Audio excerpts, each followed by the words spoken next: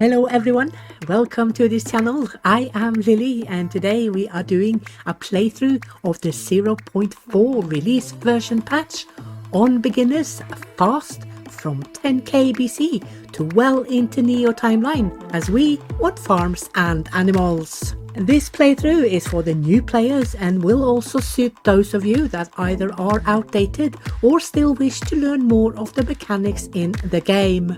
I would like to be in a coastal area but also with mountains, as I would want to have all types of food and prey that we have available in the game.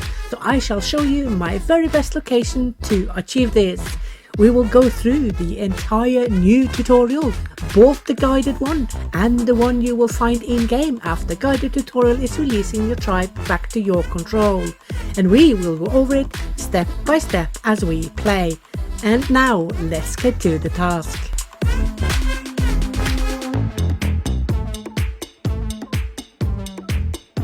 We are not going to go directly to the place we want to do the playthrough. We are instead going to an area where I can show you some of the new stuff that the devs have given us. This is something that many people have asked for a long time, and we finally have it. So we are still going to go 10k BC, but we are going to hop on to Doggerland.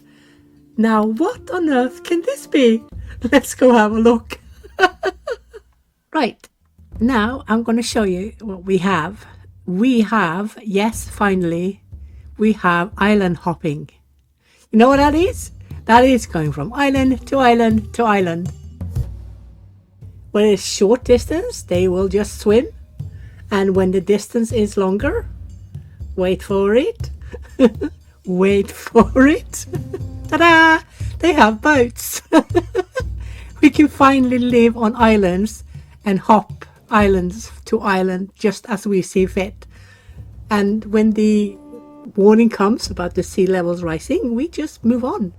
And another thing we have that is new is the landing tool. This tool will allow us to take our tribe and place it exactly where we want it to be. The tribe will land where you place it, along with all your resources. This is great. But we're not going to stay here, we're going to continue. You see, shall we go here, we can go there? Yes, of course. And let's go to the mainland England. Let's do that. Yeah, go on. Oops, a bit. Yeah. So what these guys you know, when they have to walk, they do not walk at night. They will stop and wait for sunrise. But when it's in boat, they're actually sailing. So they are sleeping on the boat while the boat is sailing. So if you travel at night, they will not stop if they are on boats. So that's really good. Oh wait, there's a baby island there. They're going to stop and walk and then not walk at all because it's night. Okay then, I should have aimed another way. I should have aimed differently, but there you go. Well, as soon as the morning starts, then they will... Okay, so it's short distance. Okay, I would have said it wasn't, but hey, who am I to say? And that's it. That's the island hopping, and now you can go from small islands to bigger islands to mainland and wherever you want to go. But we're not going to stay here. We are going to go and do the area where I wanted to go. We're going to be 10k BC still, though.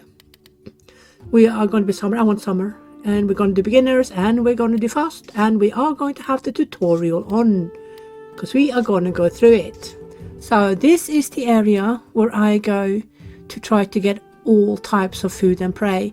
In the Meso timeline, you might not get everything because the mountain's not close enough, but during Neo, you will. Okay, so this is the guided tutorial. The thing with the guided tutorial is that you have to do it. If you have clicked that you wanted the tutorial on by mistake, you can get away from it by just clicking escape, then press continue, and then you have again full control over your tribe. But we do not want full control over our tribe. We would like to go through the guided tutorial step by step. So I'm going to restart the game again.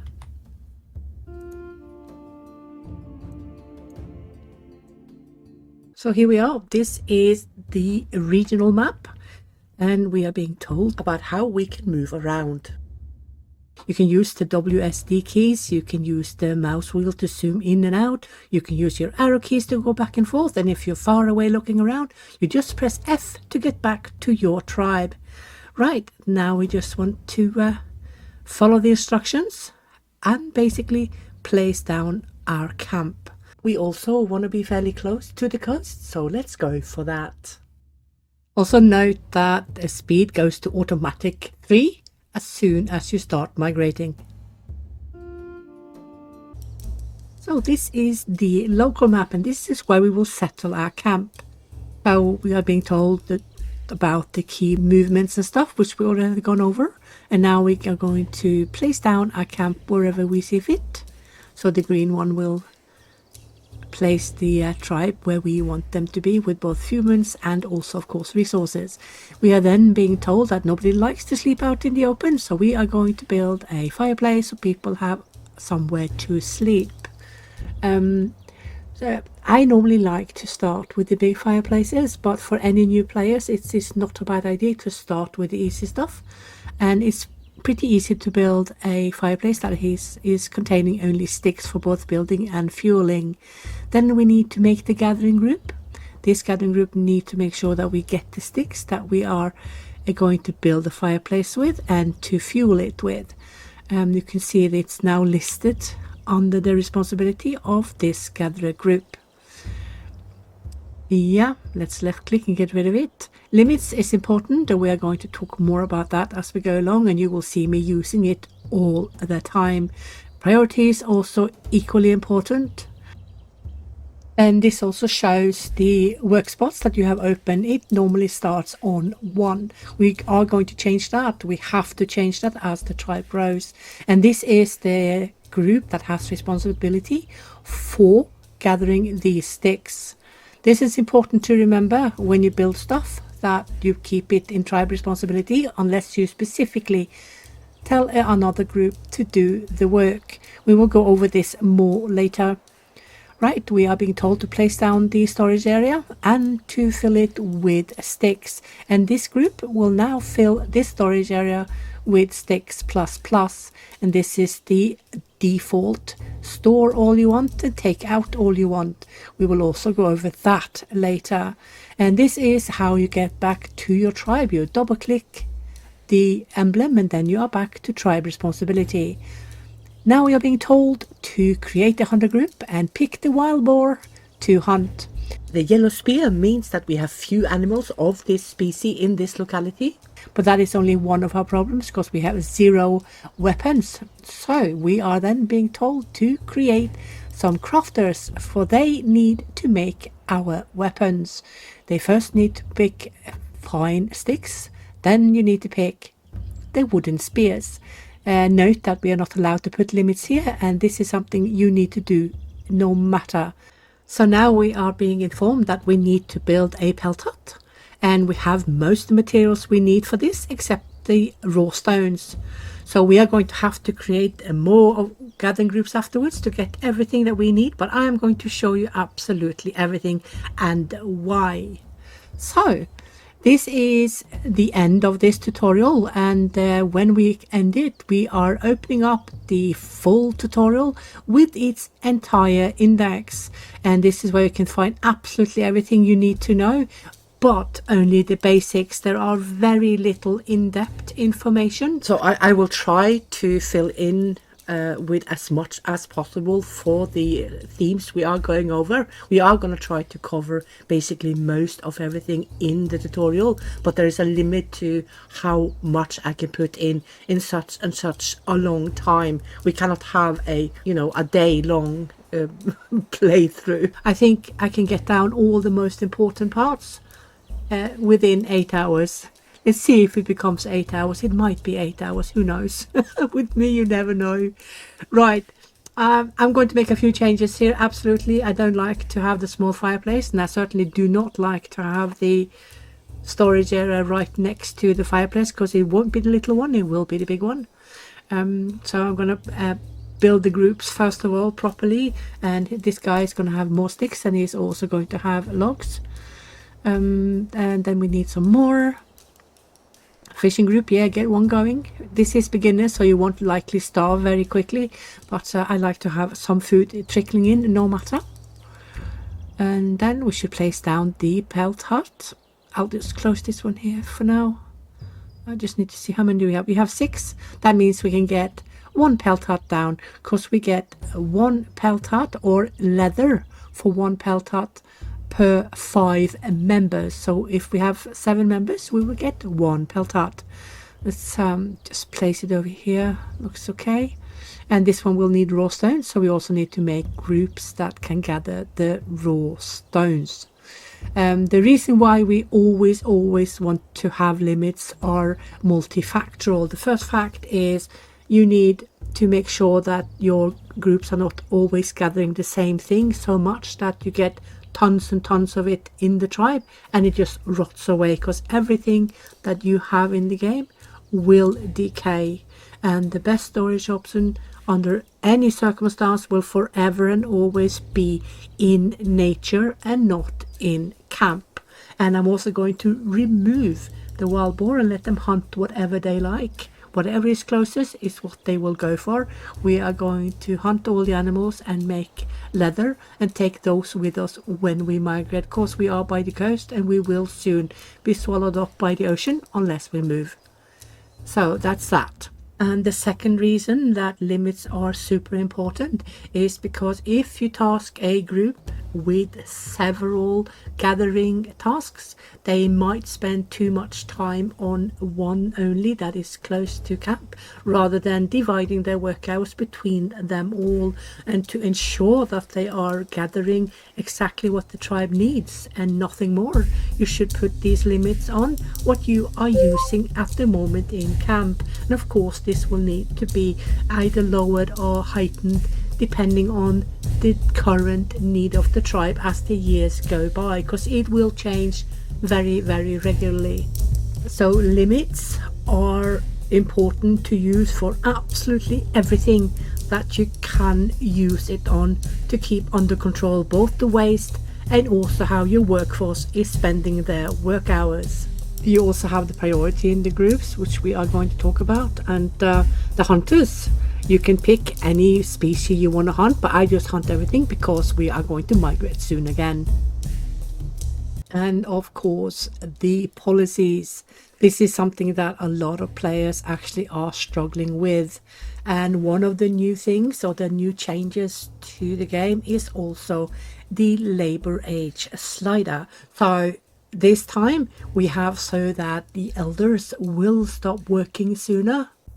And of course, the younger ones will start working later. But the point of doing this was basically so that the generation that needs to learn the skills of the elder will have more time to learn the skills. So we have less chance of losing skills or knowledges altogether. In order to avoid the video becoming 12 hours long, I'm going to quickly go past and edit out the nights or the moments where absolutely nothing is happening, so we don't waste so much time on nothing. Oh yeah, the work age is basically, or the labor age is basically what groups of ages would you like your people to start working and when would you like them to stop working. I actually do prefer to have it as high up as the tribe leader will allow me, because then people start learning faster, but they also will become more fatigued the weaker they are, the younger they are, and the elder they are. So this is something you as a player need to balance out and perhaps let the tribe leader decide some of these things, and it will, no matter what you do. Whatever is red is what the tribe leader has set a limit to, so you as a player cannot go above it no matter how much you want to. You will always be chunked down back to what the tribe leader has placed as limit. The tribe leader will basically butt into all your policies apart from the communal task, which is also a headache for a lot of players, I understand. So the communal tasks are not always so easy to understand, but if you think of it, if you think of the word communal and task, so when you see there are 3 people far right, it means communal task, more people than the middle and more people than the far left. So that ultimately subsequently means that if you have all 3 people here on communal tasks, all communal tasks will be prioritized before any group tasks, because the group tasks are the ones who are paying for communal chores being prioritized above the tasks in the group. So I normally always have it on middle or one notch up. You can heighten it, however, and I tend to test around a bit with not having my farms in farmer groups, but letting it be a tribe chore. And that means if you place it high up when the planting and tilling and stuff seasons are upon us, then people will choose to go to your farms above going to do chores in your groups.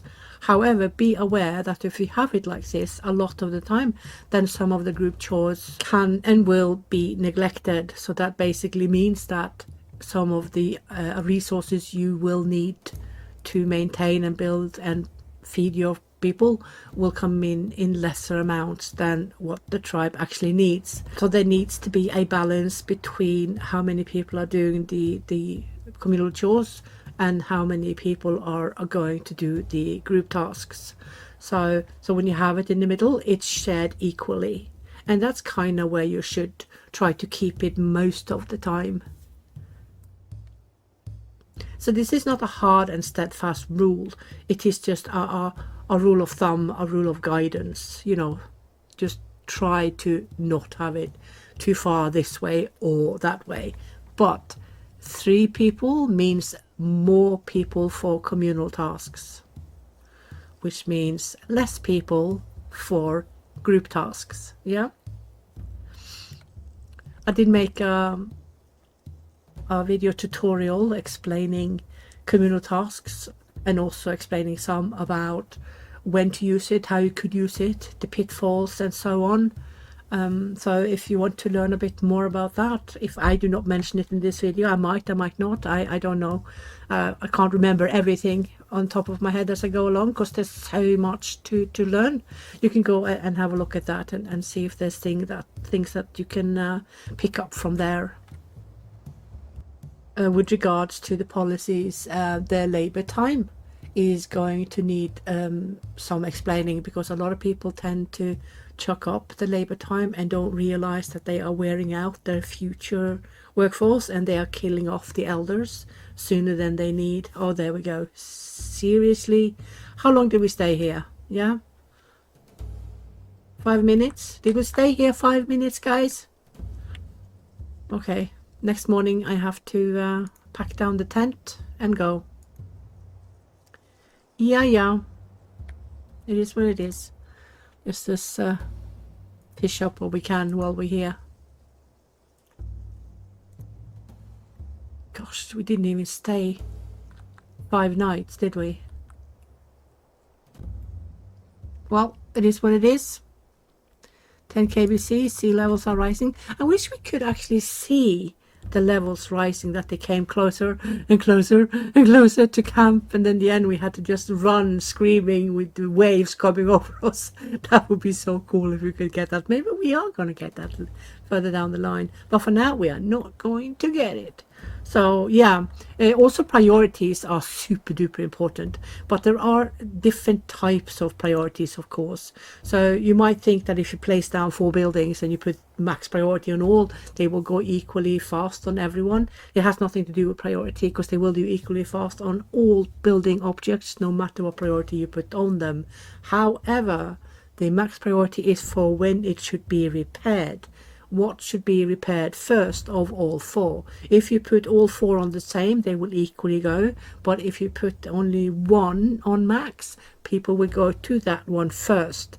But here's the catch. There is a limited number of people that will do the work on any one object. So whatever is left over of workforce will go to the next. And then when that is full on work spots, people will go to the next. So in practice, everything will be repaired mostly at the same time, because the larger your tribe is, the more people you will have to do these chores. So for repair status thing, you never need to worry about putting on any priorities because they will repair it no matter. However, the priority is useful for how often a production object should be used. For example, the lumber mill. The lumber mill is an object that your tribe absolutely loves to death. Oh, I can't even see it because we don't have any inkling what it is. They love to death to use it. It's like it's a toy for them. So they will constantly be on it and mass produce planks, which is a huge waste of logs, because you only use planks for your wooden trails and for your clay containers, I think. Yeah, you also use it for the longhouse. Yeah, there's probably some more I can't quite remember. But all in all, any production object will have a use of their priority. But here's the catch as well. If you put the priority to, say, neutral, so that people can't constantly work on it but go on regular intervals, you also have the same going for the repairs. So if you have it on neutral for the production amounts, you will also have it on neutral for the repairs. But again, if there's little to repair and you have plenty of people, then you need not worry about it, because they will divide themselves evenly on all the objects that needs repairs. But if you're struggling with people, have few people, then the neutral objects will get repaired last. So just keep that fresh in your mind if you are mixing and tricksing around with priority.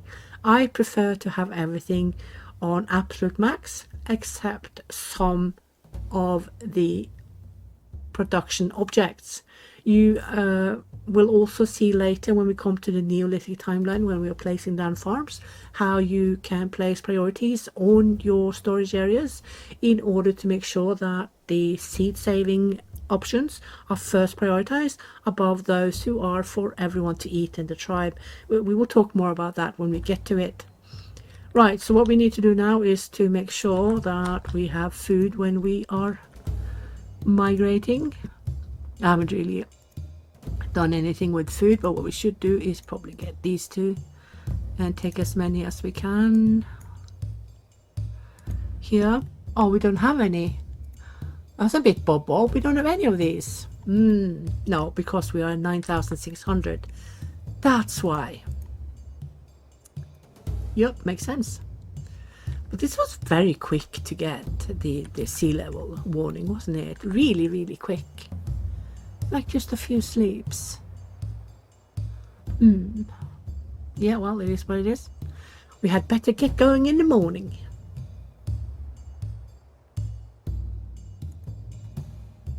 Yeah, so after you've built your first items, you should just put down your labor time again so you don't wear out your people. In beginners, you can get away with a lot of this, but if you go hardcore, you get away with absolutely nothing. So what we do now to get speed on people, we are putting up the work hours and also Xing out, dismantling the pelt hut, because the pelt hut materials will come with the tribe when we are migrating, meaning we can put it back up in the new place. So this is quite good.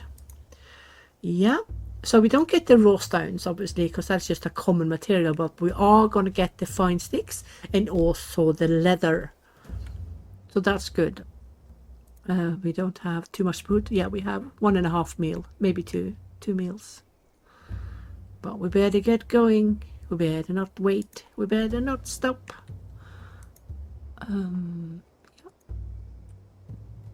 So with regards to the materials and everything that the people take with them when they are migrating or moving from one locality to the next is as such. They will all take as much food as they can, as much food as the tribe has. Then they will go on to take all manufactured items such as your tools, your weapons, and things that you've basically created from raw materials in this locality. And then they will take whatever else is left, as long as their allocation for weight is not met. And when it is met, they will stop taking things. Yeah. So what we're going to do now is that we are going to migrate. So I need to aim a little bit further away than what we are at the moment, because I'm too close to be able to settle exactly where I want to. I want to be far enough away so that we don't constantly get the sea level rising warning and have to move, but close enough to actually get clams. So let's see, can we do it here? I guess we will find out. Let's go. Let's go, let's go.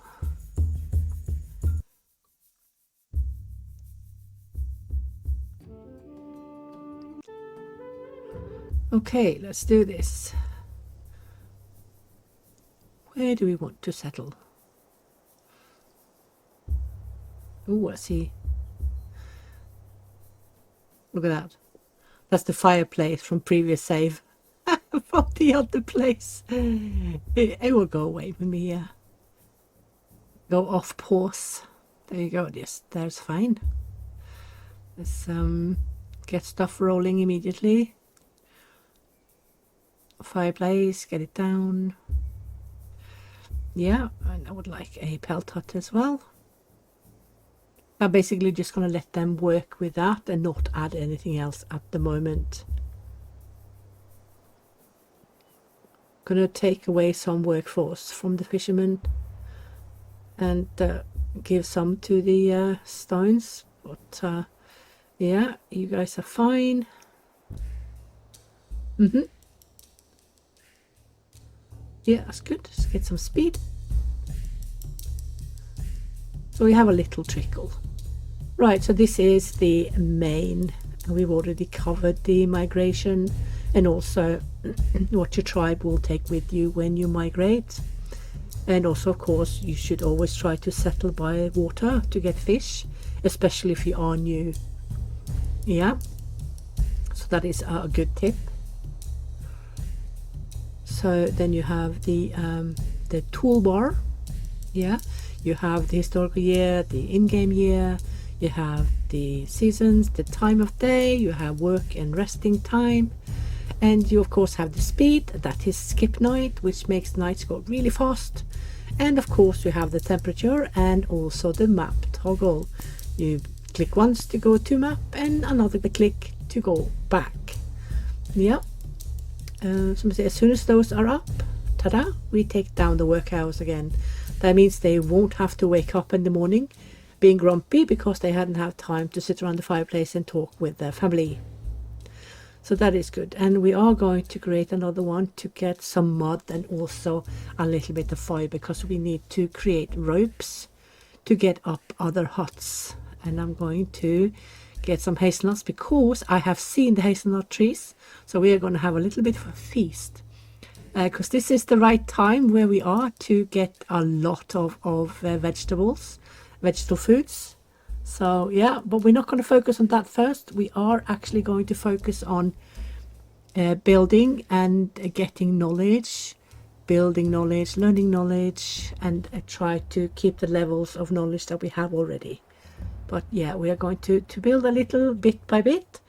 We should not, under any circumstance, chuck down a million things, because that means that everyone will be confused because there are much more to build than there actually are people.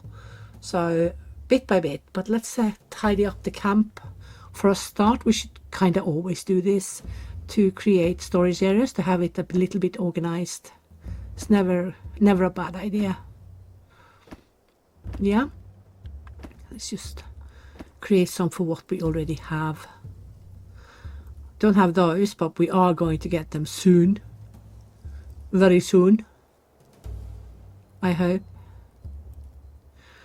As soon as we make graves, we are going to make stone fences as well, to create tasks for the younger generation to learn the stoneworking skills, because at the moment we have basically nothing that we can learn stoneworking from apart from stone walls. So that is a necessity.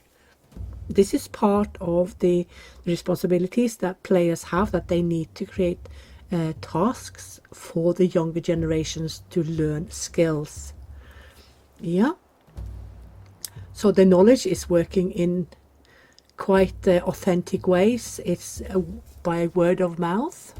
We are being informed by others, by migrants, by travelers, visitors, what they have seen in the world, and perhaps some secrets about how to make it, and then we can learn new things. But we also have tribe discoveries, which is where the tribe itself figures stuff out and learn new levels of each knowledge, or even learn a new object.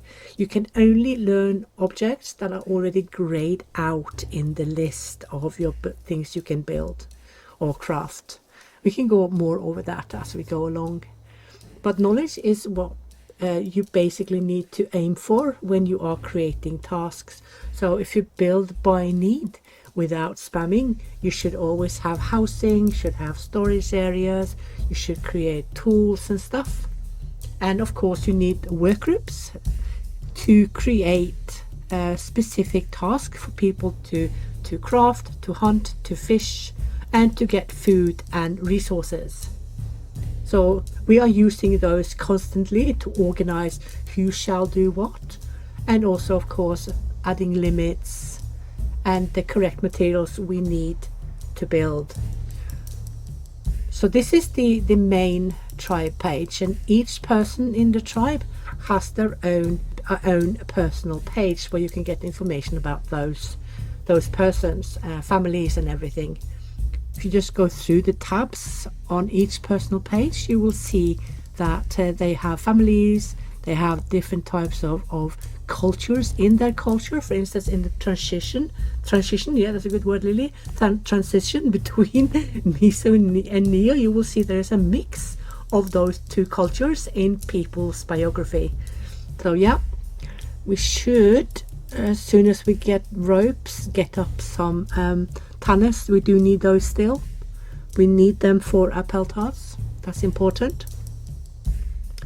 Let's see what else is there. Yeah, we've gone over the work groups.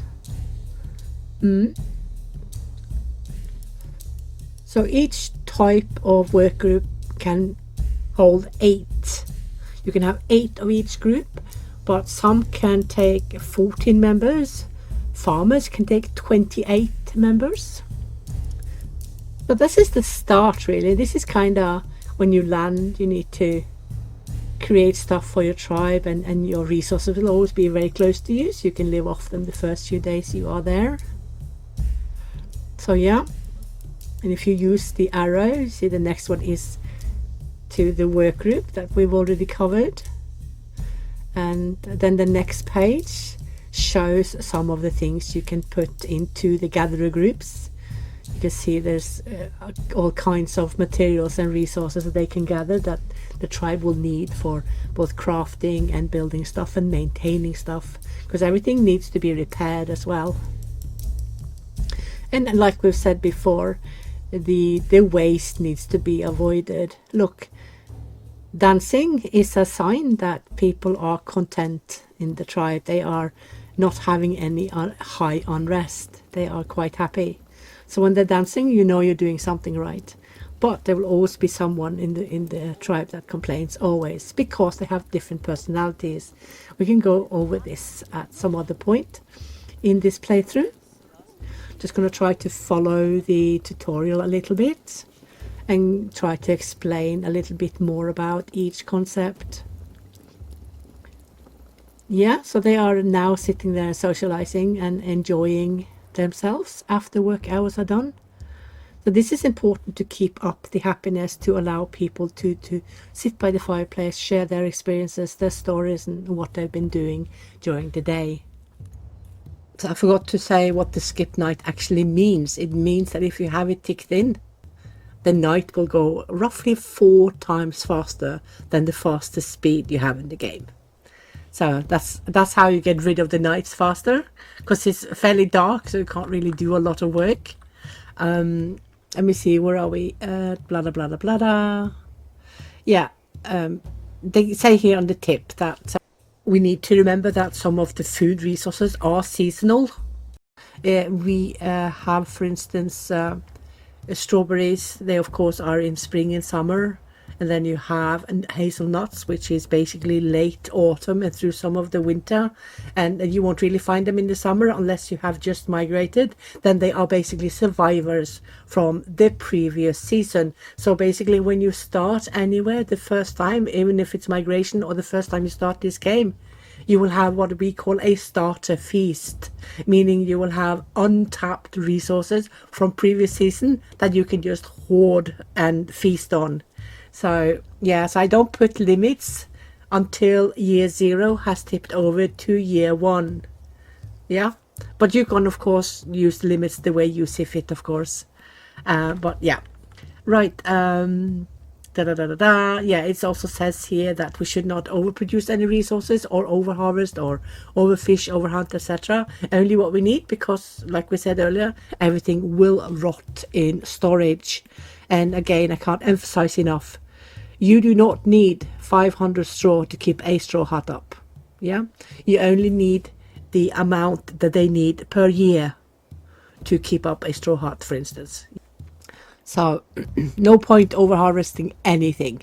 With regards to culture, this is a pure meso. And some of the objects that you can build, you will also need to have a specific culture influence in order to be able to build. You can't get everything even though you see it. So if it is grayed out but you have the knowledge for it, you still will need to also get the cultural influence. So we are now 100% in Mesolithic because there was no Neolithic in 9k BC. That will come roughly between 6 and 4k BC, depending on where you are in Europe.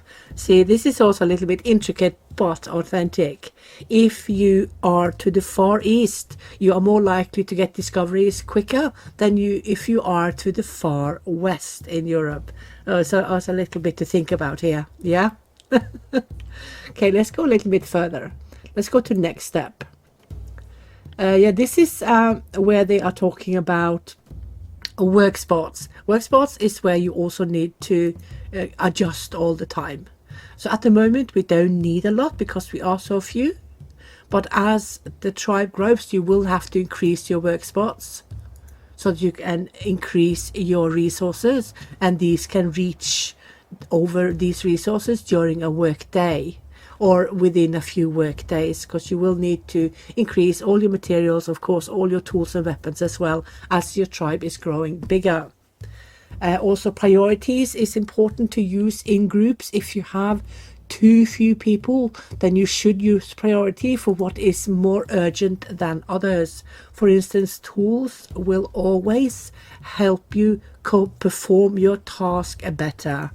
Hunting will always need tools to be done at all. They don't hunt anything with bare hands, while with fishing they can easily fish with their hands, because that is something we do even today. But hunting will need tools. Also, lumberjacks cannot chop trees because you can't chop trees with your hands. You do need an axe.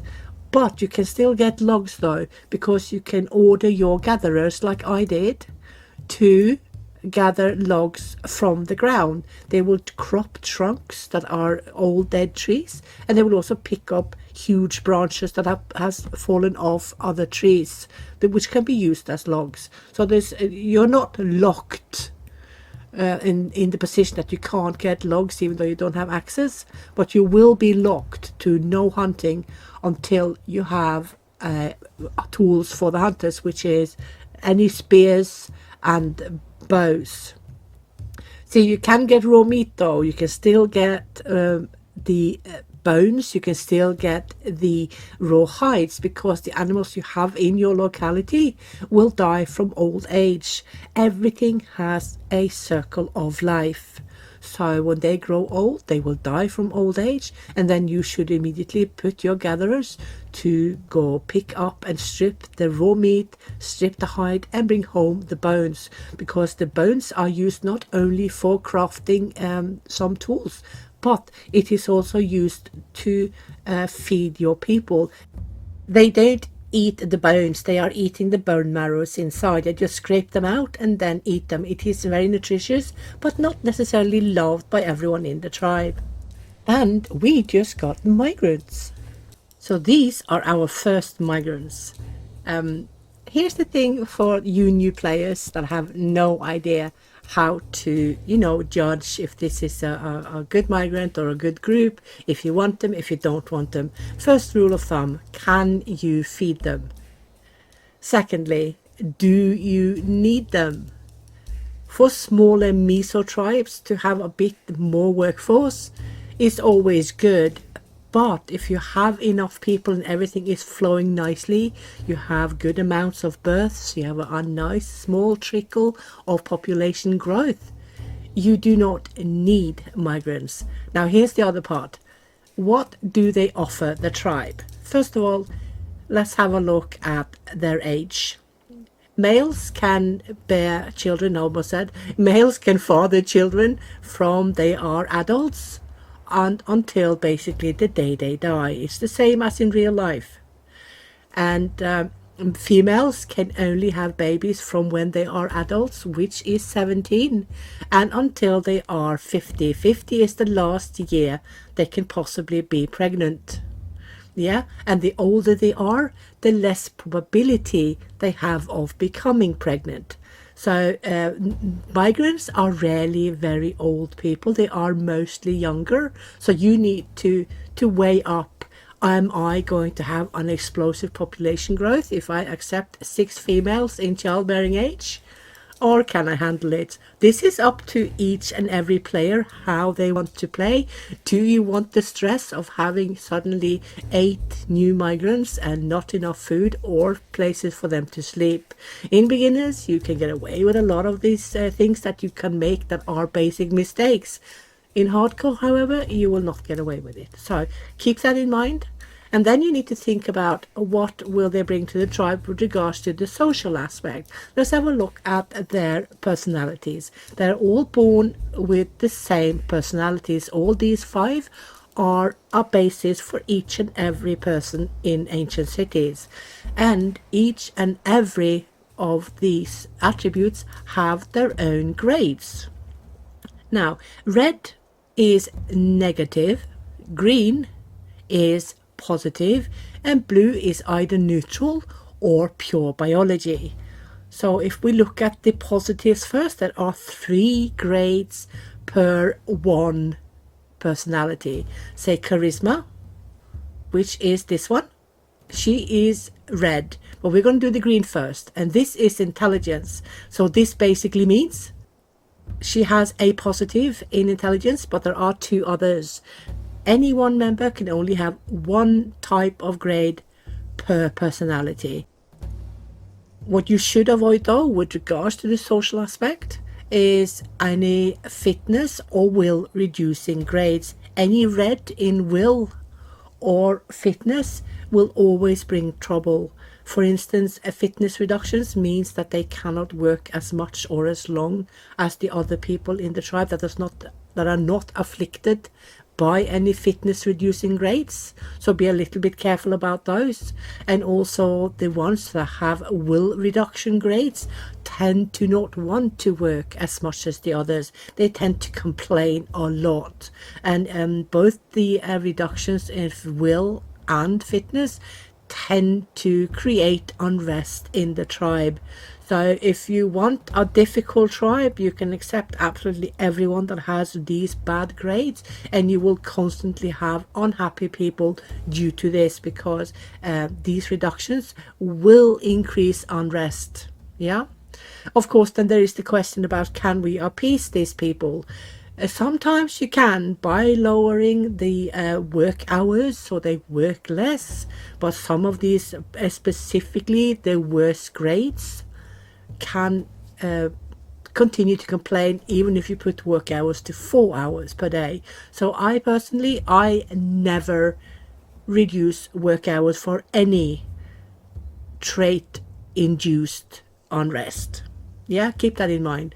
And so if you are going to accept people with the bad grades, prepare to have whine and whinging all the time. The second point is, what do they bring to the tribe with regards to skills and knowledge? And here is something that is some people are actually still wondering about. What you can see here are the blues and the greens. I'm not sure you can see the colors, but this guy here, he has an increased knowledge level in all three of his knowledges compared to what the tribe has. So whatever the tribe already knows will show as blue on the migrant, and whatever he has above what the tribe has will show as green. This means that this migrant will teach our tribe increased levels in these three knowledges. And since this personality grade does not really affect the tribe as such, this is a good migrant to accept.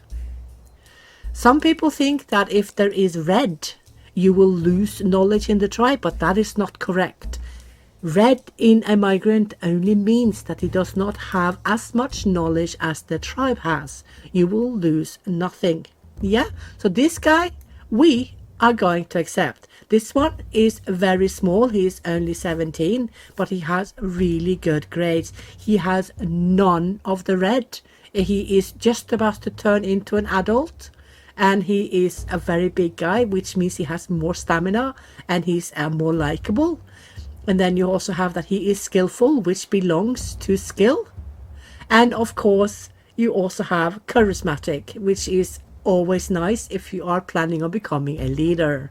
So all these personality grades, these are actually attributes, yeah. And then you have the grades of the traits. That's just, I just call them personalities, but they're not really personalities, they are traits. And these are grades of these traits. It's quite intricate. I just say personality, yeah. But for everything to be correct, they are not personalities, they are traits. Right, so this is definitely something we will take, because this guy has even more fishing knowledge to learn the tribe than the other guy that is 41. So guess what? We are taking these guys, yeah? And they also taught us how to create pits. So this means that we now have the knowledge we need to have proper storage areas, proper storage facilities. And this is always needed, always. If you do not have any storage options, you should just use the open storage areas and have fencing around them. In beginners, I'm not too worried. If I play hardcore, I always fence in absolutely everything that the animals can steal. Animals will steal your food. They will come and steal your food right under your nose, unless you have them either locked down in inside a fenced area or in a storage facility. Except rats. Rats can actually, if a storage facility needs repairs, it can sneak in and steal some of the food. But the amount they steal is so minor, you won't really notice. Yeah. So yeah, you can go over each and every person in your tribe. You see that everyone has different traits, grade of traits, and hence they behave different. Let's move on a little bit with the tutorial. So we have already covered the work groups to a very fair degree. We are going to go more over them as we go along. I will show you some later. And here we are going to talk about the storage areas. What I would like to do now is to basically show you guys how to create storage areas for options that you do not have storage facilities for. And these options are anything that has to do with animal produce or animal product. So in this game we have honey, milk, fish, meat and clams. So we're going to make a few of these to fence in all those food types that we cannot put in pits. In pits you can only put plant produce and nothing from any animals or fish. Right, so we always need a gate to get in, always important. And what you can also see is that these gates and fences demands a certain level of knowledge. And when you're making fences, make sure that the yellow is connecting, yellow is connect, green is clear way, yellow is again connect. So when you do this, that you have no connection, but now you do. When it turns red at the current fence you're at, also at the start where you had yellow, it means that the connection is broken. Then you need to find another way to do it, to steer your fence a different direction. Right, so now we are going to make a group for people that has no work. So what we do is basically that we are putting priority on lowest and the work spots on max. And we're going to put in the food types that we have here, or the items we want in the camp. So we know we have a lot of these, but some of them will be out of season, like these here are out of season. I'm not sure we got clams here though, but I'll leave it to see if we get it closer to the summer. We might, and we might be too far or away from the coast. So let's just get what we know is here for sure. It's too early for pine nuts, so I'm not even going to bother with those. Right, that is what I call a straggler group. So when they are done with the fencing, I am going to create pits for all the vegetable stuff that we can get, because the pits will take all vegetables. So that is really, really good. Right, let's just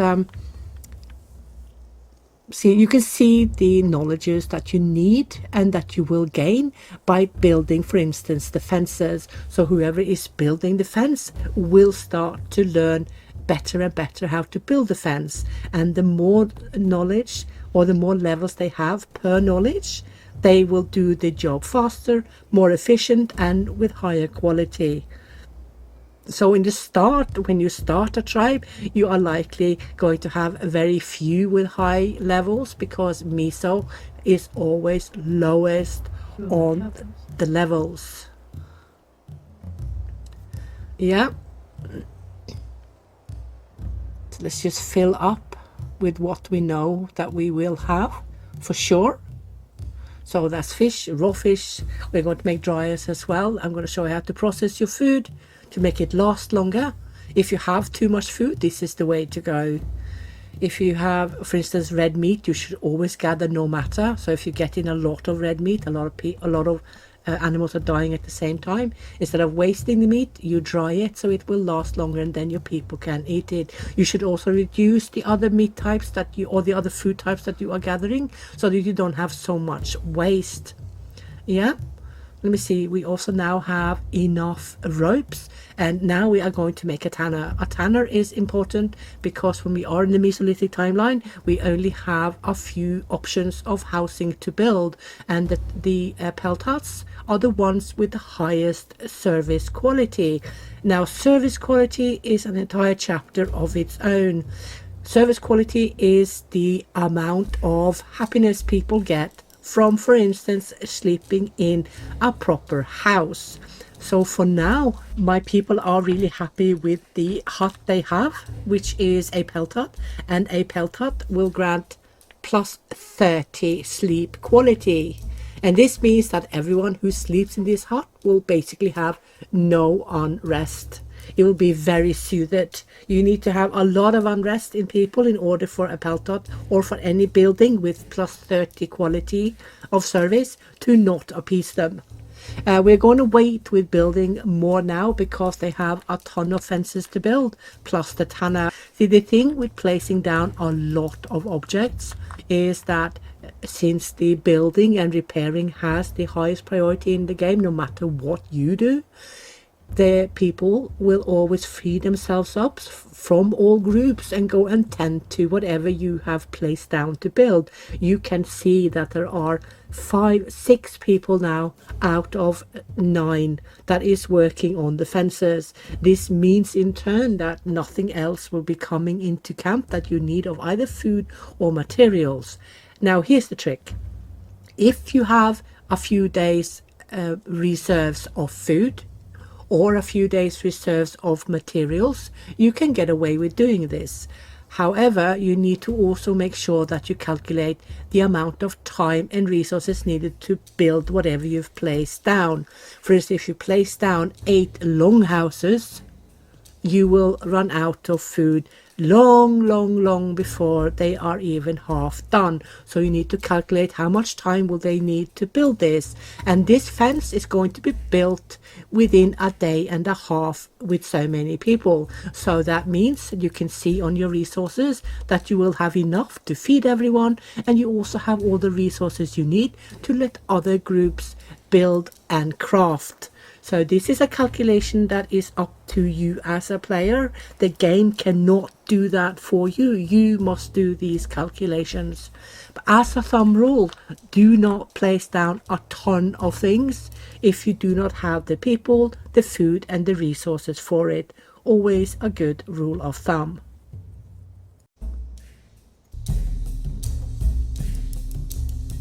Let's get some speed and see them work. You can see, due to that the fences are so easy to build, you don't need a lot of time to do it. And I can see we have paused a section here. For what reason, I have no clue. I probably just misclicked something. I do a lot of mistakes. I get my ass whooped a lot in hardcore.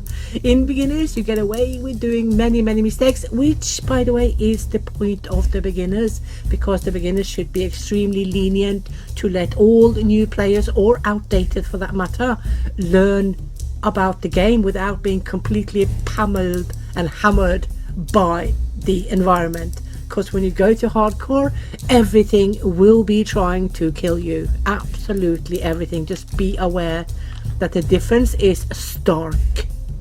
So the more normal speed and game stuff is the expert, which I would actually have preferred to be called normal. But the devs wanted people to feel a bit better when they came from beginners, thinking that, yeah, we are more experts now, aren't we? So I do understand the psychology behind it. Although, even though people who are coming from beginners go to expert, it does not mean that they actually are experts. Yeah, because you can also be tired of playing beginners and want a bit more challenge. It does not mean you're expert, and it certainly does not mean you're a hardcore player. If you want to try hardcore immediately, you need to brace yourself and not be frustrated when you have your ass handed to you, because you will. If you start as a hardcore player, you will have your ass handed to you on several areas, because first of all the food is reduced by between 50 to 75%. Then your tribe is angrier. You have much less of absolutely everything. They'd spend longer time gathering, longer time this, longer time that, to have fewer animals. It is very hard, but very fun when you master it, or when you think you master it, and then suddenly everything goes titty up and you start all over again, or you reload a save. This is a part of the game. You can't always play the same way, yeah, because all tribes are fairly different. So yeah, because we have different personalities. It's not personalities, traits, I know, but I will call it personalities. So they are all different, all are individuals, which I quite like. And this one I would like to talk about. This is the tribe improving their own knowledge. And when they do that, they are either working on the object or the knowledge they are increasing. And I have no idea which one it is, because she has green on everything.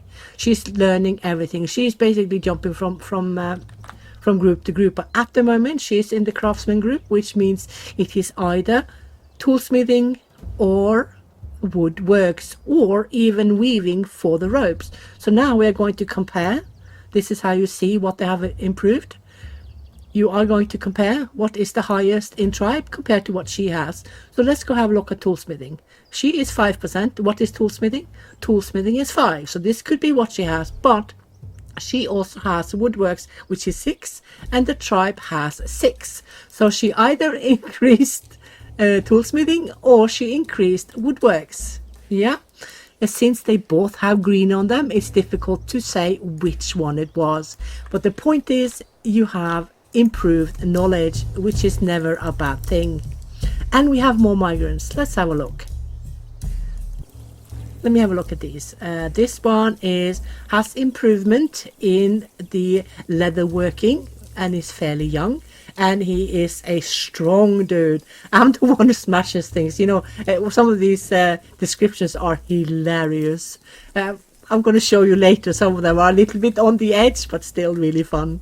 let's see. That was a good one. I'll have a look at her. Yeah, she also has an increase in architecture. Let's say we have 10% and she will teach us 3% more. And she's very big. She's determined that could be a problem if you are a bit unlucky with people being too hungry, or you have too little housing or too much work hours for even for a short period of time. These people will quickly raise their hands and say, "Oi, what are you doing?" You know, they could be an issue. Yeah, but these are preferable to those who have a negative will grade. Yeah, and she is also charismatic. That is never a miss. So this group is also a good group. She is a female and she is in her 10 last years before she can't have any kids anymore, and her probability is fairly low. So if she gets 1 or 2 babies, that will be absolute max, and I would like to risk it, so I'm going to take them. Yeah, so now we have on the tanner, we have the rawhide that your people have gathered either from self-dead animals. You can also get it from hunters. Hunters are now stripping the dead deer, and you can see there's quite a lot of raw meat on this animal. There has been a lot of tweaks on the hunters, their efficiency also when stripping and not only when hunting. The pathfinding, which has been heavily worked on the past weeks, has caused a surge in efficiency for each and every work group in the tribe. Basically the entire tribe has been increased in efficiency, and you can see it on the hunters. You can see that they can hunt in groups, they will also strip in groups, and you will have a very little waste of food because the animals that are dead will have a prolonged decay period, meaning less decay of any meat, bones or raw hides. So this is all a good plus, right? So let's have a look at her. As you can see, this is what I'm going to show you. She has a will reduction grade, meaning she will not want to work as much as the others, and she is already complaining that she works too much. Hang in there you see. If you go to their think bubble, I call it, the description bubble, you will see, first of all, you will see their action. What are they doing at the moment? Then they will let you know what they like. They will let you know what they don't like. They will also let you know what they hope for. So you can basically mind read your people. They will let you know absolutely everything. She says she works too much, but she really doesn't, because our work hours should be on default. On default, nobody without any bad grades in fitness or will be affected, but those who have affection from or are affected by either will or fitness, specifically fitness reducing grades, will have reduced stamina and they will suffer more. So this is where I feel it is a bit pity, because I can't really lower their work hours too much away from the default, because you need people to come home with stuff and people need to have time to gather stuff. So the less work hours you have, the less time they have to go and perform the chores. So it is a bit of a two-edged sword. Do I save those with poor grades that are suffering from a fitness reduction and hence get too little food or too little materials for the tribe size? Or do I move on and see how it goes and just let people complain and suffer a bit due to their fitness reduction? I cannot afford to reduce work hours most of the time. I tend to keep my tribes super busy all the time because I want the efficiency. I would like everyone to have a task, and in my opinion, everyone working from cradle to grave is authentic. So even though they do have some fitness reductions, we are still helping them with regards to that. They are getting food, they are getting a place to sleep, and they can socialize and be with the tribe. They are not being put out in the woods to die like some actually were. But we do have evidence that people several 100,000 years ago did indeed take care of their sick ones and their invalids or their disabled peoples. So yeah, everything is authentic, and you can play the way you think you should be playing, the way you want to try to play, completely up to you. But I will tell you right away, do not lower any work hours for any kind of will reductions, because they are just complaining to complain. They do not have a fitness issue like some others have. The others with fitness issues have a legit reason to struggle, while those who have a will reduction doesn't really have a legit reason. They complain just because they want to complain. Just keep that in mind. And also, the worse the grade is, the more they will complain. And if their will is really high on top of this, they are likely going to leave you. I say, let them leave. Let them leave, because they are causing unrest in the tribe. Now, if you want to see the overall state of the tribe at current, you go to the main tribe page and look at the state. So the first thing you will see, or this is color coded, so everything green is first, then you have yellow, then you have a red. Blue is going to be after green, of course, so you have green, blue, yellow and red. Right, so what we see first is the difficulty of the game. You cannot see the speed, but we are doing it. Are we doing it slow? No, we're doing it fast. We're doing fast. That means fast is 1 day per month. Expert, no, not expert. Normal speed is 2 days per month, and slow speed is 3 days per month. Keep in mind, you might think that slow should be easy, but it isn't, because per month you will feed your tribe 6 times instead of only 2 on fast. Keep that in mind, yeah? So we have also the overall happiness of the tribe. At the moment we have 100% happy tribe, because the hunter that was complaining she worked too much has not really built up any unrest yet. As soon as they get unrest, this rating here will be affected, and you will see the percentage of happy people, and then you know that the remaining percentage that is not showing are people who are unhappy. And here's the trick: if you have your work hours on default, you can be 100% sure that whoever is unhappy are people with will reductions or fitness reductions. Yeah, so that is a good rule of thumb. And then you have those who complain about work hours, and we can see we already have 18% out of 100. That means, yeah, you got it. It is will reduction and fitness reduction that is complaining, because we have default labor times. Right. And then we have another important part of the game. It is the report system. The report system is in place for us to always know what is going on in the tribe with regards to what are we lacking, what do we not have enough of, what do we not have at all, what is in season, what is out of season, and what can we not get at any point. So the thing with the report system is to know the difference between when you've harvested up all the resources, when the locality does not have all these resources, when it's out of season, when you don't have enough in camp but enough out in nature. So we are going to go over these, and the only ones who has issues is my straggler group. Let's see what they are. So this is the rose hips. They are saying we can't get any rose hips. So then we need to think, why? This place has rose hips. I can see the rose bushes. Then that means that they are out of season, and they will be in season during summer. Then this report will go away, because then there are no problems. And it is the exact same with the honey. Honey is not in season yet. You will have to wait for summer for that to be in effect.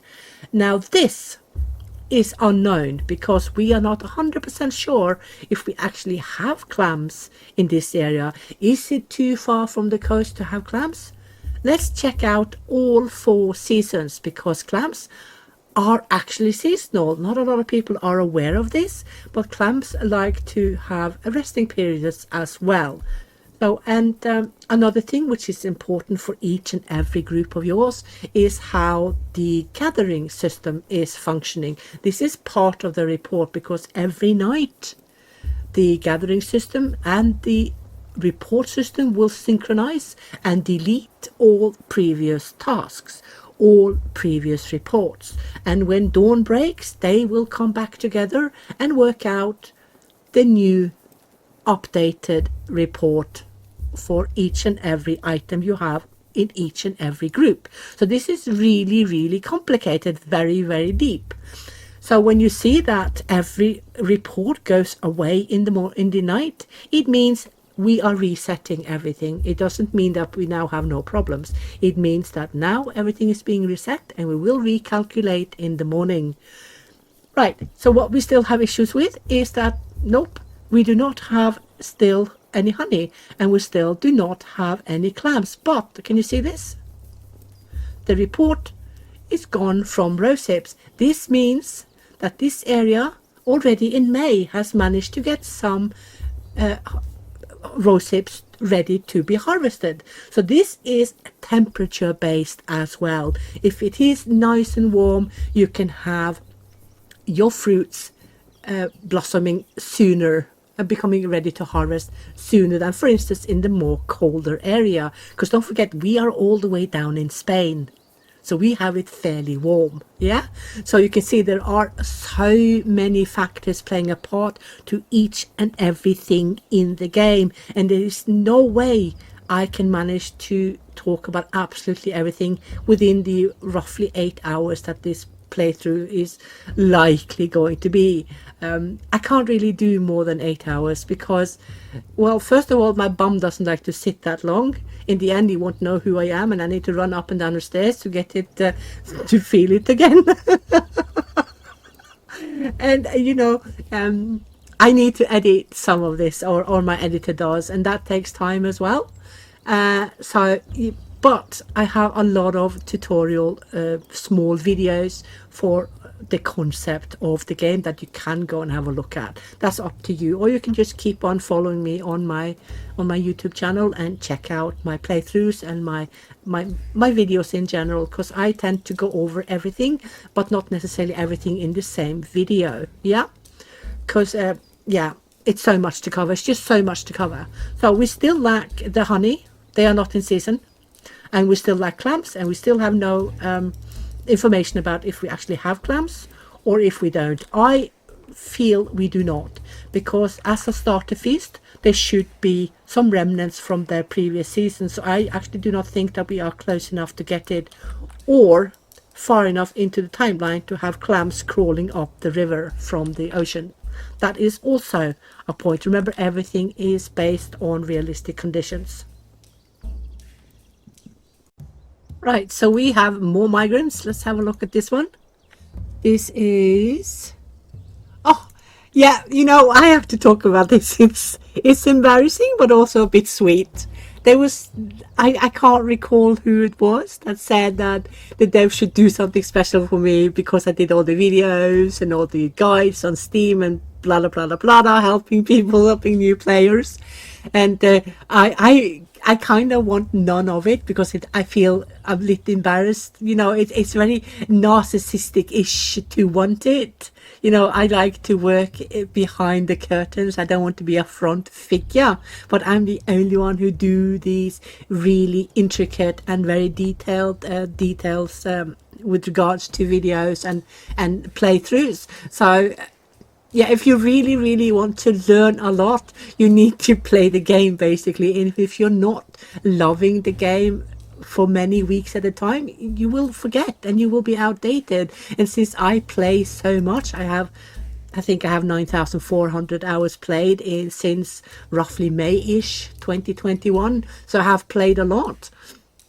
So I think the devs wanted to show some appreciation. So they added Lilly to the game. Because the dude on one of my YouTube videos said that they should name a character after me. So this is what they did. It is embarrassing. And I'm not sure how authentic it is. I'm not sure if they had any people in the Mesolithic timeline called Lily. But hey, there you go. She's young. She has several years left to have children. She has no particularly bad grades. She is neutral on everything. Yeah. She only has her biology showing.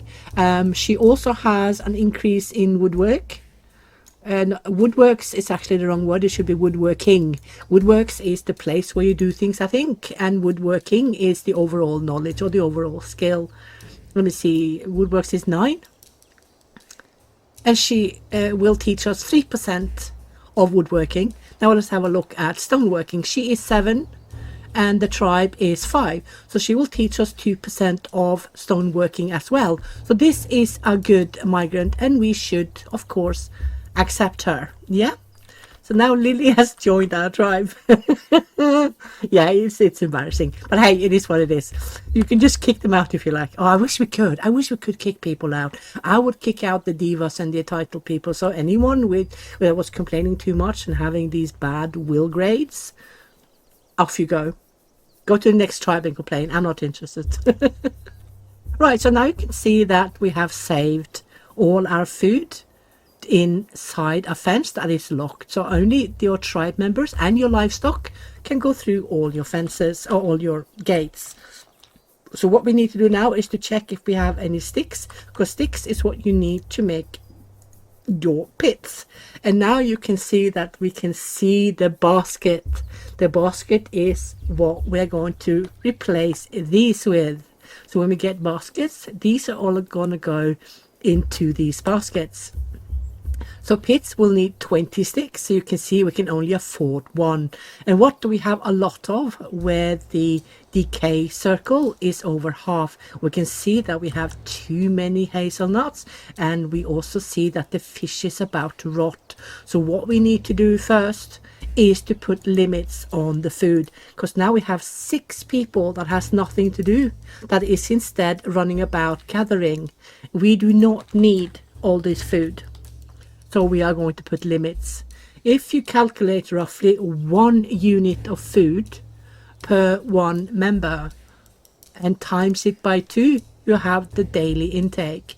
And we have 12 people. So that means 12 times 2 is 24. So 24 units per day is what this tribe needs to live, to be happy.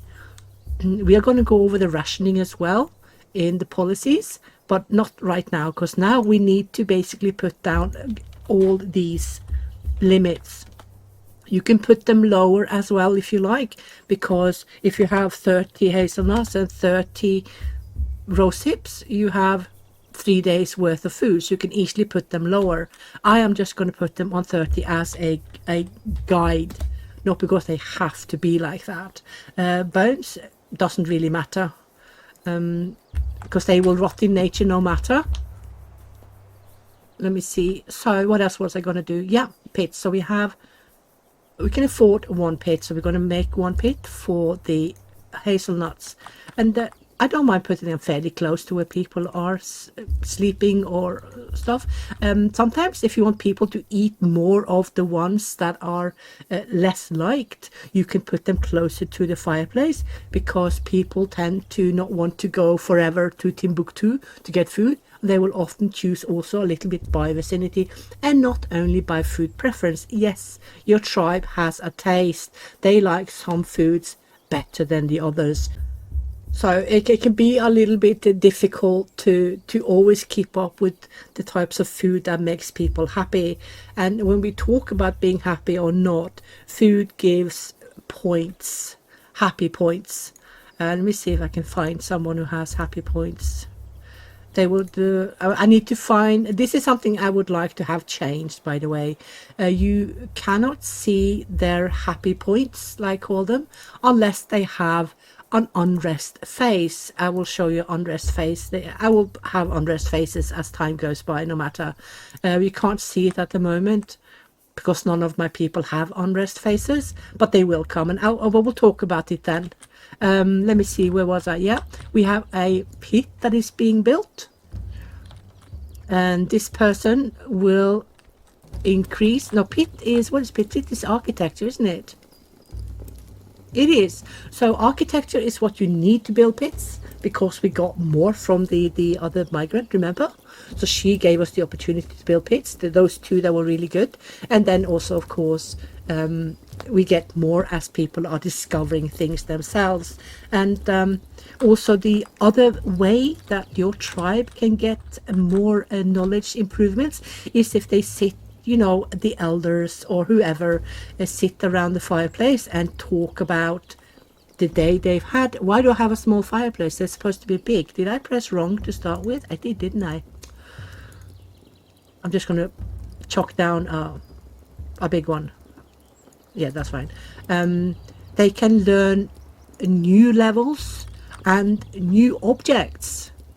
As they sit and think and talk about their experience, they talk about what they've done with the day, what they worked on, how they worked on it, and then people can compare their, almost said their notes, they didn't really have notes, but they compare what they did to achieve this and this and this, and poof, suddenly they realize, we can do it like this, and then they discover new things. However, there is a snag. Whatever can be discovered of objects has to show in the build list as grade. So if it does not show as grey, you cannot get it. So everything that is grayed out is possible to discover. So in woodworking, they can discover the benches, both the large and the normal one. And in storage, they can discover the basket. And in housing, they can discover the straw hut. I think that's basically it. Yeah, and also the wattle fence can be discovered via either the weaving, which they are doing at the moment with rope making, and also woodworks. You can see the red is what they lack of the knowledge in order to be able to make it. The blue is what they have. Yeah. And everything that is green shows what the knowledge is above what they need. Yeah, so every color has a meaning. We should also consider to create more comfort for your people, and this is a huge area. Religion is huge. We have several things in religion that you as a player need to keep a control of, and the first and the most important ones are graves. If you do not add any type of grave, any type of burial for your people when they die from old age, the relatives of the deceased will have an uproar if you do not get down a grave in time. So I'm going to be smart and just get it done. Just chalk down a few graves, and this is being built by tribe, meaning it is a communal chore. If you assign it to a specific group, doesn't matter what, it means that is assigned to this group, and only this group can work on it. If you want it to go back to tribe, go to the tribe page, click assign, and let it go back to the tribe. You can do this as many times as you like and with any group you like, but as a rule of thumb, always create everything in tribe responsibility. And then you can adjust it later to, for instance, have a builder group or a specific group who deals with stone fences, blah, blah, blah, blah. We're going to go over that in a bit when we're going to make nice stone fences around the graves to create tasks in stoneworking for the younger levels to learn stoneworking from the elder. So that's it. And yeah, and then let's go for a bit further. You can see now that several people have stopped complaining of overwork. I'm not sure why, but they tend to be happier when they sit around the fireplace. They tend to be happy when there is a resting time. This is resting time. So the bowl shows when they're not working. It shows when they're sitting with their families, having a meal, just talking around the fireplace. And as they sleep, if they sleep in a good quality housing, the unrest will also go down. So anything blue or green it's not that worrying. If it starts to become yellow or red, you need to look a little bit into it, especially red, because when it is red, it means that the majority of the tribe is complaining, meaning you have probably increased your labor time too long. Because when the normal people without any will or fitness reductions are starting to complain about overwork, it basically means 100% you have too high work hours for too long.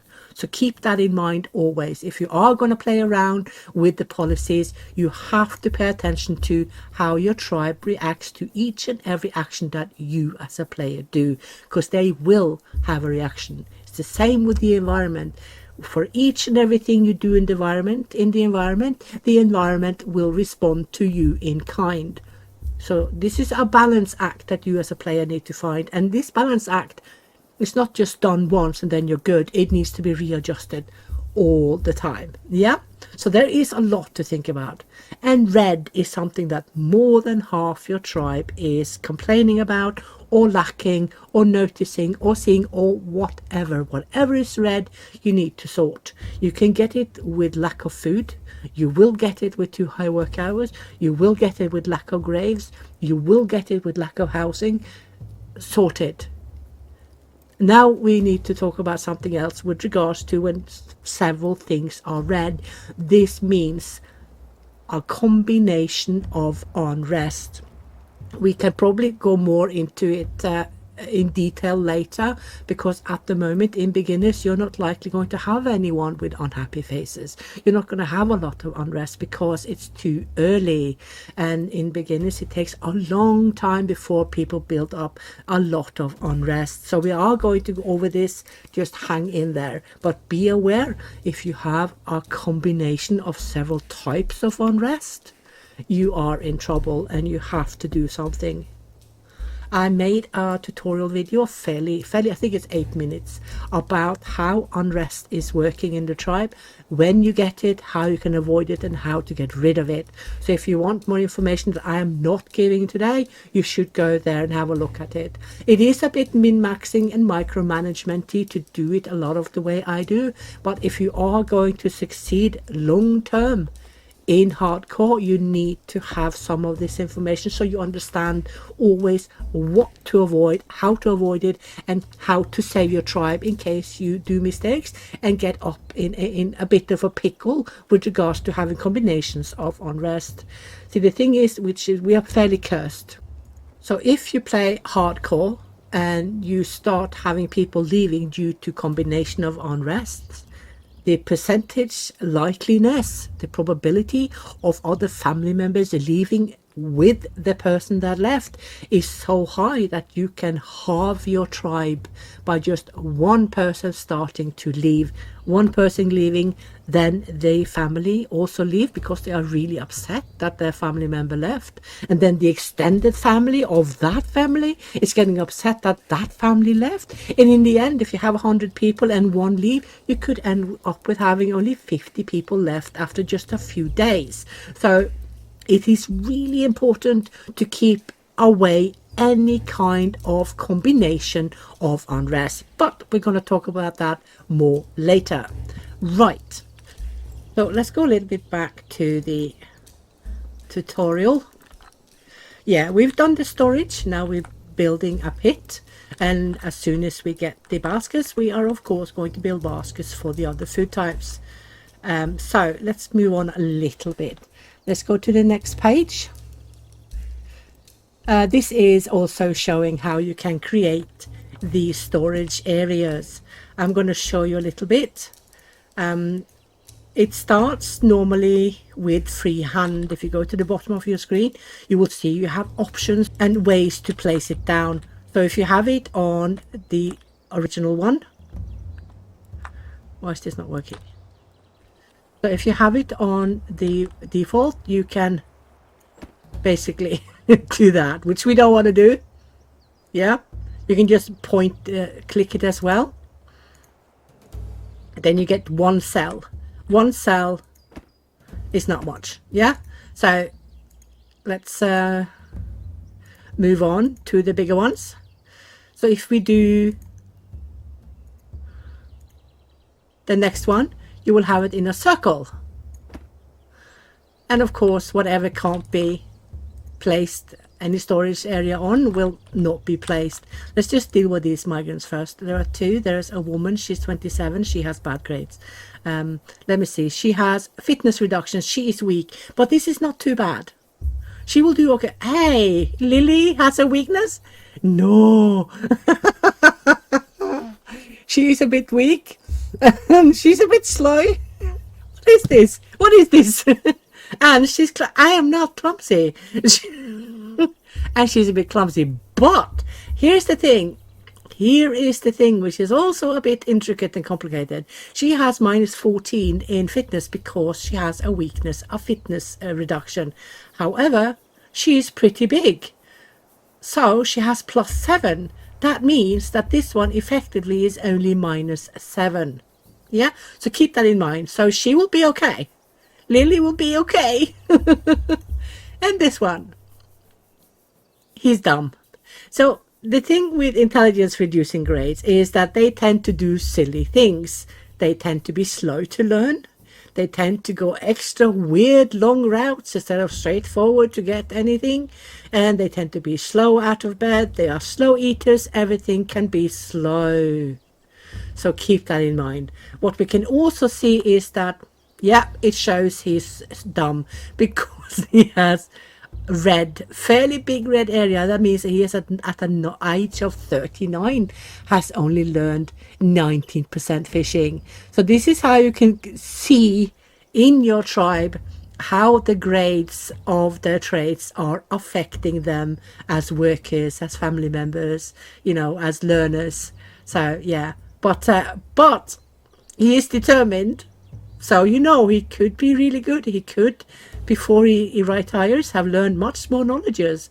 The smarter you are, the more knowledges you can learn, and the faster you will learn them. Yeah? So you have 10 knowledges in Neo, but you only have 9 in Meso. You will not have farming. You will not have agriculture in Meso. So yeah, but you can't get all 10. I've never seen anyone with all 10. I think the max I've ever seen is 7, I think. Yeah. And let's have a look at what skills did she has. Hey, she has no skills. I'm not sure this is a good migrant to take. But this one is see, the thing is with the grace that doesn't belong to either fitness or will, that is negative, doesn't really affect too much of the tribe unless you have only stupid people in the tribe, and everything could be slow. Because remember, each and every grade will have an effect on the person that has it. And if that person is slow, it will then affect the entire tribe. So you could have a group of people who are very smart and they do everything really fast, really efficient. Then you have a group with fairly slow and clumsy people, and they will be so slow and so hanging and lacking behind. So there is so much to think about when you are having a tribe. But what do you guys say? Should we just get them and see how... Oh, I lost them because I waited too long. It happens. That was destiny. You only have like a few minutes before they are gone. But they had nothing to teach us. We lost absolutely nothing. And having a Lilly without any skills? Nah, don't think so. Right, let's go back to the storage areas that I was going to show you. So that was the circle we saw. And then you have the ones that I use all the time, which is the squares. You can have them exactly as you see fit. And of course, the more materials you are getting into camp, the more of these you need. Yeah, but don't use these for anything but your materials, because you should have all your food in proper storage facilities.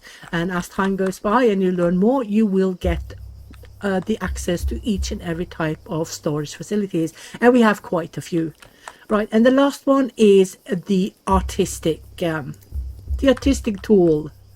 The freehand artistic, so you can make beautiful things with it. Yeah, I'm not sure that's beautiful, but you know what I mean. Tried to make a heart. I didn't get a full heart, but yeah. So that is the storage areas. You can also delete. Let me see. I need to do it right myself. So if you have a square and you want to remove a cell, you press Alt, click, and then it is removed. Yeah. If you want to add that one again, you press Control, and then it's added to the group of cells. So yeah, good to know, good to know. Let's go a bit further with the let me see. Yeah, and then you of course need to configure your storage areas. You can find everything that can go in a storage area, both all foods, absolutely everything you have in the game can go in the storage areas. Don't be tricked by this. This doesn't mean that you have all of this. It means that this is what the timeline can give you. It does not mean that you have them, because we certainly do not have bifaces or axes or bone knives or tridents. We only have wooden spears. Yeah. So yeah. Ta-da. Let me see. So they are talking about the brown circle we talked about a little bit earlier. So I'm going to close it down and show you a little bit. For instance, food. If you look at the food, you will see that the nuts are now well over halfway rotted. The brown circle is the decay, and the raw meat is about to rot away. You can see they are rotting as we speak. And now Lily has improved tribe knowledge. She has just taught us how to make benches. Let's make a bench and then we go over the food again. You know, there's so much happening to start with when you have little, and then it slows down when you go to Neo. Let me see. Let's get that one done so elder people can sit and chat in the evening, and go back to this. You can see the raw meat is about to disappear. It is rotting as we speak. So what we need to do now, we have 4 ropes. We need to get up the dryers. And this is what you should always do with food that you can't eat up in a huff and a puff. I almost said that you can't always eat up. So we're going to add 1 for the raw fish and 1 for the raw meat. We're going to keep all food in here though, all animal products and produce, because we have nothing else to use to store them. And as soon as we get these, they are going to go down. Right, so that was the ta-da, the storages, and also the rot circle. You can use the rot circle. Everything has a rot circle. If you see it's well over halfway, you are producing too much, and it's time to either chill or adjust and see why this is happening. Yeah. So we have 4 leather, so we still can't make another pelt top. And another thing we need to talk about with regards to the quality of sleep, can you see that this one is now gone down to only plus 10%? That is because now Tribe has been informed that there are better housing out there. Even though we can't make it, they still want it. And this hut now has a 30% sleep service quality, because your people want it because it's better. Yeah, so whatever they see of housing that is grayed out, they want. That means that whatever they had previously that was plus 30 maxed out happiness is now lesser. Yeah, we don't want the pelt huts anymore. We want better. And this is how it goes for every flipping house you build. There will be a timeline or a traveler or stories being told to your tribe of better options. And sometimes this is doing my head in, because people go unhappy. They create unrest because they can't have better housing. And the thing is, they don't care that we can't build it. They still want it. And you know, if they get too pissed off, they go to the tribes that have them. This can happen. It happens all the time in hardcore. Right, so let's get the nuts stored. And this we also need to talk about. This is the store and extract, or the store and disallow extraction. This is default. This means that all resources can be put in and all resources can be taken out. However, this one, if you click this one in, it means that you can get all resources in that you like, but nothing can be extracted. And here's the small trick. When you are a farmer and you are going to seed your farms, you can take out locked materials, locked resources from any storage. So this is what we're going to do when we are coming to the Neolithic and we get the option to build farms. I'm going to show you that and how you can mix and tricks with the priority to make sure that these are always filled first, the ones that you have locked down. Yeah, you can see there's a lovely blue thingy with one arrow going through showing that now this is locked. Yeah, okay. As soon as we have more, how much do we have? 43. Yeah, when the morning comes, I am going to build some for also. Oh, we lost all the rose hips, didn't we? Let's be smart and pre-build for rose hips, and let's get one for berries as well, because I did see we had berries. So let's see. Now we are in the middle of the summer. Do we have clams? We do not. Okay, then we have autumn and winter left to see if we have clams. And if we still do not have it, it means we are too far away to actually get it. It is what it is, right? Okie dokie. Let's go a little bit more over the tutorial. So this is, yeah, now we've done the resources. We also need to talk about some of the tips here, which are really important. You have quality differences in all your storage options. We do not have access to the very best ones yet. They will come in the Neolithic timeline with a 400% increase in decay prevention. So the least decay prevention is any storage area, any open storage area. Then you have the locked options such as the pit. It will have a 300% increase in decay protection, while the baskets are only 200%. So each and every storage option has a percentage of decay protection.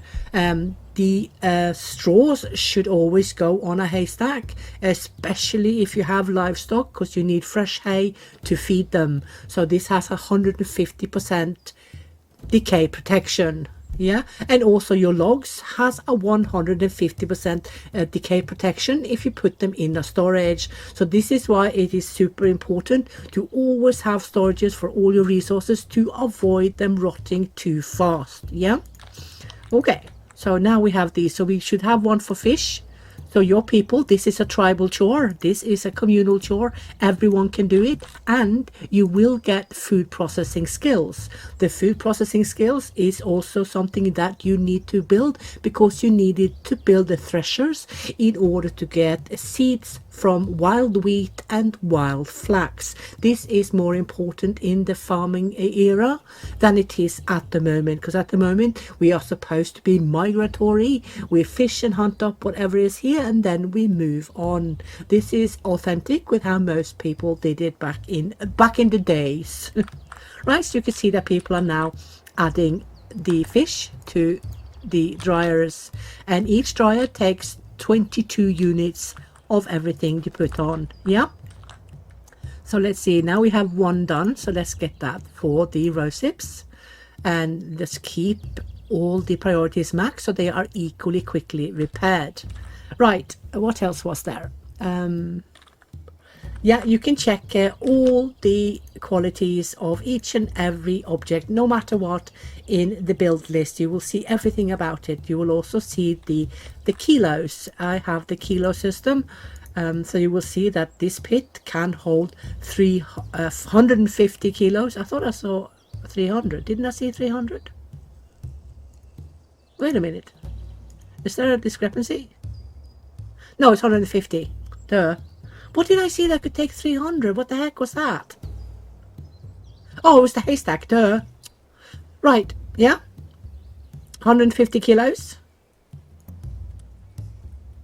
So these are cell based. Each cell is roughly 5 units. I'm not sure, because you need to remember it's weight based. So each and every object, resource, material you have in the game has a different weight. Yeah, I know, it's insane, all the details that is in each and everything in this game.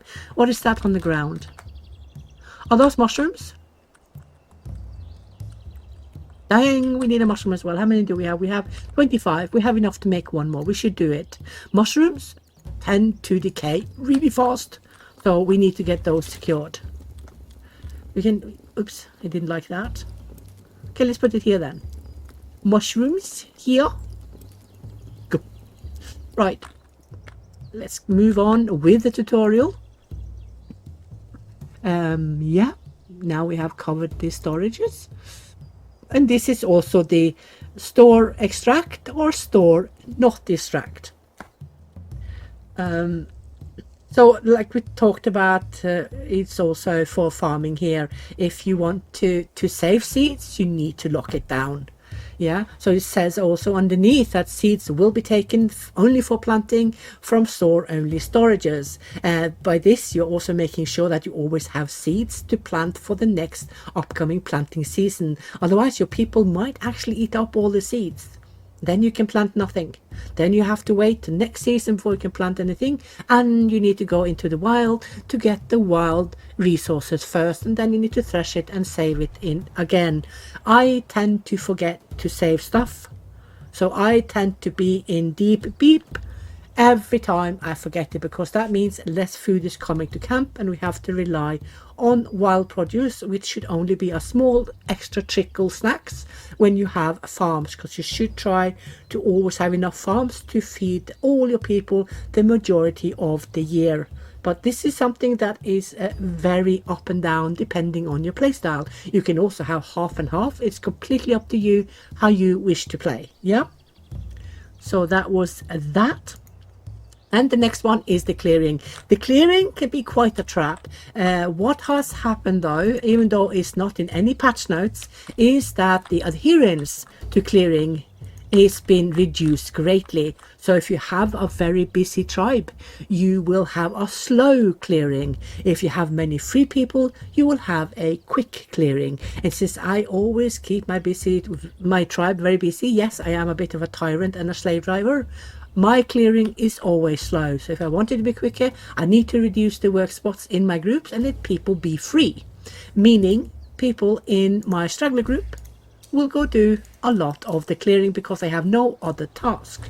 With regards to the priorities in any work groups, the higher priority you have, the quicker people will go to that group, the more they will prioritize the tasks in that group.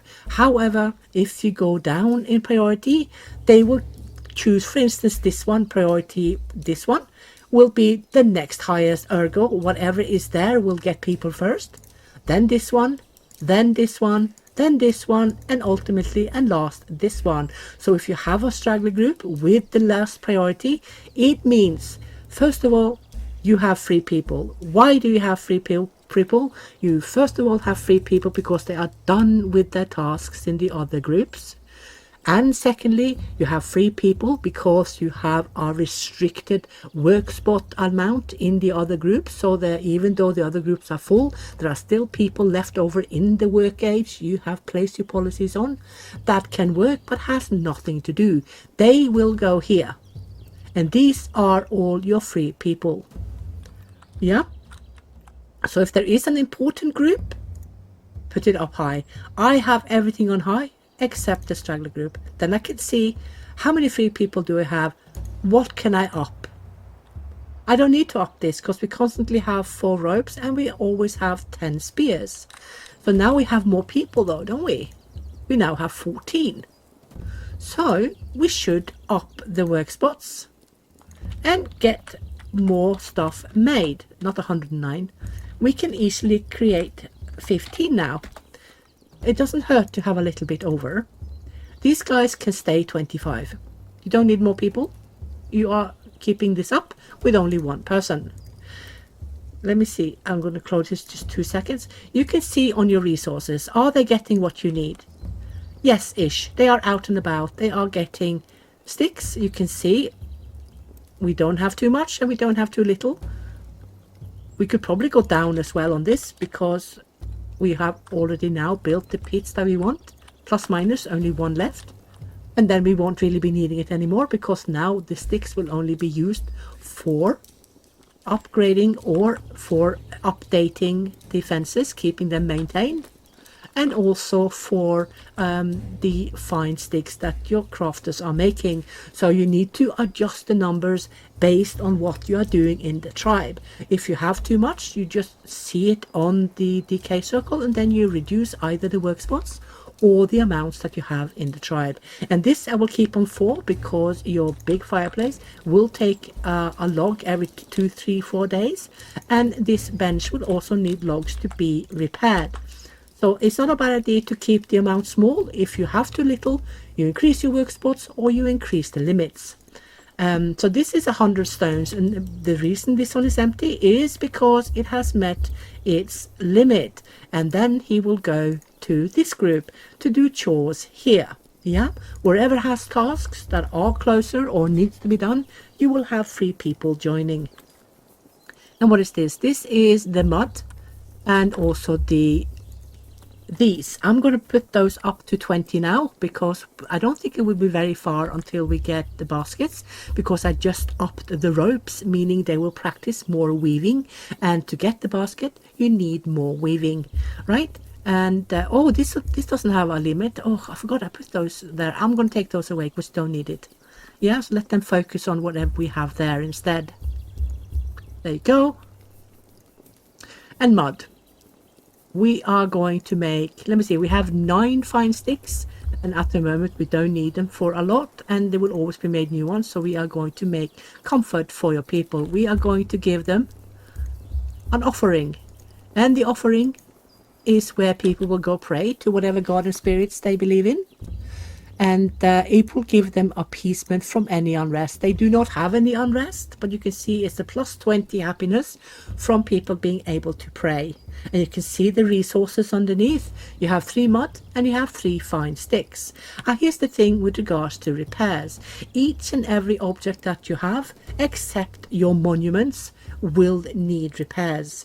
So on the list, the constitution list, you will have the materials that you need and also the amount that you need to build it. And the repair material will always be the last on the list. So the peltat will need leather to be repaired. The pit will need sticks to be repaired. The fireplace needs logs to be repaired. The log store needs sticks, and the bench needs logs. What do the tanner needs? The tanner needs rope, and the fence of course needs sticks. The fence though is not built with sticks, it's built with fine sticks, so it will need fine sticks to be repaired.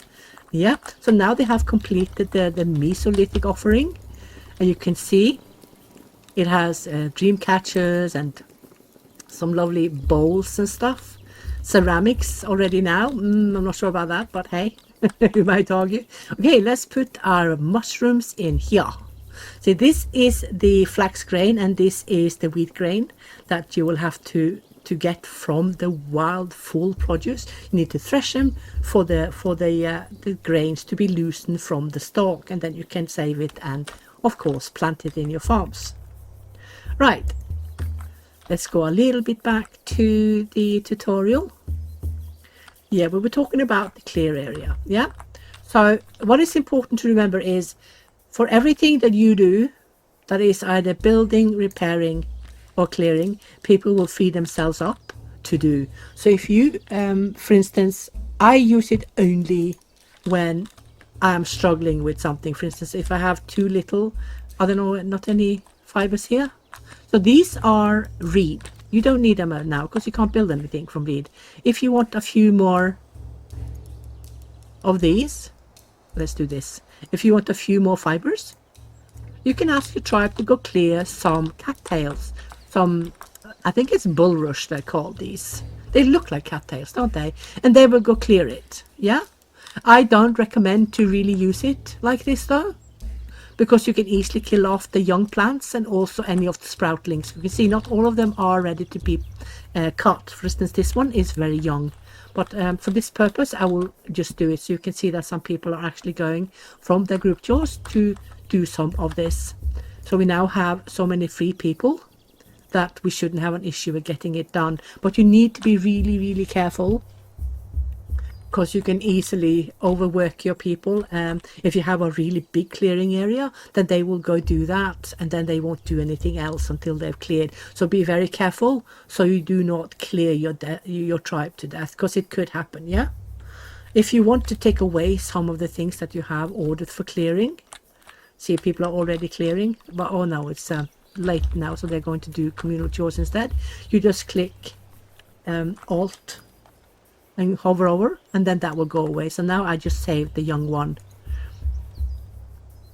Right, so also to get quickly back to tribe, you just click the tribe emblem, and you will be taken to roughly the first building that you built in the camp. Okay, so that was the clear task tool. It's we used to have it in each group, but they took it away because so many people used it to do general harvesting. What people need to remember, each and every new player need to keep in mind that a clear zone tool, clear task tool, will demolish everything in that area. That goes for food plants as well. So don't use it to harvest. I rarely use it. If I do use it, it will be, for instance, to get rid of a tree or get rid of a bush that I don't want to have in camp. Just clear the camp area and stuff like that.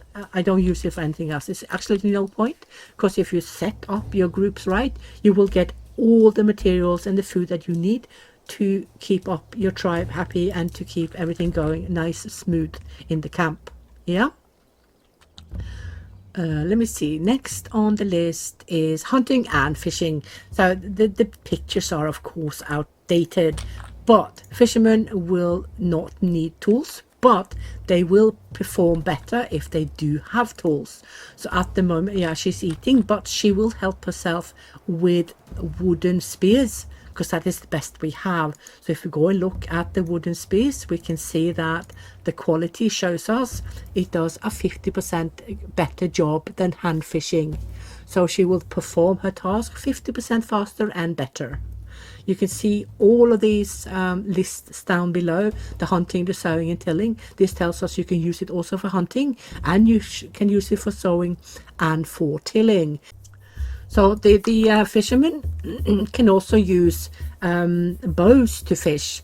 This in practice means that the hunters are a bit more cursed than the fishermen, because fishermen can use all types of tools that the hunters are using for fishing, while the hunters can only use their specified tools for hunting. They cannot use the things that the fishermen can use. For instance, the wooden trident is fish only, and the bone trident, bone harpoon, is also fish only, while all the tools that the hunters have is also for fishing. So sometimes when you have enough tools for the hunters, you can see that fishermen are stealing them and leaving the hunters with absolutely nothing, and then they can't hunt. But if the hunters get the tools first, then the fishermen are not forced to sit in camp and wait. They can go and fish with their hands. It is less efficient, but it does happen, because you have to start somewhere. You can't create 10 tools at the start. You create one by one, and whoever gets first hand of the tool will use it, and that's just the way it is. So you should also try to have a fairly large amount of hunter tools in the tribe, to make sure that the hunters get the tools that they need to perform any hunting.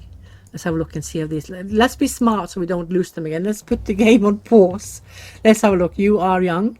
You are 11. Oh, you have some bad grades and no skills. But let's see. You are feeble. That's the second bad grade. So he's going to be weak. He is unfriendly. That doesn't matter.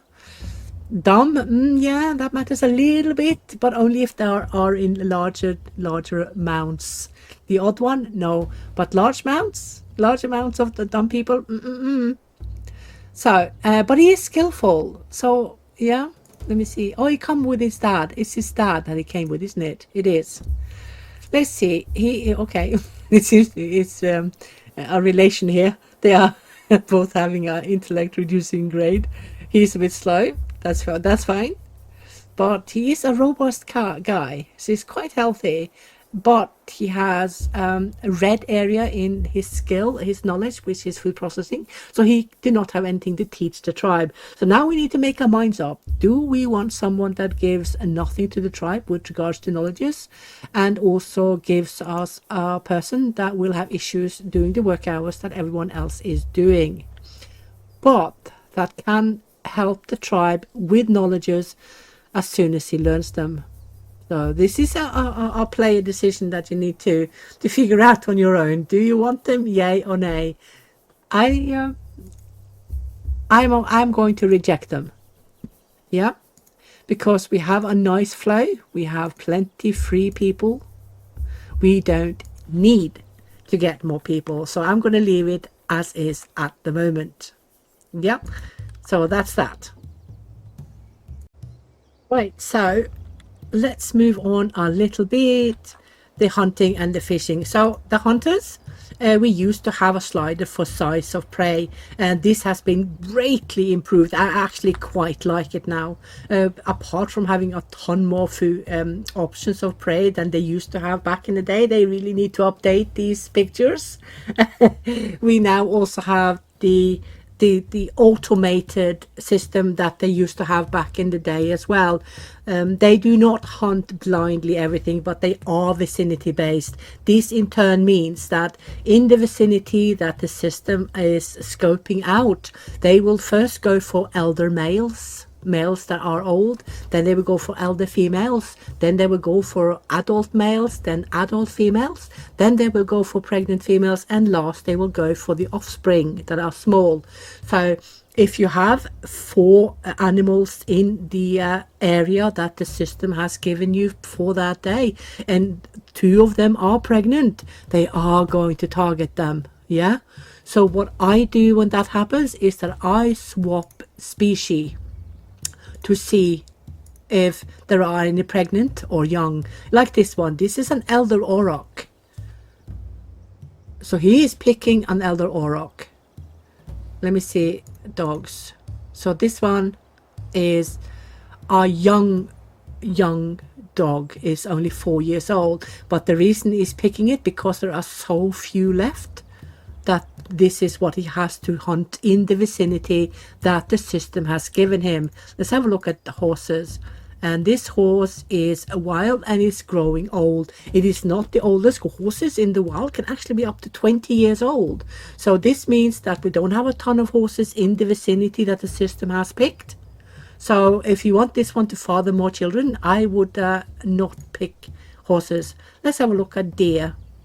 This deer is also fairly young. This means that the vicinity is containing a lot of less targets that he should not go for. So he's going for, you start at the top and then work his way down. And that's how the system works. So you need to really keep a little bit of an eye on this yourself if you want to preserve the animals. And that's just the way it is. Yeah.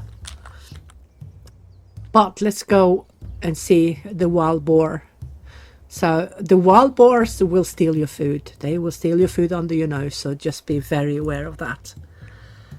I always hunt the boars and I hunt the rats. And the wild dogs will also come to your camp along with the boars and steal your food. And they will, they will patrol the coastline to steal any clams. And if there are no clams, they will go and actually they will fish. They will steal the fish in the river. This is new and I hate it. I hate that they are feeding themselves from the fish. Because if you're trying to save your fish stock to get a higher fish stock and to have more to rely on, if you have a bad yield, for instance, in year, 30 in Neolithic, and you have no fish to rely on because all your wild food has been eaten up by the animals, what are you going to do? What are you going to do? So I hunt those that feed themselves on my fish, my clams and everything like that. The rest I leave. The herbivores, they tend to graze during summer and they only nibble on some of the fruits in the autumn and winter. But the pigs and the dogs, they go for everything and I don't like it, not one bit. So now you see that the fencing needs repairs, and you can see that this is going to be a quick thing to fix because they only need one stick per fence section to be repaired. So this is going to be quick. If you have a large fence, for instance, if you have a palisades, it will need many logs and it will take days to repair several sections. So this is also why it's smart to use the more cheap option of fencing, because it's quick to build and quick to repair and cheap to repair. Yeah. So that was the hunting. If they hunt too much, you can put them on pause, or you can just take down the work spot. And if they hunt up too many of the animals, you remove the species and hunt something else. Yeah. If you leave it as is, the system will pick targets for you, and they will always go by vicinity first. Then it's older males, older females, and further down and down and down and down. So when you see that they are targeting children or pregnant females, then the vicinity has none of those above. So then I will quickly swap to a different species to avoid this. So this is something you must keep an eye on if you wish to stay long term and have large flocks of wild animals to choose from. Yeah, basically protect your herds. Basically, so it's a little bit micromanagement, but for now, in the migratory situations that we are in Miso, I do not really need to micromanage it, because there is no way you can hunt up everything in beginners. It's just not feasible, because there's so much prey to rely on, and it has been increased as well in the latest patches that we've been testing, just to make sure that everyone has a lot of everything in beginners when they learn the game. So the horses have also food, or not only the horses, but all species of animals have amount of meat based on their size, not age but size. It's a bit odd that age matters so little, because it should, because of course a small animal, a young animal, will have less meat than a fully adult, but that will probably come later.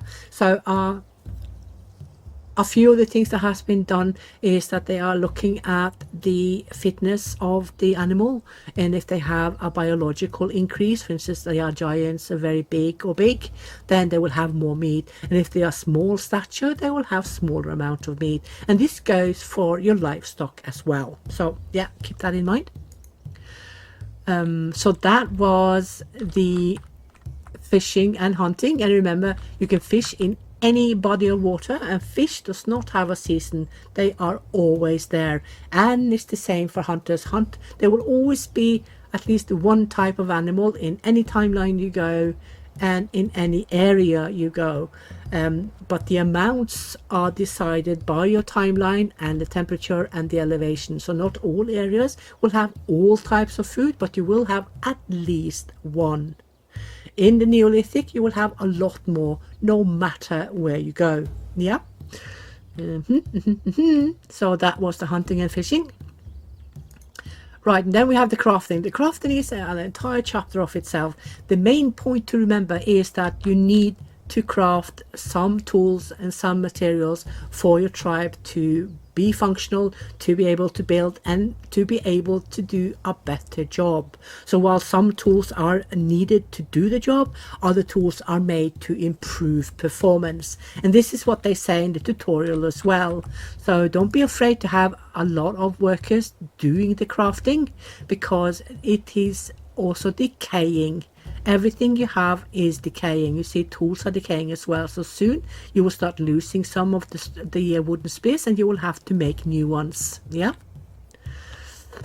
So do we not have more tools yet? No, we don't. But we can see the timeline here is granting us 4 more. This in theory actually means that tribe can discover these themselves without needing any migrants coming to teach us. But the word of mouth is the main learning machine for knowledges in this timeline. So we should get more from migrants than we actually are getting from the tribe. This, however, is also random, because not all tribes had discoveries. Not all tribes had the same, even though they are in the same timeline. Some tribes were much more developed, others were not so developed. A lot of the tribes never made it. Some thrived and some just died. That's just the way it was, and this is mimicked by randomness in the game. So the system is rather good. I actually quite admire it. It's a lot of work gone into this. Everything has been researched to the absolute max. And then you have, of course, something which is constantly being, underlying everything that is being done in the game. We are trying to make it authentic as was, but without taking away the fun in the game. Because if we're only going to play 100% authentic, realistic with every timeline, it might actually not be so fun to play. So we need some action, we need some hurry technology, we want some of this and some of that, and not constantly always a very slow pace. Miso was slow. We can't make it too slow, which is why the timeline is going very fast. So we have only played one in-game year, but we're already down to 8,450 BC. So this is done to try to make the game more interesting and to not take away too much fun, even though the authenticity is there. It needs to be there, otherwise the point of the game is gone. It is authenticity. So in that sense, the game is for the niche of people that like to do this, to have a feel for what the ancients did. So everything you see in the game, everything you see, learn, hear, everything belongs to the timeline. A lot of research is being done for each and every new thing. I do a lot of the research as well, and trust me, there is a lot to consider before anything is added to the game. Yeah? Right, so let's go have a look. Now we are drying the meat, which means that, can you see the meat now? The decay has gone far down. Yeah, good. Let's go next. The tools, yeah. So hopefully when people are working on these, they will discover more, or the migrants will come. So when you have limits, they will stop working when they reach the limit. Some people like to have a non-limited while they are migratory, just to force skill levels for everyone to be increased so that they can quicker get more tools. This is not exactly how it is supposed to be played, but this is a option to not completely remove the fun of the game for some people who like it a bit more fast pace and to have a bit more action. So the devs have left this option in the game. Yeah. So, but what you get your learning from is random. However, you need to work with it in order to get the learning. The people that can learn new things are the people that has max skills in the knowledge they are working within. If it is another person doing it that does not have max skills, he will just improve his personal best. He will not improve tribe. Yeah, does that make sense? Yeah. So that is important, and remember that all tools will decay, so you need to constantly make new ones when the old tools have been broken or decayed away. So that was the crafting. Crafting should have limits in my opinion, and you will see, like I said earlier, everything I do has limits. For Neolithic, it is more important than it is for the migratory Mesolithic, because you are supposed to just hunt up what there is and then move on to the next pasture. You basically are following the food. Basically, you're following your herds, the animals. So the reports, like we talked about, we can kind of never get done talking about those because there are several types. At the moment, we only have the types that is either lacking or out of season, or that we have harvested up. And we are now in November, so we only have one season left to see if we have clams, and I don't think we do, because we should have had clams by now. So I think when January comes and we still don't have clams, we will never get it. Yeah, not here, at least. But we can't go too close to the coast because we will constantly be pummeled with the sea level rising warning, yeah? But the good thing about sea level rising is that the mountain will come closer to the ocean. So during the Neolithic, we will be able to be so close to the ocean that we get clams, but also so close to mountains that we get goats and sheep. Yeah? And since we are in the belt of the area, the only area that has pines, which is down here. We are here, aren't we? This is the area that has pines. This is the only area that has pine nuts. We will get pine nuts. Yeah, so we will have all types of food that the game has to offer. I'm just going to put limits on these. It's not likely that we're going to get bone harpoons very quickly, but if the food goes low, they eat the bones, even though they don't like it. There's also something we talk about with regards to, we're going to get back to the reports, of course, with regards to the food. If an adult will eat roughly 1 unit of food, but it is depending on the calorie values of the food. So this is also so calculated and so deep and complex. It's so complex. For instance, high calorie foods. Oh, okay, let's do the migrants first, and then we go over the high calorie foods. Let's pause so we don't lose them. What is this? This is Uta. He's fairly young, and he's tiny. Oh, he's very small, very small.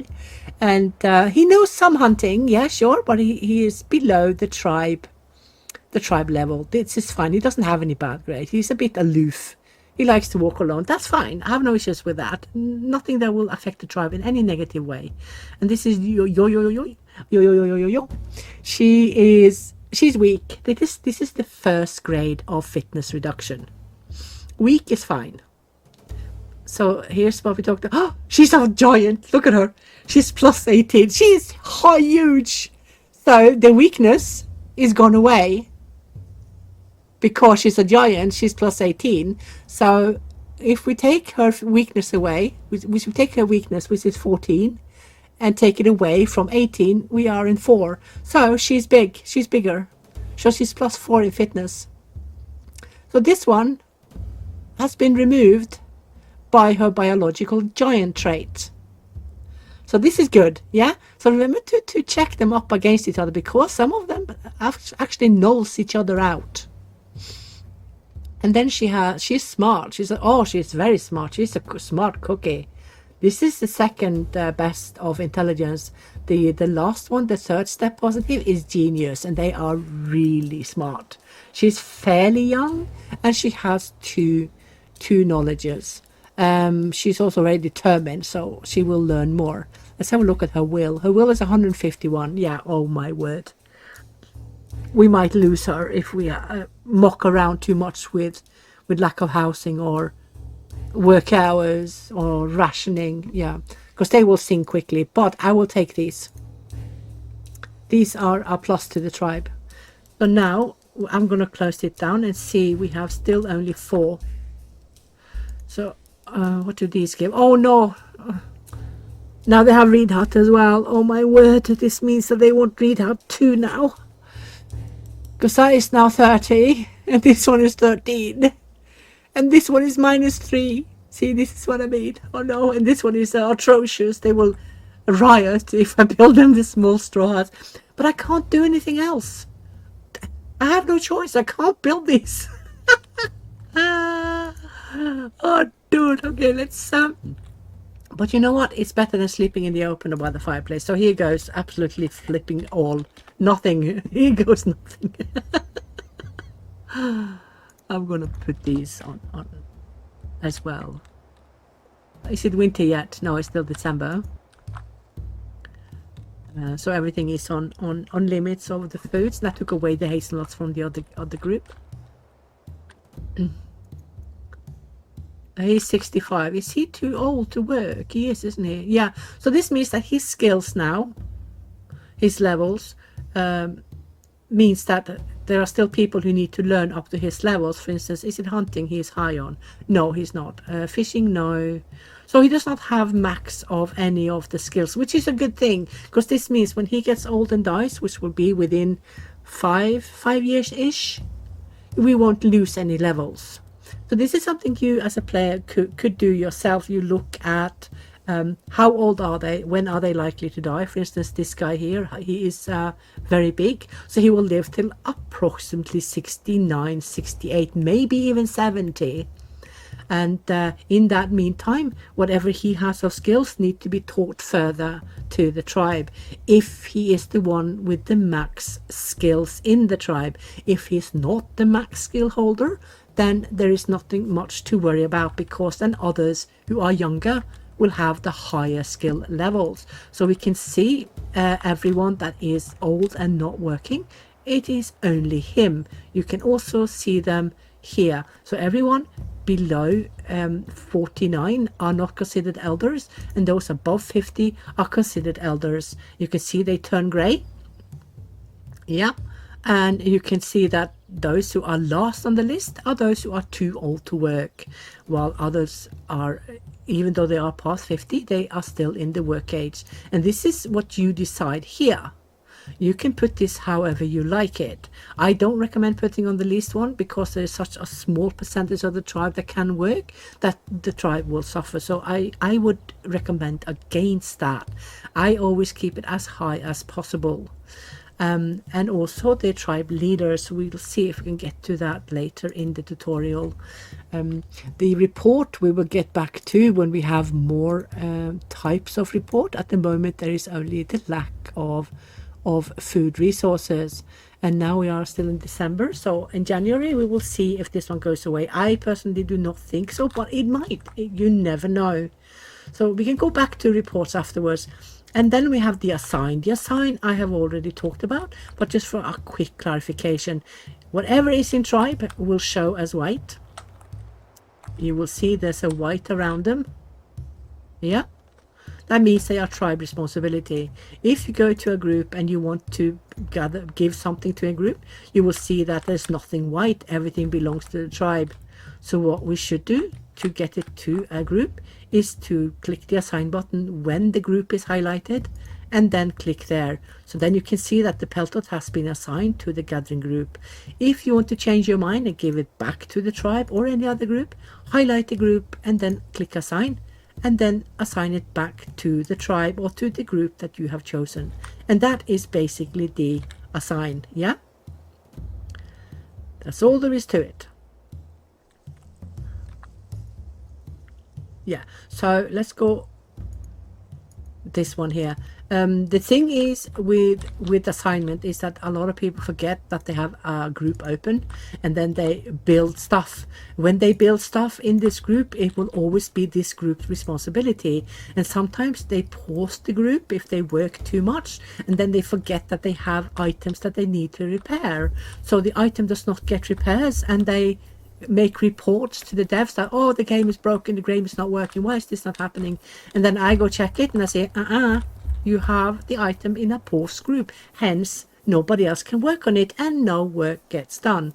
So this is a very common mistake, so just keep that in mind. If you see an item is not working, click it and see who it belongs to, because if you have it in a different group, it will have the group affiliation attached to it. Ta-da! You can see it is now in the gatherers group, but we want it to be in the tribe, which is the default. So if you do that, you will see it is tribe only. Yeah, ta-da! Whatever, blah blah blah blah blah. Yeah, so when you place down objects, some people say the UI is a bit clunky. It kind of is a bit clunky. You have the option to use either T for left turn or R for right turn. What I use is Alt and mouse wheel. Then you just click whatever way you want it, rotate it as you see fit. And that's how I do it, and that's the easy way to do it. Yeah. What else? What are they saying? Blah, blah, blah, blah. Yes, yes, yes. Yes, yes, yes. So left click to place the object, and of course right click to cancel. That is fairly self-explanatory.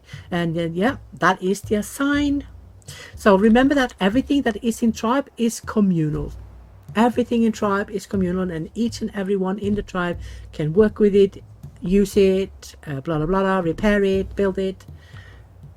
But if you have it in a group, all chores in production objects, all repairs and all buildings will be done by this group only. However, if the group has a hut, a sleeping place with a service, then the entire tribe can still use it. They just cannot build it, repair it, or maintain it, or use any or have any production of any resources in the object, on the object, with the object. Keep that in mind. You can experiment a bit around and see yourself how things work as well.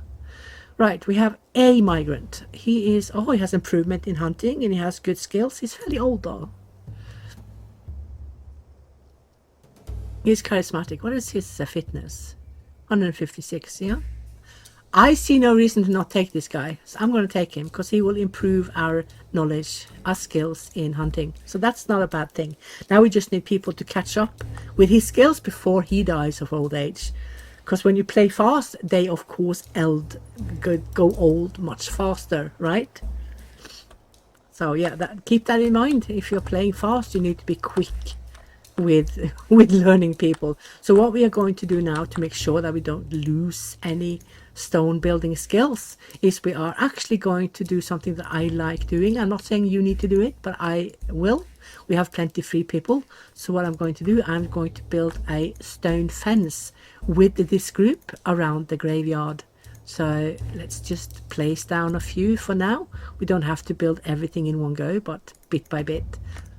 So now this group, as you can see, you click on it, it has an affiliation, and this group will do nothing but build the fences. The fences will not show in the build list, because if you were to show all the fences, you would forever be scrolling to find a fence. There will be a million fences. Can't do that. But if you do any other objects, for instance, this one, you will immediately see it in the build list. Yeah, you can see all the objects that any group has responsibility for in the build list in the group. But we do not want it to be in that group, so we are going to put it back to tribe. Ta-da! So then when we look at this one and we assign, we can see that everything that is white belongs to this group, and everything that is not white, yeah, that belongs to either another group or to the tribe. Yeah. So there. So how many people I have? Did I put 2 in there? I did. So what are you doing? You're cropping grass. What grass are you cropping? Oh, you're going there now. Okay, good. Yeah, good. So the one that will die first is the tribe leader. He will go first. And when he gets old, he will place down the policies to what he thinks is more suitable, because he also feels on his body, oh yeah, we don't really want people my age to work because we can't really do it, it's too hard. So he will put down the labor age, and he will also put down the labor time, because he said no, I don't feel like we can work harder or longer than this. We need to lower the work hours, and that's why you see the red, and you can't do anything about the red.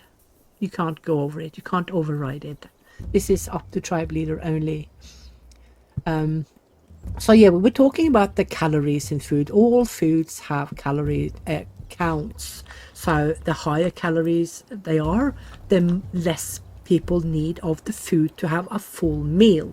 For instance, the lowest calorie food we have are the pine nuts and the berries. So if you see a grown-up eating like 5 berries, it means the calories are so low in each unit of berry that they need to have several units. But you will never see them eating several units of, for instance, fish or meat or cheese or honey or bread or milk.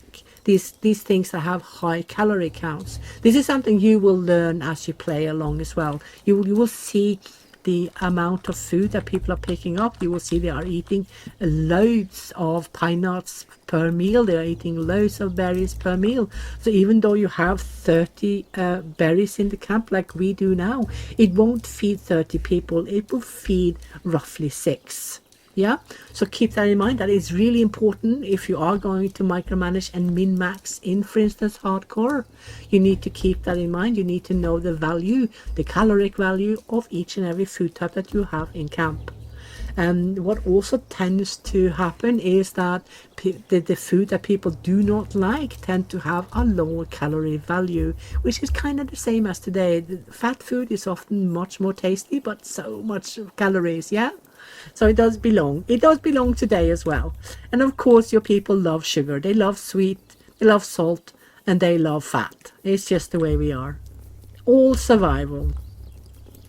So yeah, let me see. How far are we off getting the baskets? let me see, we are, yeah, fairly far off, but we have people creating more ropes. We now have 10. Do you know what that means? That means that as soon as we have, how many straw do we need? Is it 30? Yeah, 30 straw. As soon as we have 30 straw, we can place down a small straw hut. They won't be happy about it, but it is what it is. We have to get more housing for people because we can't build the better ones. We have to just build what we have, basically. Yeah. Yeah, that was the assign. So let's go to the next page. Policies. Oh my word. Yeah, this is a chapter of its own. Big chapter. So labor age. The medium range, the middle range is roughly everyone between the age of 6-ish, 4-ish to 49-ish will be working. No, 58. Gosh, I can't remember because the labor age numbers have been changed, and I tested this many weeks ago, and of course it's fallen out of my memory. But you now stop working sooner so that the next generation coming, the generation which is here, can learn your skills better, so you don't lose so many skills or even entire knowledges, because that could easily happen, and it was really frustrating. So that's why that has been done. Labor time, normal work hours is roughly 9 to 10 hours. So if you think there are 6 notches and there are 20 hours, 4 of those are auto removed for sleeping of tribe, so you can't have your tribe working 24/7 without giving them any rest time. So the system has made sure that they get at least 4. So if you put it here, which we can't do, by the way, because the tribe leader is too old and does not want people to work so much, you will have that they are working basically 20-hour days. That's a lot of work, and this means both in theory and in practice that the children up to the age of 17 will have their fitness growing slower, because this is how they grow. They hang in there. They will have a reduced increase in fitness per day due to that they have to work, and elders will have a increased reduction of fitness due to that they have to work, because a child from 2 years old to 17 is growing in fitness till they are their max at 17. The elders will at around year 60 start losing their fitness because they are growing old and nearing end of life. So their fitness will count down until it reaches 0, and then they will die from old age. And if you have increased long work hours, you are slowing down the process for your children, and you are increasing the process for your elder. So keep this in mind.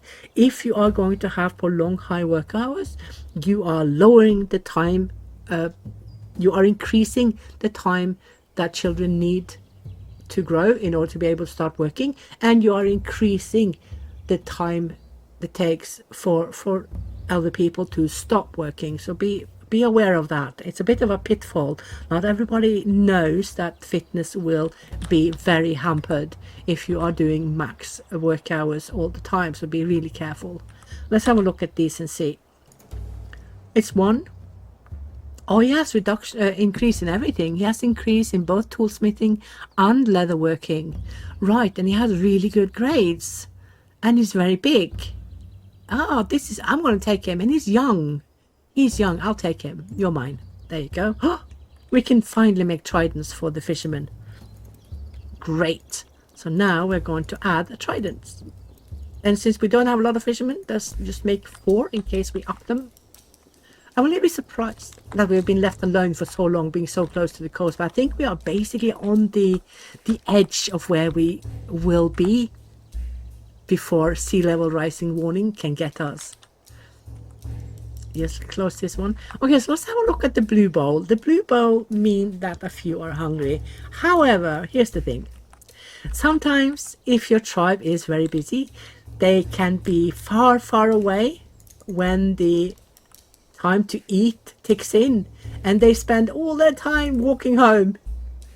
So when they come home, they're too tired to eat, so they go to bed when they are hungry. Then they can wake up hungry. They can wake up hungry and grumpy. Hungry. So this can also happen if they start early in the morning and a lot of people is already having their breakfast. They will just go straight to work and then come back later in the day and have their breakfast meal then. This is to avoid that everyone is queuing by the pits, because if you have too many people queuing in pits, you are wasting a lot of work hours and people are growing hungrier and hungrier, and in the end you will actually have starvation deaths due to it. So this is also why it's important to build more than one pit for each type of food you have, to make sure that you are dividing your people on these pits. Not everyone is standing in the queue for the same pit. Right, so that can happen when you see a blue bowl. It will go away as soon as they've had their breakfast. And if it turns yellow, it means that more people are doing this. This could be a sign of you keeping your people too busy, too little time for them to eat properly before bed or whatever. Or they've been very far away and don't eat before they go to bed, because they will sleep when they're really tired. So you can see now we are lacking quite a bit of housing. It is red. And the only reason we can get away with this is because we are playing beginners. And we are going to rectify that. We have 10 of the ropes and we have 60 straw.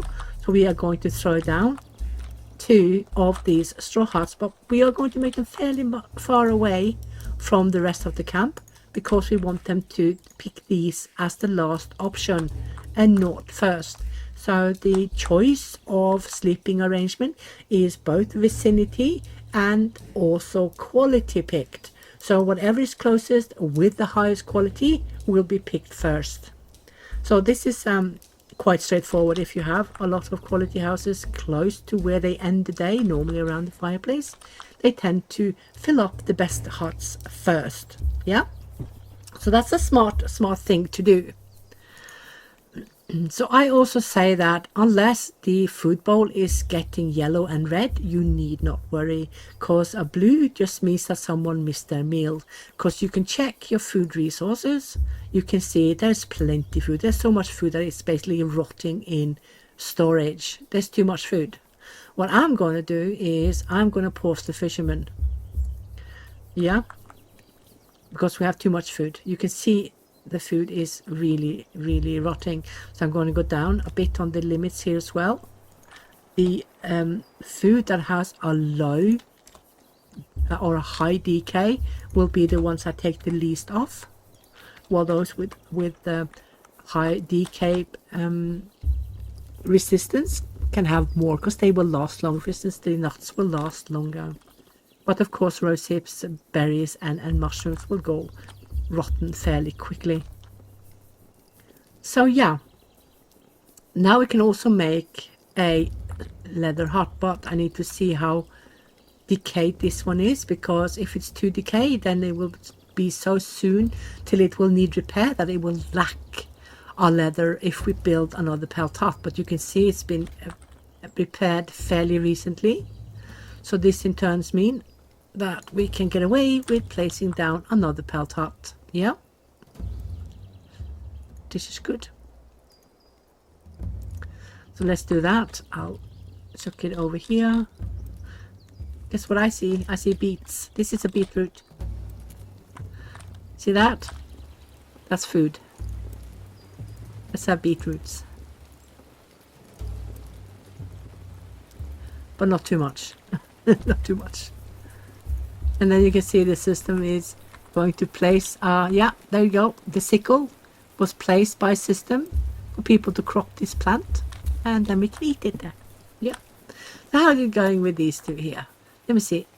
How are your stoneworking skills? You don't have it. You don't have it developed yet, and neither do you. None of you have it already. Well, you haven't really gone that far, have you? It takes a while to learn some of these things. Architecture has been greatly increased, so when people work with architecture, they will learn the skills in exactly that speed. So the last time I did a beginner video, I don't think I ever had enough housing for everyone, but I had like 300 people. It was insane. I'm not going to fall for that this time. I say it, but you'll see I'll end up with 300 people, because I get so tempted when people have pets. I almost said, when people have livestock. God, I wish we had pets. I wish. I want domesticated dogs, and I want cats and rabbits. I want. Just saying. Right. Yeah. So the hunters are, let me see, stripping dead hair, and now they're going for a horse that is a young horse that is very big, pretty big. I'm going to not allow that. I'm going to let them go for the deer instead and leave the horse alone. I still feel bad about hunting horses, hunting dogs. You know, it feels wrong because we are in a timeline where we don't really do that anymore. We don't need to kill animals at all to live. You know, we don't need to go and hunt flipping dogs or horses. You know, so it feels wrong to hunt, especially those that we consider pets, which are dogs. They are horses, so yeah. But you play the way you want to play. Completely up to you. Your people can be vegan. Just saying, they can be vegetarian, they can be vegan. It's completely up to you how you want to play. They are also doing fine with being complete carnivores as well. Up to you, 100%. Or even pescatarian. Yeah, whatever you decide.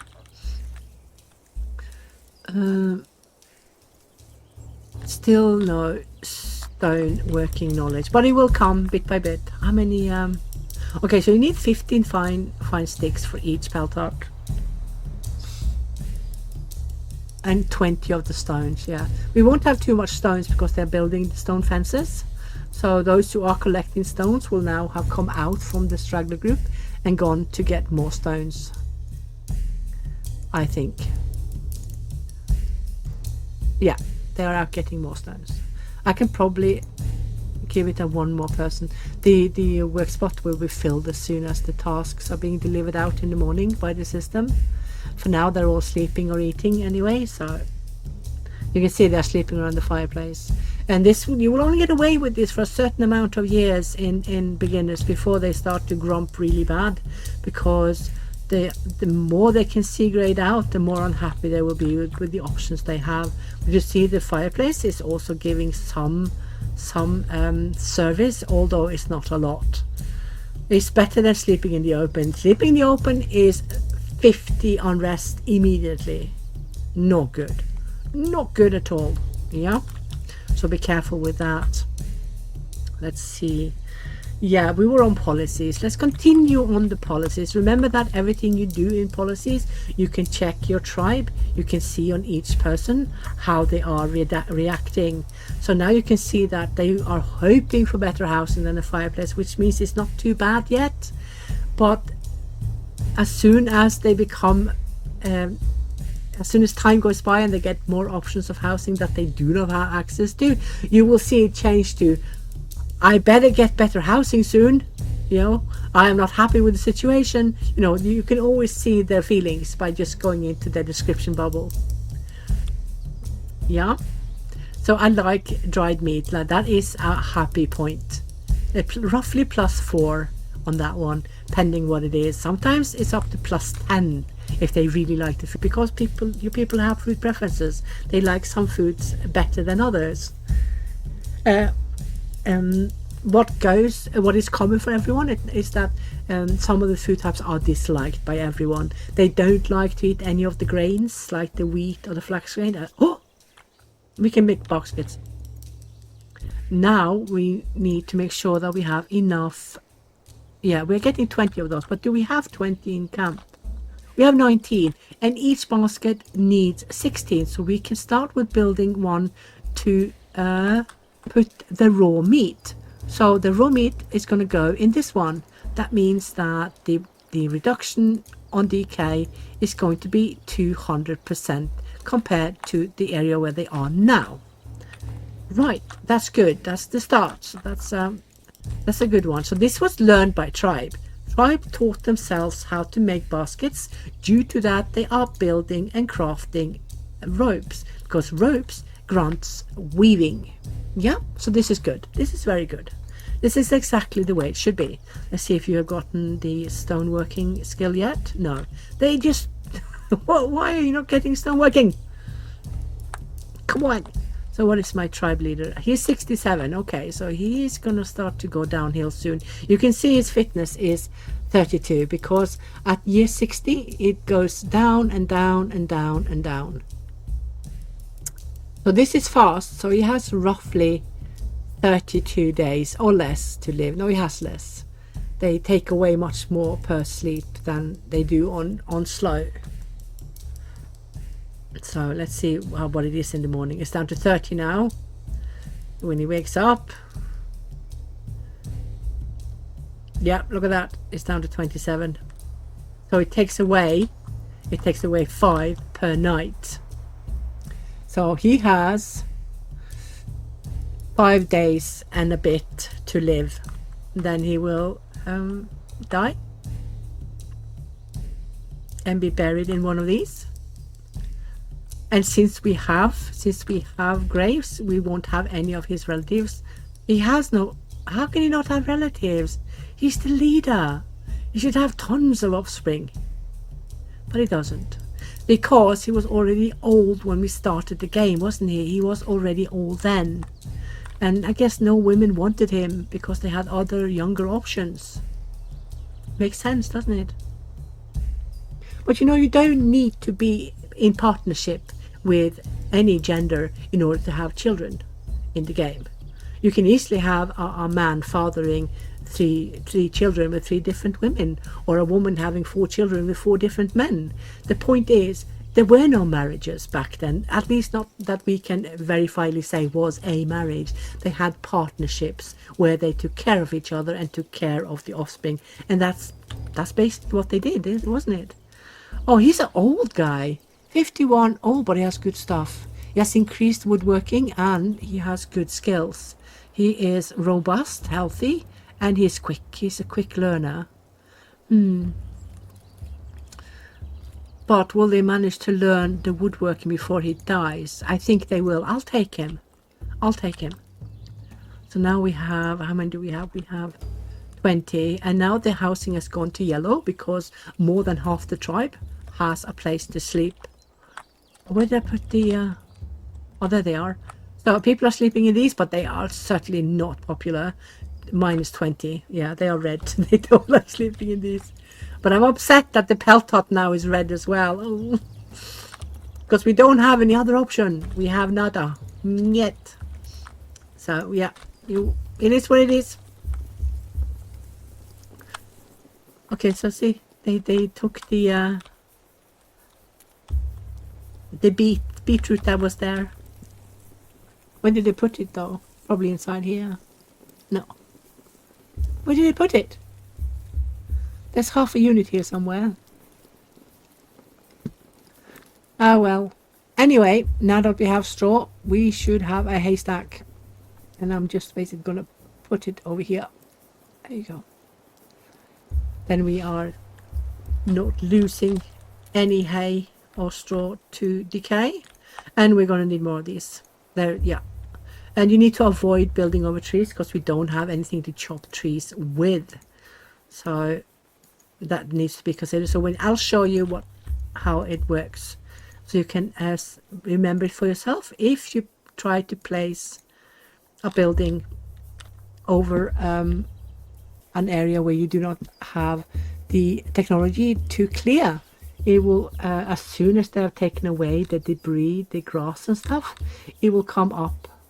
Not enough tools for chopping. This is a different type of report. This is a lack of requirement, lack of tool, lack of insight. So we know that we need to get an axe in order to chop this tree because nobody can chop it with their hands. So then this will come up and the hut will not be built. So remember that when you see the tool to the right, the red square with the tool in it, you can see that you need tools. However, there is a snag here which I'm not really super happy about, but for now it is what it is. It is that you can have 10 axes in camp and you can still get this report. However, you are getting this report, and because you don't have enough free access, they will let you know that there are not access available.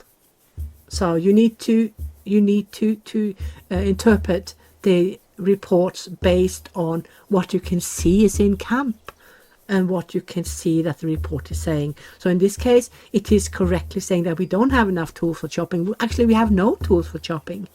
But when you have access and someone has run off with them to cut something else or to crop, because tools is a multi-use tool, you will also get the notion, the report saying, we don't have enough tools for chopping. But then you will know that it's because someone else has taken the tools for chopping. So the tree will eventually be cut down when the axe is free and someone takes it to do this communal chore, which is chopping down the tree. Yeah. So it's a little bit intricate, and it's a lot to learn for new players. So if you don't grasp it all, don't worry about it. You will learn as you go along. It takes playing to get into the game. No matter how much I talk about whatever happens, blah blah blah blah blah, in any tutorial or video, you learn a lot more by basically playing it yourself. What have you improved? You are a gatherer. That means you've improved the food processing, because gatherers do not do other skills than leatherworking and food processing and repairs. Okay, it could be anything based on repairs. Let me see. She's 22 there. Where's the food processing? And 22 there. Yeah, she did the food processing. Good. Good girl. Good girl. So we still have a small percentage that are hungry in the morning. And the blue apple. The blue apple means that the tribe is now going a little bit low on food. On hardcore, I constantly have this because I on purpose keep very little food in the camp. They only get exactly enough for 1 day meals.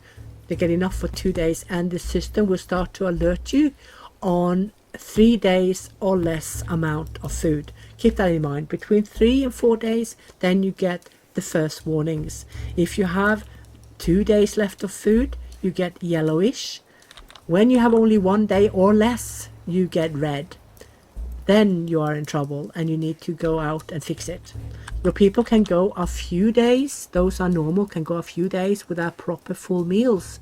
They will in the end start to suffer too, but those who are weak and have weakness, elder people who are losing fitness and younger people who are building fitness, are those who will quickest die from starvation and quickest feel the effect of starvation. So starvation is a disease that takes quite a few days to come over, and you need full meals every time it occurs. We will come to that later in the tutorial when we go over it. At the moment, we were talking about policies, which I keep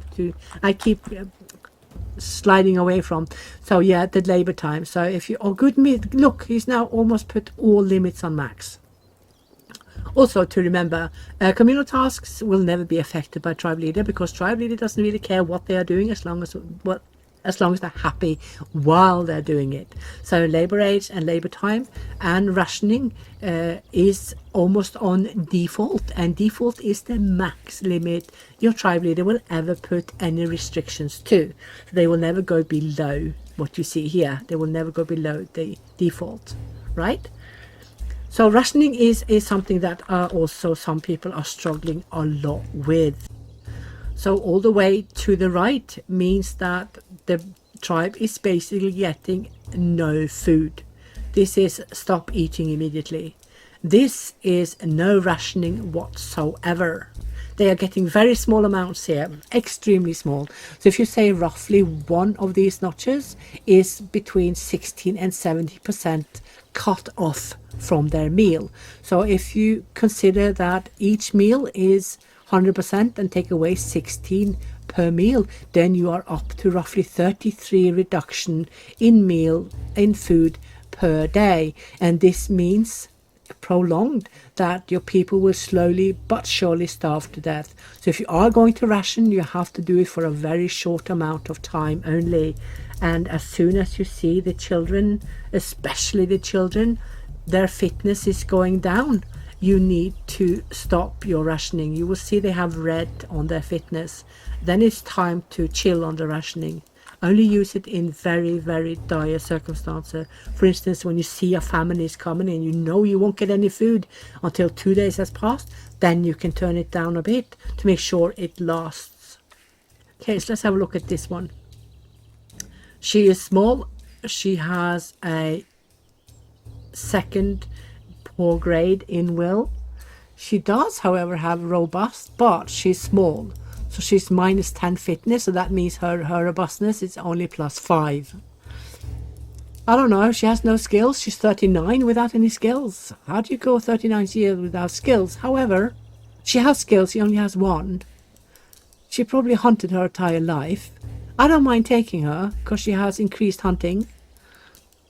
So that is good. And some of the tools you also need hunting to get. Like, I can't see them now, but yeah. For instance, this one, you need 40% fishing to get it, and you 40.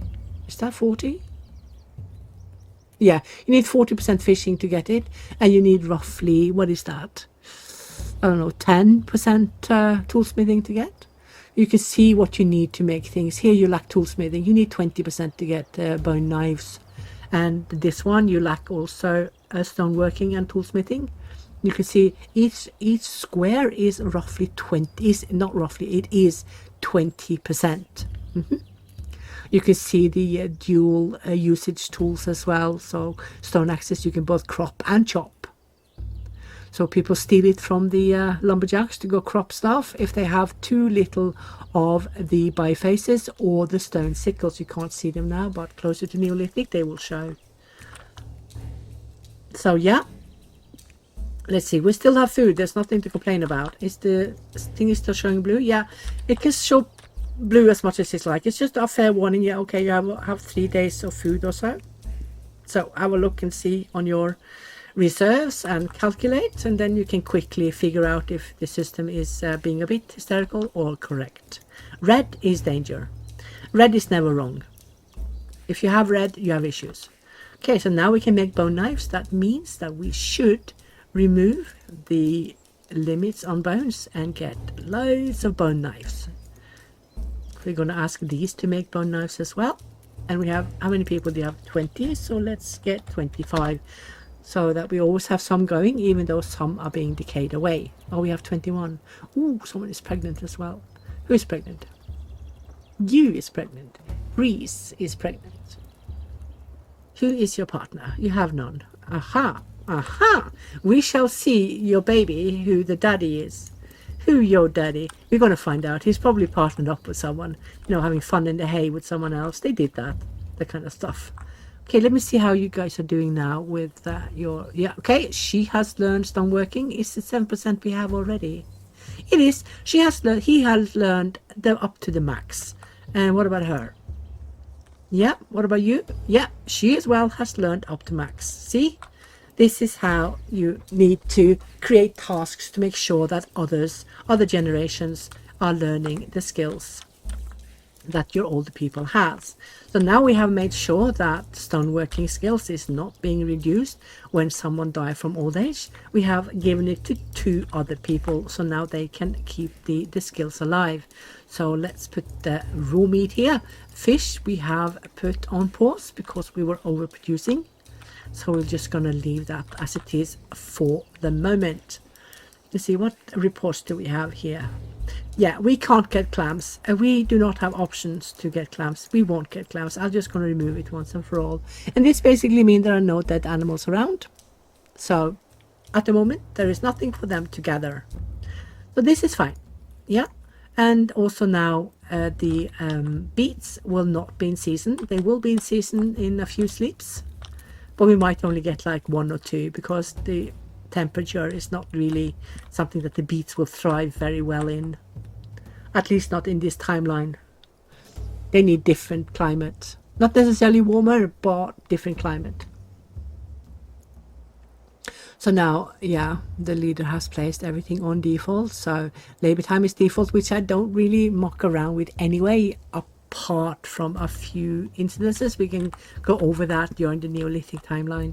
And labor age, which I don't like to have that low, because I think they should work more or less from they are born till they die, which is in my opinion, more authentic than that they are sitting around doing nothing when they're 8 years old. That doesn't make sense to me. No way that happened. Right. And communal tasks, like we talked about.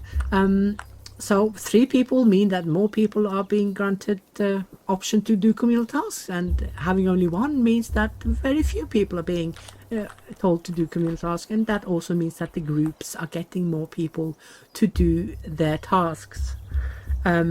Keeping it in the middle is kind of the way you should go most of the time, because if you keep your groups in check, keep your groups nice and tidy, and adjusting them based on your need, you should not need to do either this way or that way. Yeah. Yeah. So rationing, yeah, be careful with rationing. Just don't overdo it. And we are still 100% Mesolithic, yeah, because it's too early. We are 8 KBC. And you are, yeah, we know about those. So for 40% people are complaining about overwork, I don't care. You can complain all you like. It is going to be people that has fitness or will reductions that is going to complain. What are you? You are indecisive. Are you complaining? Or you like berries? Yeah, you do. No, you're not complaining. Are you complaining? No. Yeah, she's starting to complain. So she said, I hope for better housing than a small straw hut. Why, it's not good enough for you? And she wants better housing than the fireplace. Sorry, we're building as fast as we can. So also remember when you're playing on fast that the repairs will come around really quickly all the time. You feel like you're constantly repairing something, and you big the tribe is, you basically are constantly repairing something. It's just the way it is. Let me see. Well, nobody's got unhappy faces. So, yeah. So the people who are complaining, they would like better housing. That's what it's basically about. Ooh, thunder. Let me have a look at this group. Okay, there are 2. She has increase in both of her skills. She has okay traits, good traits. He has none of the... he has no improvements, and he also has... he's feeble. That's the 2nd grade of negative fitness. I don't know. I would like to take them because she has improvement in both those knowledges. I'm just going to take them. If he complains to the point where he wants to leave, then I'm just going to let him leave. Right. So now these are done. We can wait a bit before we do more. Let them build up to 100 of those. And now we have 20 of the plant fiber again. So now we can build one for fish as well. Ta-da! Let's get a bit of speed. Yeah, good.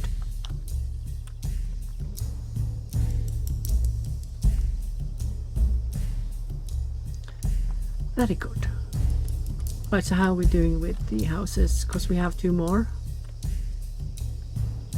But we have housing for 12, so we're still lacking quite a few. 39% does not have. Well, it will be the straw huts that you guys don't like. Is that or nothing? Because that's all we have. I'm so sorry.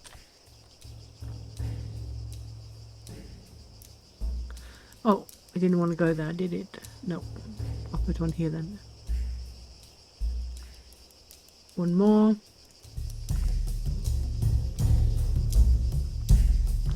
Let's go over a little bit to see what they have here. Yeah, so the rationing, you can see the tutorials do not really explain the whys. Why you do this and why you do that and why you shouldn't and why you should, etc. So yeah, the tip here is just to basically be careful what you do with the ration or with the policies, because hard rules are never popular anywhere among the tribes. So that kind of goes without saying. Yeah. Oh, now our leader died. Let's see how old he was. You will find him in the list here. Yeah, 70 like we predicted, and he will be buried in one of these. And the new leader is Breeze. Is she the pregnant one? No. Look at her. Look at her. She's very big. determined, and charismatic. Yeah. So now this means also that the policies will be changed. So she will allow more to happen in the tribe. So I am of course going to add labor age up. And that means also that less people will not be working. Right. So that was the policies, and you can see it's not very in-depth at all. So let's go to next step. The tribe leader. So you are the ultimate leader, yeah, but the tribe leader also has areas where you cannot butt in, and we can see those in the here in the policies, and that's where it will show.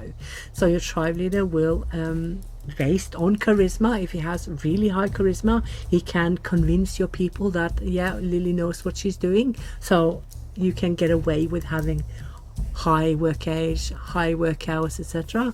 But as they go older, they will be weaker and weaker, and they will put down the policies no matter what you do. So this is something that will always happen in the game. It is based also on fitness though. It's age, it's charisma, and it's fitness. Those are the things that count for who will become a leader. So it doesn't always have to be all the elder ones that become leaders. If you have a lot of charisma as a young one with some fitness, you are going to be leader as well. Yeah. So yeah, yeah. So we already talked about the labor and the work hours, which are the really important ones to talk about, because there's a lot of confusion about oh shoot, didn't I just say we went a long time without needing to move? I did, didn't I? Right? Do you know what that means? That means that when the morning comes, don't show red. There is still plenty of food for people. Seriously. When the morning comes, we need to get our asses out. I'm not going to do it now because the morning has started. But I'm going to max out fishermen and hunters. There you go. I'm going to leave those. That means you guys are not going to do those anymore. Right, so when the morning comes, I'm going to up work hours to max. And I'm going to X out the peltas so we can bring with us all the materials. But at least we got to bury our leader first. So now we have made an impact on this environment by burying our leader here. So yeah, work guys. We are leaving in the morning. We have to, we have no choice.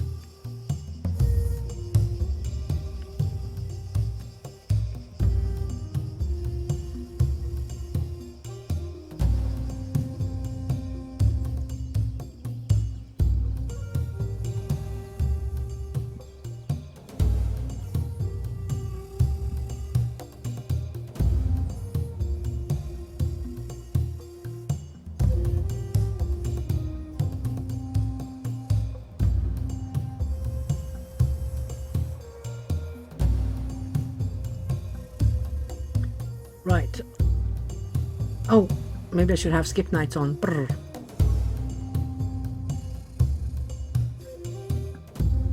And morning.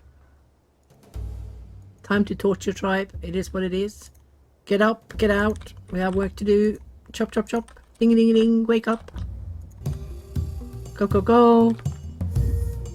I bet they're grumpy because I chucked them out. Right, so we don't need them to take the stones because they will not come with us, at least not in big amounts. I've had an imbecile once. That's the third grade of negative intellect, and he brought one stone with him. He brought one of the raw stones with him when we migrated. Right, let's get going. Let's go far up, well, far enough away so we can pick a place that is closer to the coast. Yeah, we can see that we started basically in the ocean there to move. You can see how far the sea has been rising. So let's see if we can go a little bit closer. We're going to be closer and closer and closer. In the end, we will have full coastline, clams, and also all species of animals. Let's see. how this goes. You see the other tribes there? They're going to be traded and raided. Just saying. One step at a time, though. One step at a time. Hilly areas is not the best in the world. Oh, we see pines. Yeah, pines have started to grow up. This means that the climate is changing. So now we have pines as well. And pine nuts is something I often feed my livestock with. So this one is a nice place to get going. Let's just quickly get up the stuff we need. I'm going to add, I think I'm going to add 2 fireplaces because most people will actually be sleeping out the first night because we only have two pelt huts they can sleep in. So yeah, and another one. There you go. That's good. Right. Yep. We can chuck down some of the fishermen to start with, so we don't take so many spots away from those who are going to build and clear these areas, because we should get up the fireplaces and the pelt huts on the first day. Can't guarantee it though. Let me see. Oh, look at that. I did not see that we could suddenly make these. I mean, it comes with the timeline. And the wooden posts, I absolutely love them. So what you can see of the cultures, when you see that an item has both cultures, it does not it does not mean that you need both cultures to build it. It means that any culture can build it. You just need a small percentage of it. That's it. That's it. You always have some culture, so you will never have an issue with not being able to build a small temple menhir, even though the Neolithic says red. So don't worry about that. It's either or. So you can build it both in Mesolithic timeline and far into the Neolithic timeline. You will never lose it. The wooden posts, however, you need some Mesolithic influence in order to build it, but the need is so low that if you start in the Mesolithic timeline, you're likely never going to lose all Mesolithic culture, so you will forever have it. So that is a good idea if you want to have the wooden post. Start in the Mesolithic timeline so you can have it throughout the entire Mesolithic timeline plus the entire Neolithic timeline. Yeah, so it is possible. What are we lacking? So this one, this has a dice on it. That means that it is in the vicinity. The locality has this commodity, but there's none in camp. So remember that when it is a full stop sign, like it is that we can't get clams, blah, blah, blah, it means there is none. So whether it's because you're out of season, you harvest them up, or that the environment does not have it, it doesn't matter. It's always the same. But when you see a dice with 6 eyes, it means that vicinity does have it, locality does have it, but the camp does not. Yeah, so that is another type of report that you will learn as you go along. So there, let me see, let's get some of this stuff here quickly because they have cleared it now, and now they're building. Just need a bit more material, and we would like it to happen before nighttime sets in. Go on guys, there you go. Yeah, this is something you must do in hardcore. You can get away with not doing it in beginners, but no, if you do it in hardcore you will lose people. Okay, so we don't have rose hips here. We should have rose hips. So okay, so maybe this is not a very good locality, but at least we have hazelnuts. Oh, oops, that one should not have been on max in the morning. Sorry, go back to sitting by the fireplace and eating. Sorry, dude. Oh, she's pregnant, having a baby. No, she has had a baby. Let me see. Yeah, let's have a look. Shall I have a look? See. Oh, yes, he has increased in architecture. It won't give us anything except a level of the architecture, but at least we're building it. So I'll take him. He wasn't bad at all. Let's go.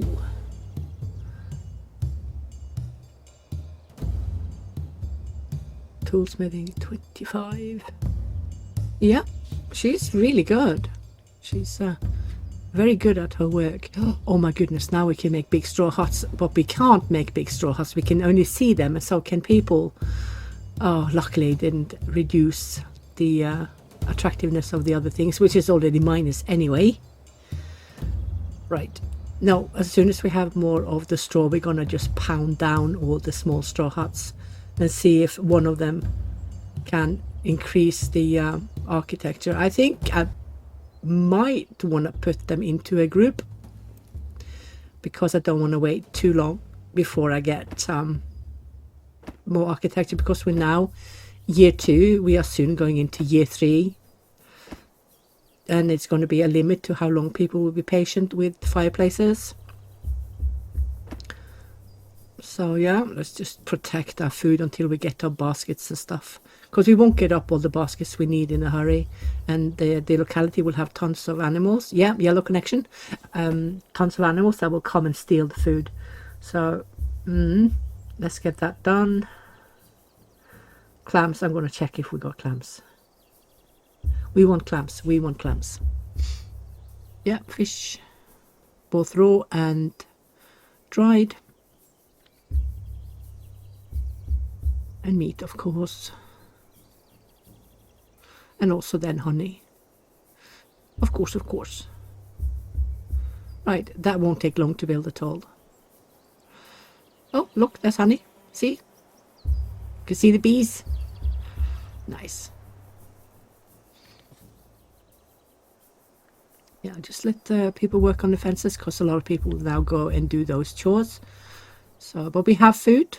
We have plenty of food. I'm not worried about that. But of course we have lacking a few things, and also of course a lot of housing. But that will be rectified. Oh, by the way, the fishermen, you can see they're now using the wooden trident instead of the spears. That is because all that needs tools or can use tools will always pick the best option there are in game. Always the best option. So if you see fishermen or anyone with lower quality tools, it means that the better ones have already been taken. Or of course that you don't have any. Of course.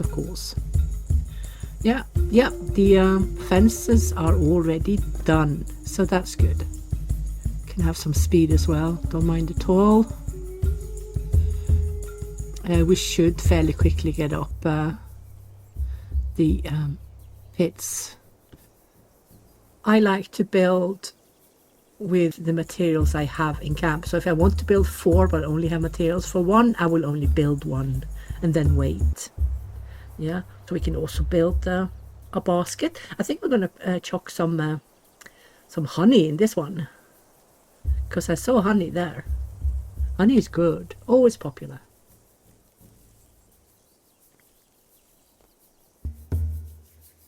Let me see.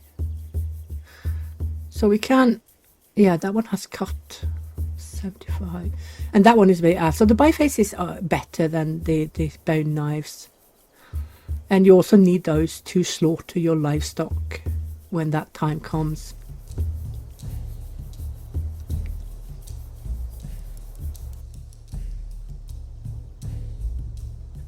Right, so let me see, let's go over the tutorial a little bit again. So yeah, we've talked about the leader.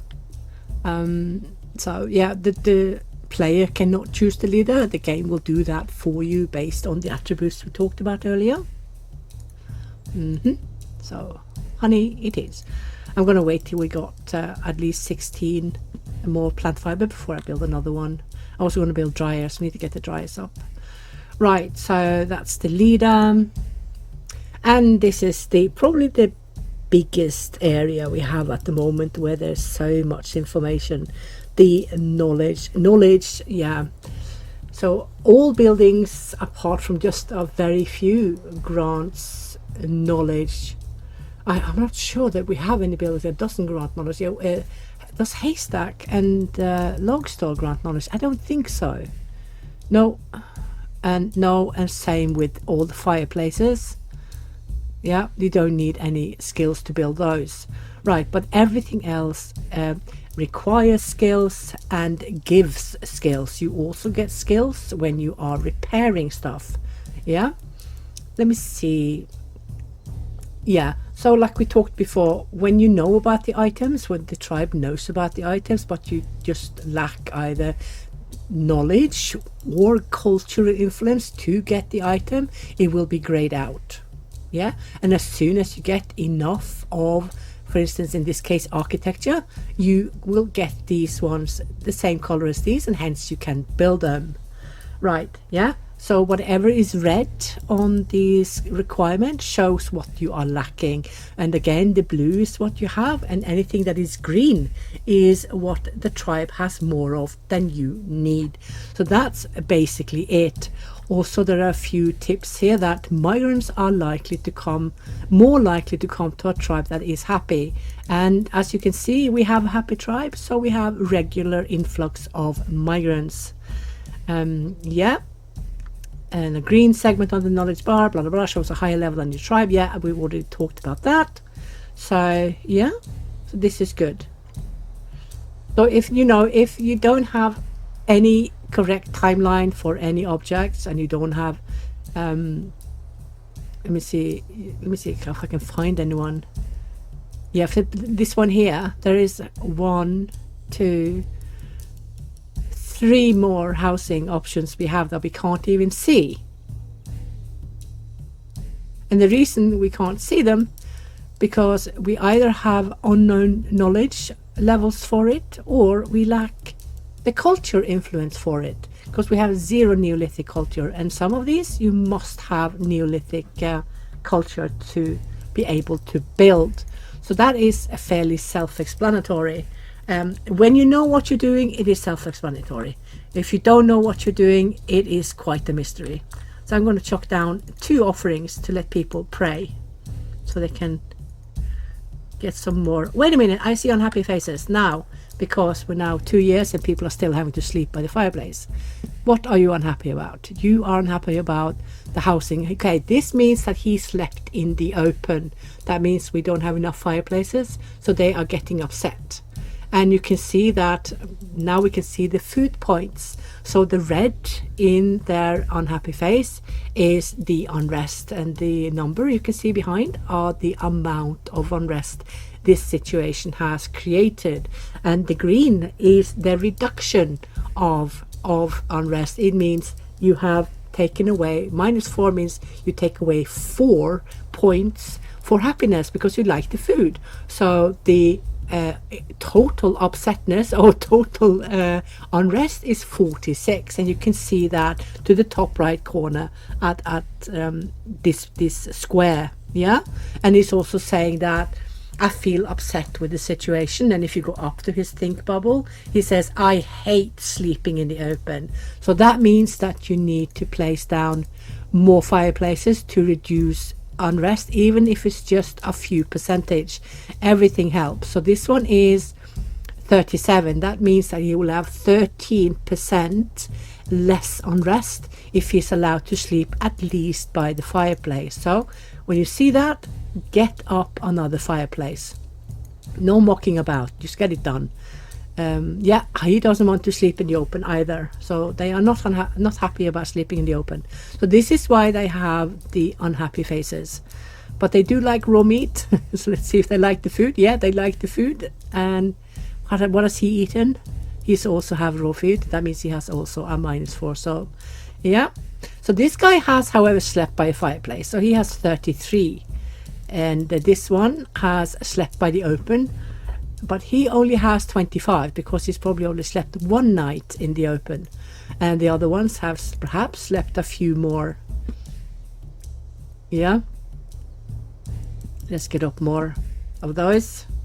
So this is important. Knowledge is something you need to look out for, because you need to create tasks for your younger generation to learn from the elder. So if you see an old one that is not working anymore, you see that he is the max skill holder. And if you then go through your tribe or through some of the younger generation, you see none of them has that skill level. You need to make tasks that they can practice their skills on. Otherwise, you might lose some levels of the knowledge when the elder people who has the max in the tribe dies from old age or leaves the tribe or whatever they do. It's always a good idea to start training people to always have some tasks up that will give the required knowledge that is held by only 1 or 2 persons. So I'm going to close this for just a moment.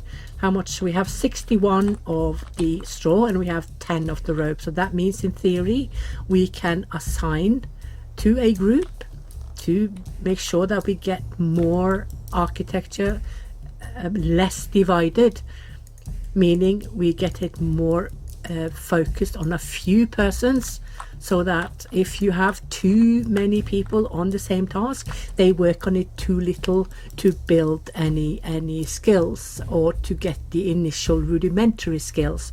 So what you need to do then, especially in the Mesolithic timeline, is that create a builder group that takes care of these so they can get the rudimentary skills and then get up to the max of what the tribe already has.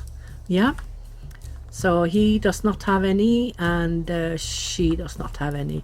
So what I don't like about this group, which is something I have never liked, and that is that all the elders, even though they have no skills in architecture, is taking the 2 spots. See, I do not want that. I want the younger generation plus 1 who has the max skill to take this space. And I hope that in the future they will adjust this to be like that, because there is no way they put 2 people with 0 architecture skills to build a housing. That just doesn't compute with me. To me, that is not logical. So I'm going to fiddle with the groups until I have it my way. Let's see who I can get now. Ideally, I want 1 with max skills, and I want the other one to be an apprentice with either lower skills or no skills.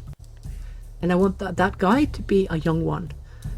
So he is 45, he is younger, and he does have skills. Okay, well, who was the other one? She has no skills. It's going to be wasted for her to do this, because she's going to die in 5-6 years anyway. I don't like that at all, but he will take skills. Oh, he has really bad grades. But it shouldn't stop him from learning, because he is learning. So he's 14%, and architecture max is 17. So the max skill holder is not in the group. But he's learning. See how quickly he's learning. He's now 16. So he only lacks 1% to have reached the max of architecture skills. And I have no doubt that he will learn it, because he's so quick. This one, I'm not even going to bother with. I don't know why she's there. She should go do some fishing or some leatherworking, because that's her skills. Let me see. And he is now 17. He now has the max. So what I'm going to do, I'm going to do this, and then I'm going to wait a bit to let them go do other chores. And then I'm going to increase it again. So now we have the max holder plus another. So this means this young one here is a max skill holder, so he should stay in the group. This means that they both, since they are both max skill holders, they can both increase architecture by building. When these 2 are in the group, we have 2 chances of the tribe improving architecture on their own without any migrants. So if you want to min-max and micromanage, you can do what I did by closing and opening the work spots, because I don't think the system always makes the best choices. But of course that the game will be tweaked, and it always is tweaked based on community feedback. Right, yeah. So let's see, we should get down a tanner as well now.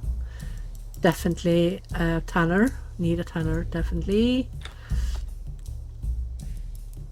You can go there.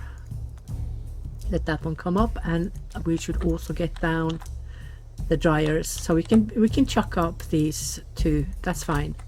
They can have those 3 to work on. We have the materials for it. Yep. And I also increased the people getting stuff I don't necessarily need everyone to be that many. You guys are going to make graves, because we have elder people. So I'm going to put them, where am I going to put them? Close to the water. That's very poetic. There you go.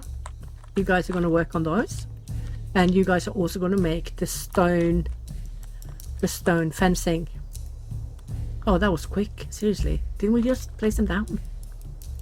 Okay, you can do fish. Look, there's a lot of fish. Maybe we should chill on the fish. How many do I have? I only have 2. Okay, let's do 1. that down. Hunter's Shore. But you also need people to stay in the groups. You also need to have some people in the group so they can learn skills, and you know, if you only have one and it's an old gook, an old dude that refuses to give up his spot to the younger ones, then he will die with that level, and you will have red on your fishing. It's a little bit bob. Yeah, but that's the thing with beginners, because there's so much of everything, and fishing is so quick, and you get so much fish, you know, because it's supposed to be so easy and lenient towards new players while they are learning the game. So yeah, well, let people eat what they want, and then just have small amounts of the other foods like I have now. It's not much at all, is it? Small amounts. Yeah, that's fine. Fine and dandy. What are you guys lacking? So this one here tells us, we don't have enough fine sticks, but it doesn't mean that we don't have fine sticks at all. It means that they are either busy, or they are targeted for something else, or that they are in the making, etc, etc. So we know we have fine sticks because we have crafters do it, and we know we have sticks for them to create fine sticks, because there is no way you're gonna run out of sticks in the game. Sticks, straw, raw stones, yeah, you will forever find it. Forever. Logs, forever. Common materials. Ooh, we can make large benches and wattle fences, because Lily has improved the knowledge. I have improved knowledge, just say. So I've improved knowledge in what I have improved in. Woodworking. Yay! So let's do small bench, because we like small benches. Do we have enough? We do. Not there. So let's make one of each. Oops. Oh, I put the offerings there, didn't I? Duh. And then we should make a big one here. A big one here. You need to go and gather more materials though, because one is 3 and one is 2, I think. Oh, how many is that one? I can't remember. Let's have a look. That one is 3 and the other one is 2. Yeah, so we're lacking 1 dog. That's fine. That's fine. So have they finished here? Let me see you. You are the elder one. You are the young one. No. You are the young one. Yeah, you're both 17. So have some discoveries now, please. Please. Oh, and this is for meat. There you go. I mean, I have 18. That means I would like to put up 1 for dried fish and 1 for dried meat. I'm going to do 1 at a time, of course. How much sticks do we have? 49. So I'm going to let these 2 also do the pits. I'm going to assign this pit to them, because this pit requires and gives architecture. So this is something you can do as well, especially in small tribes, to make sure that people are actually learning the skills. Well, let's just oh, didn't want to be there, did he? Let's put it here then.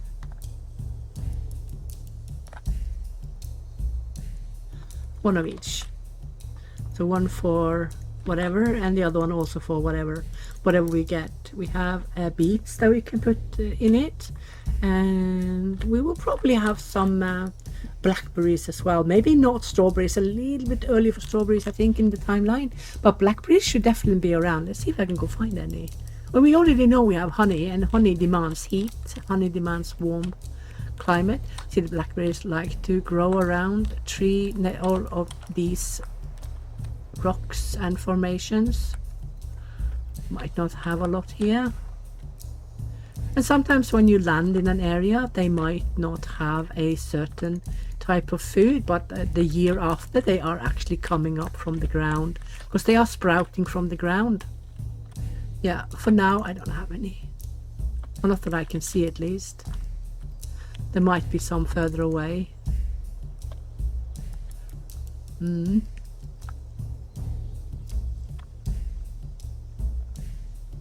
Nope, not yet.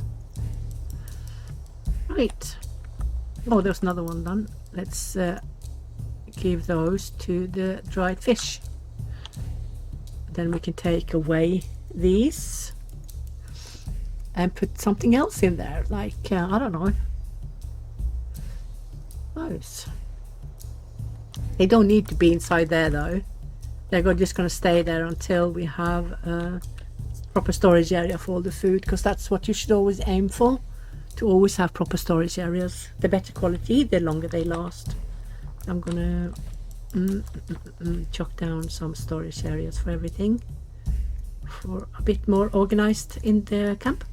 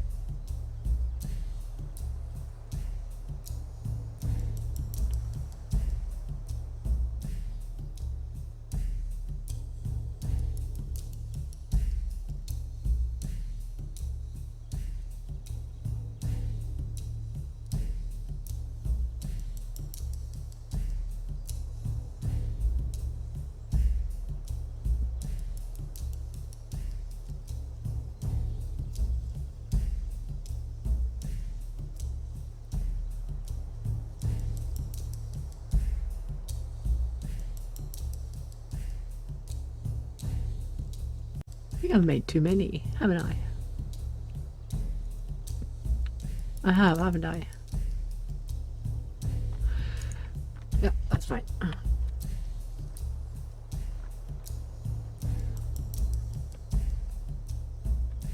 How are they doing with this one? Are they done? Where is it? Let's see.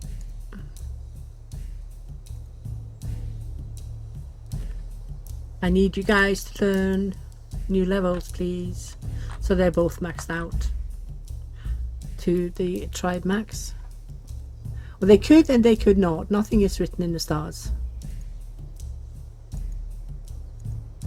Completely random.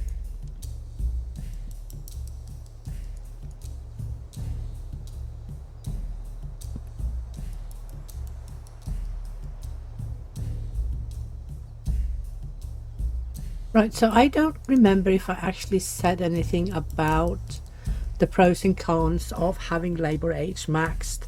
What we need to remember is that if you have it, that everyone should basically work from they can walk basically. I think it's age 6 to 65-ish.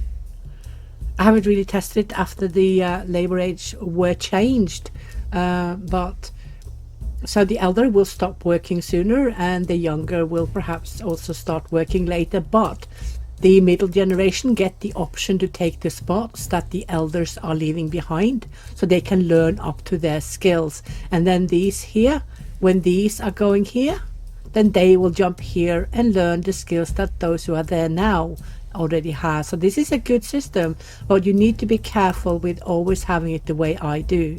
I torture my tribe, there is no doubt about it, because what happens is when everyone has to work from they basically can walk until they are 1 foot in the grave. When you are a child and you are growing your fitness up till year 17, your fitness will be a little bit reduced instead of the speed it could have had, meaning they might start working a little bit later than they normally would, while the elders would likely stop working sooner than they normally would if they were allowed to not work as hard as kids. They will stop working sooner as well after they're 60, because when they turn 60 their fitness will reduce to 0 over time, based on the fitness they already have.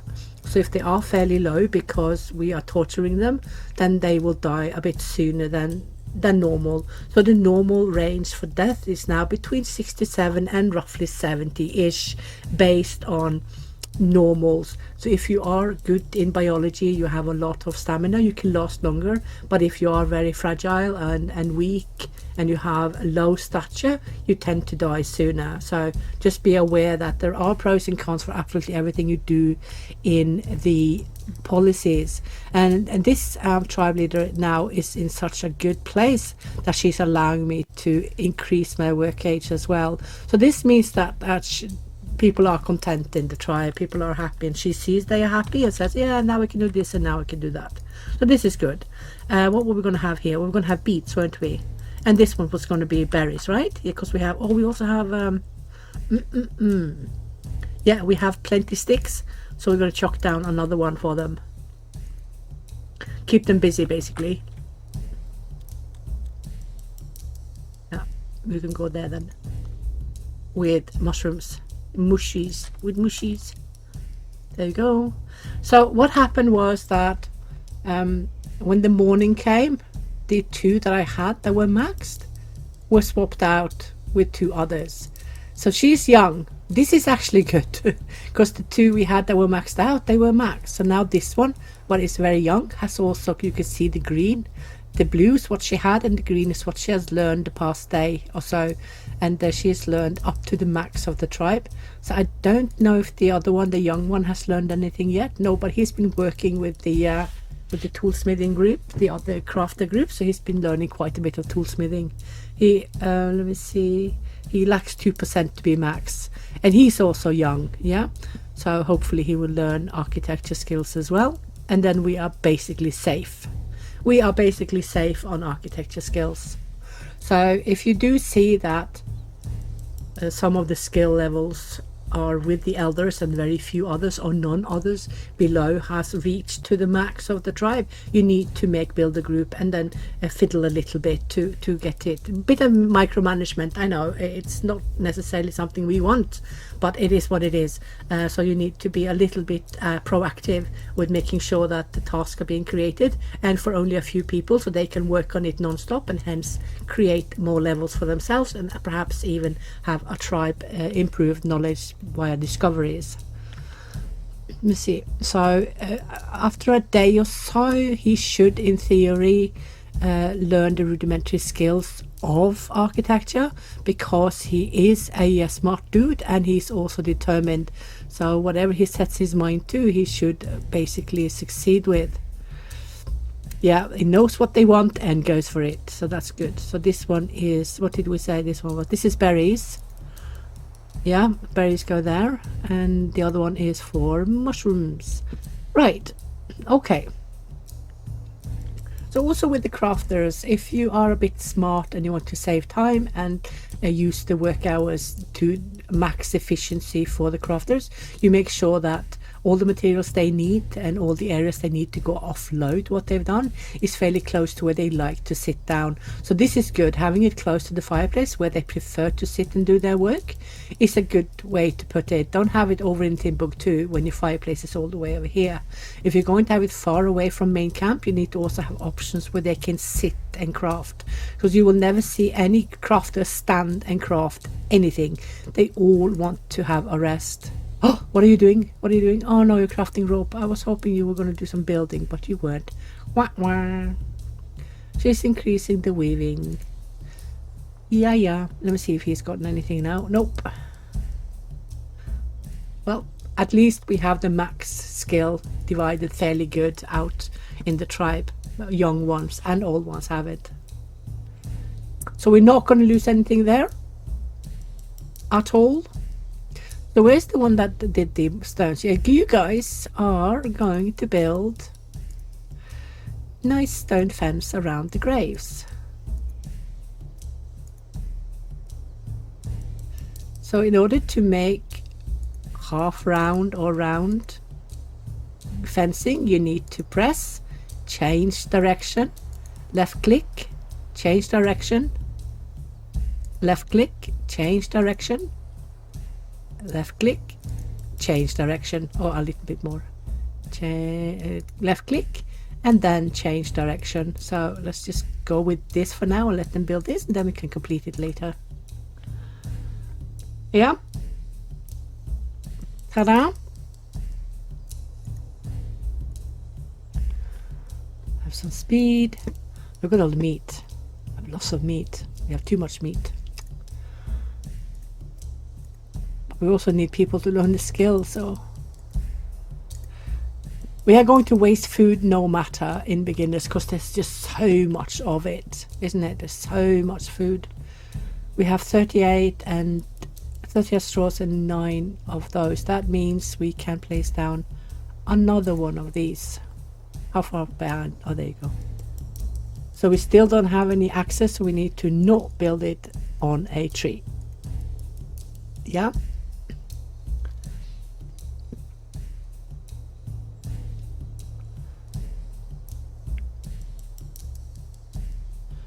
You can also change, but what are you going to change to? I've already done bones. Have those? I don't have those, do I? No, I don't. There you go.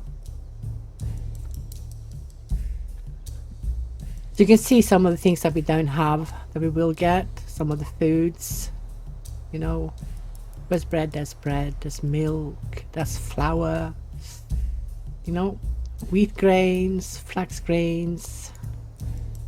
Let's have a look at these. It's a dude. He's 35, middle-aged. He seems to be skillful. What is he? He's able. Oh, and he has 16%. He has 1% lower than the rest of the tribe. I don't mind taking him because he's not a waste. He didn't have any really bad trait either. You can just click his the notification, then you come straight to them anyway. Oh, he sounds friendly. I have few friends. Well, that is up to you. Most of the time. Again, there are no wild animals that needs to be stripped. You see, even though we have taken down the food to really low levels, we still have waste because there's just so much. Oh, yay! She improved by 5%. The architecture skills. So that means, and look at her, she's 20. She's 20 and she has the max skill in the tribe. So now we can make straw huts, and we are going to make those. We just need to order these to collect a lot more straw. Where did straw go? Gosh, I can't even remember where I had it. What? How do I get straw without having... Oh, they've been clearing land. Never mind. That's how they got it. You guys are gonna have tons of those. We're gonna have lots of those. So it's 5 rope and 100 straw, I think, for each, and 35 stick. Yeah, we can do that. And this was mushrooms. There you go. Oh, look at this guy. Oh, look at this guy.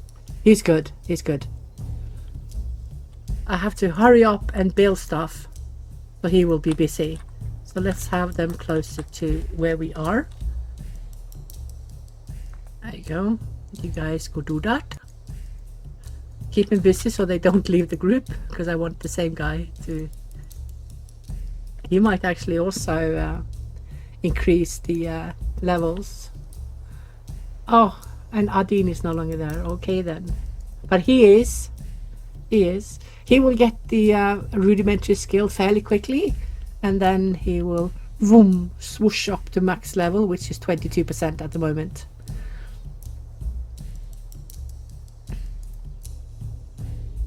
Is that one in tribe? It is. Why is it in tribe? It should be... No, because I haven't assigned them. So let the group that does the pits and stuff continue to do the things that grants architecture. Let's have a look at you guys. You lady, you're 33. You have good grades, but you can't teach us anything. But you're 33. I'll take you. You're good. You're good. You're not increasing the unrest at all in the tribe, so I'm not bothered. Let's have a look and see. So they just started working. So I don't think, are you serious? She got the rudimentary immediately.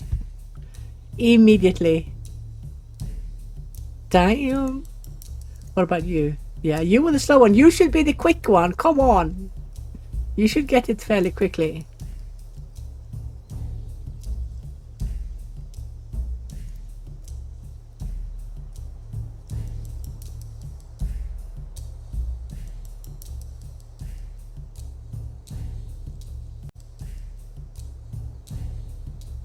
Right.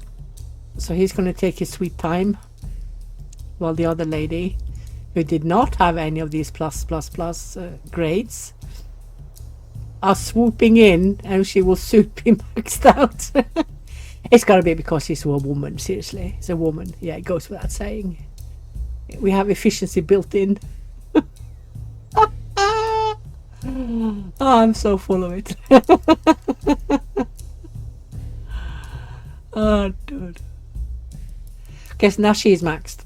Okay, dude, it's your turn now with all your skills and stuff. He's smart and skillful, yet he has not gotten the rudimentary skill yet. So it's a little bit random as well, although the probability for this and this and that is increased or decreased based on your attributes, and that's just the way it is. Oh, here's a big guy. Didn't I also have a giant in my try? Didn't we get a giant, a female giant? She should be getting old now. There she is.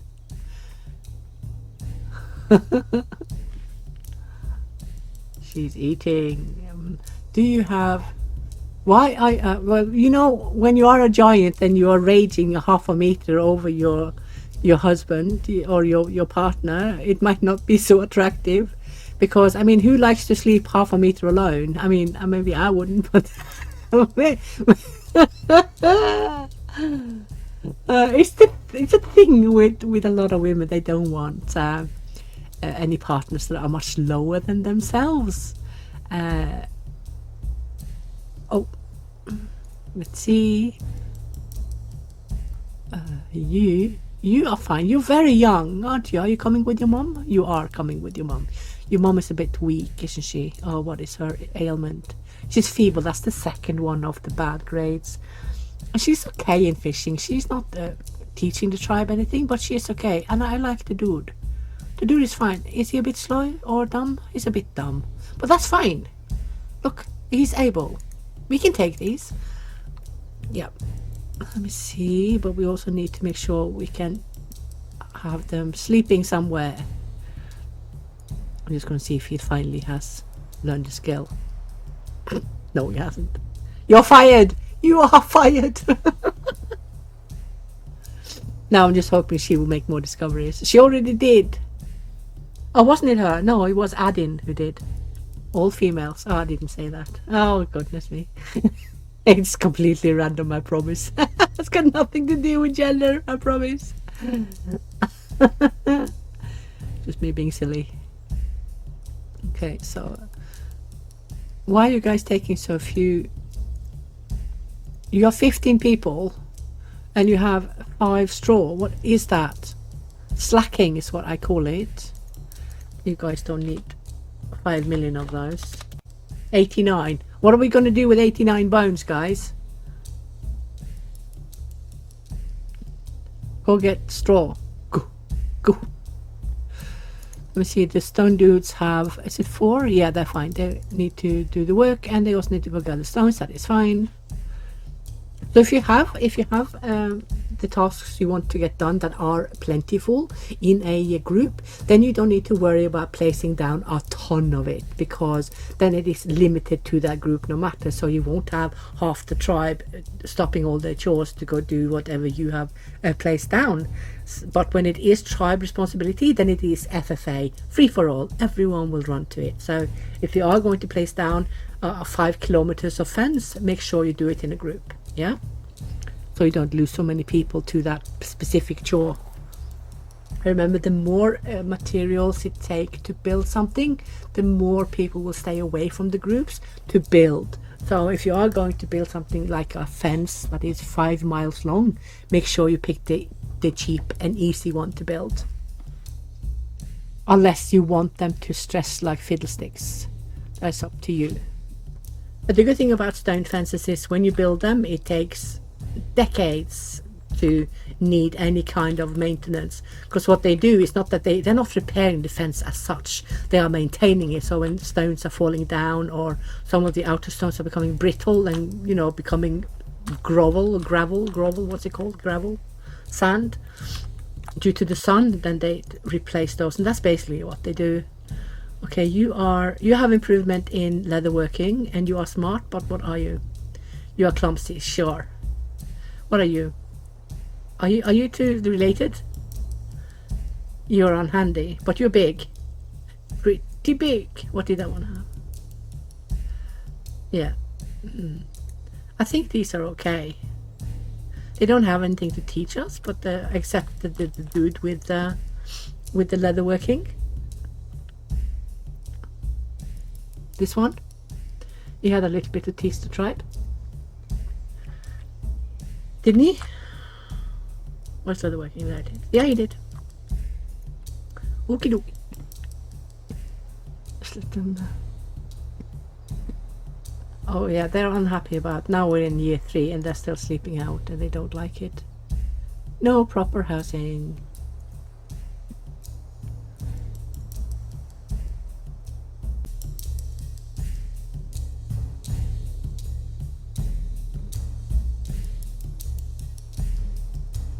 Okay, so now I have enough to build another one, so I will build another one. Just get it done. Oh, I need to put in the right group. There you go. Oh, now we have 2 new ones. Oh, and okay. Okay, she already has. That's Uta. That's yo. She's already max. So what a lot of people are not quite getting with regards to pregnancy and the total tally in the camp. Pregnant will increase the... No, it will not. Pregnant will not increase the total amount. When the child is born, it will increase the total amount. Yeah? But you won't find the baby in the citizen tab until it's 2 years old, because before that he'll be strapped to a sling on his mom's chest until he's old enough to roam around in the camp on his own. So you won't need 37 sleep spots, you will only need 36 because the baby is sleeping with mom. Yeah? So when the baby is 2 years old, then it goes away from babies and into children. And then you can also find the little one, probably at the bottom somewhere. 2 years old. Let me see.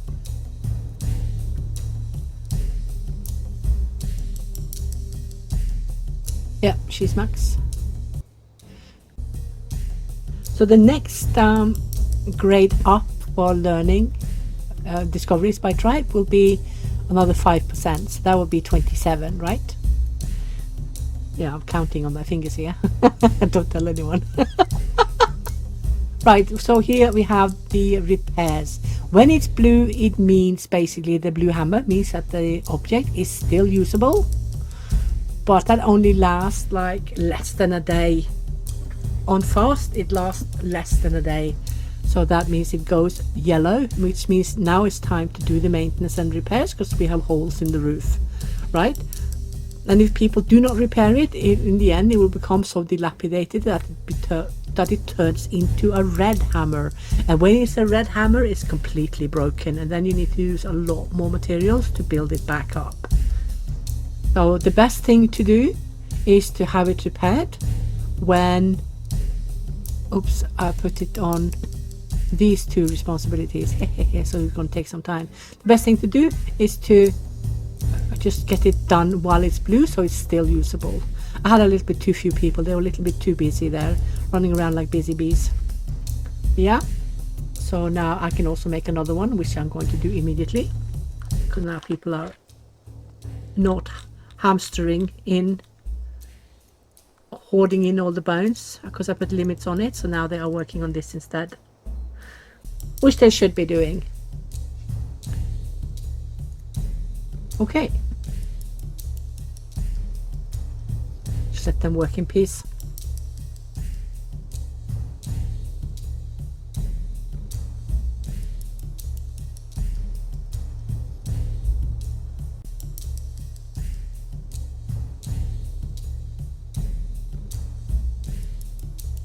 I think we can get clams. Look, We're getting clams. Or maybe not. Let's wait. Here we are. Here we are. Working time. All is reset. That's great. We now have clams. We do have a space for them, right? We do. Over there. Ta-da. So now they will go get clams. That is good. Let's have a look at these. You are good. You have increased thingy. You are good. I'll take them. They both had increased levels in knowledges. And none of them had bad grades. So you guys are fine. Right. How many are lacking housing now? Oh, we have red running out of food. Oh, we have little food. We have lots of bones though, but people do not like bones. So we can, in theory, put up the fishermen and let's put up the hunters as well. We can do 4. How many people are we now? We are 40. Where the heck did they come from? Damn. Now we can get more of these. Don't need exactly the same of everything. Just up the limit a little bit. There you go. Okay, so now we have, how many did we have? 2. Okay, so that means that this grave spot will be taken as well. So the thing with the grave spots is that when they have been in the ground for quite a while, their bodies are decomposing more and more. So after an appropriate amount of time has passed, the graves can be used all over again. So which is actually several hundred in-game years or historical years. So it is not an inappropriate short amount of time. It is an appropriate amount of time that has passed before the graves is reused.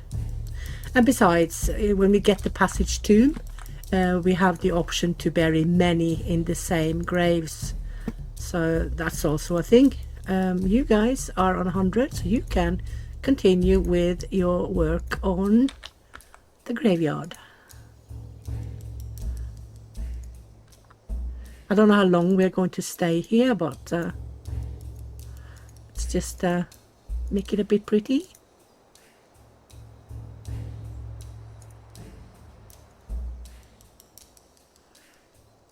There you go. And they will also be working on the stone working now. We can make wattle fences for woodwork and weaving. Maybe we should do that around something, but I don't know what. Around here. Takes a lot of sticks though. I guess we can. Oops. Ta-da. And it really should be, because it demands 15 sticks, so it will be more time consuming to build. So let's do it in a group so we don't take the entire tribe to do it. Yeah. Oops, that wasn't quite straight. Oh, it's not straight. I can't have it. Oh, I know what I'm going to do. I'm going to do the fence first, because the gate can go over the fences as I see fit, but the fences the fences do not want to go over the gates as easily as the gates will go over the fences. Did I say that right? The fences will not go over the gates as easily as the gates will go over the fences. Yeah, I said it right. Not quite straight, but hey, it's better than it was. And then we put, boink, the gates. Ta-da! Okay, we don't need the gate to be in that group. That can go back to tribe. There you go. Ta-da! Get some speed. And now we are creating tasks for both weaving, woodworking, stoneworking, and we also created tasks for architecture, and the crafters are working as well. Well, as soon as they are going low on things, they are working. can probably put it up to 3, I think. This one can probably go up to 50 now. And get one more person, so that is woodworking as well. You guys are, ta-da. Let me see, 100. Oh, we can make wooden posts. I love that. Let's see how much. Oh no, we don't have access, so we don't have lumberjack. So it's going to take a lot of logs to build. As soon as we can get this one, oh, we need a lot more architecture. We need at least 10% more. Well, I'm going to let them finish this first. Why are they lacking? Oh, because it's like 15 sticks per fence section, you know. So let's give them 8 and increase to 150. It's there you go. That'll do it. Can we make more? We can. And since they are lacking in sticks anyway, we can just keep them occupied with building more of these. There you go. Oh, wait a minute. What kind of group did I have it in? There you go. That puts me in a random group. Yeah, 4 is fine.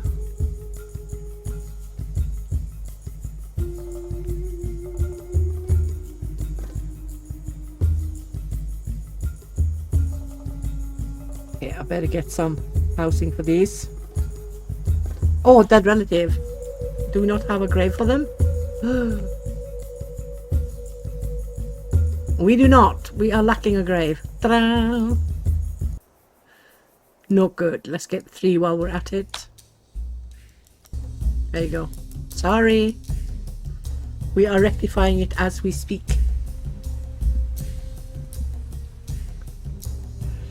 Oh, now those repairs are needed as well. Those fences. Yeah. Better get some sticks, guys. Get some sticks. Oh, you need sticks as well, don't you? Duh. Everything needs sticks. How are we doing with... Yeah, we have 17 plant fiber, so we can place down more of these. Like the dried meat can go in this one. Like that.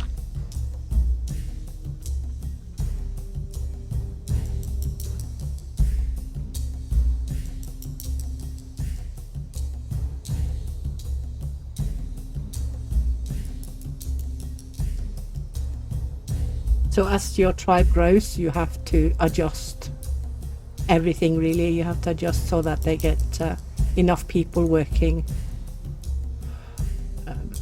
I don't think we need 4 hunters. We probably don't need 3 either, but it's not a bad idea to have meat all the time, because people love meat and it increases their happiness. If they have unrest now, which they do have because some of them still has to sleep by the fireplace, give them good food and it will help.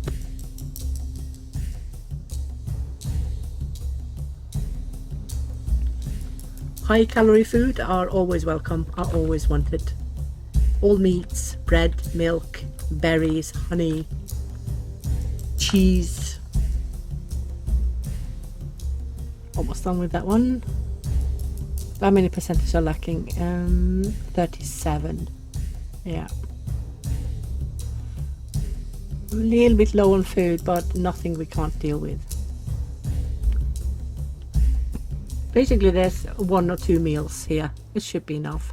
Oh, we can finally make access. Yeah. Oh, it's Lilly. Oh my god, I'm getting old. Oh no, oh no. And I had to sleep by the fireplace. Okay. Alright. You are married to Njol. Smart but clumsy. Oh, I have a daughter. Okay. You guys are going to make... Oh, we have bone harpoons. I missed those. I didn't even notice that they were... Crikey. That means we can stop making those. And then we need to ask these guys, to go get some fine raw stones for our axes, because that is what the axes need. So in order to know exactly what you need for everything, you just hover over them, and then you will see the constitution demands fine raw stone and fine stick. Then you can get stone axes. And we have migrants. Oh, they're 3 now. Goodness me. Okay, so she has a bad grade there, but she has an increase in stoneworking, but she has less than the tribe has in woodworking. She's she's hesitant, but she's quick. Hesitant and quick is a little bit of a paradox here, isn't it? But she hesitates with decisions, but she's quick perhaps in learning, I guess. What about this dude? He is, oh gosh, he also is indecisive and dumb. Yeah, dumb I don't care about. You are big, very big, skillful, but slow. He also has an increase in stoneworking. What did this guy have? Nothing. Should I take them? Yeah, let's get him. Let's get him. There you go. Let me see. I can make more huts because I put 1 million people to do 1 million straw. So let's just start. Ta-da. There you go. How are we doing with those? Yeah, at least we have some more sticks now because I put 1 million people to do it. Okay, and the grave is now filled. Good. Right, so that means there's 1 less unrest reason.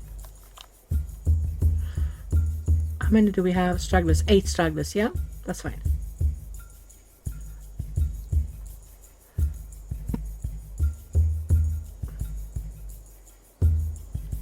Okay, let's have 1 more fisherman so we can get rid of the red apple.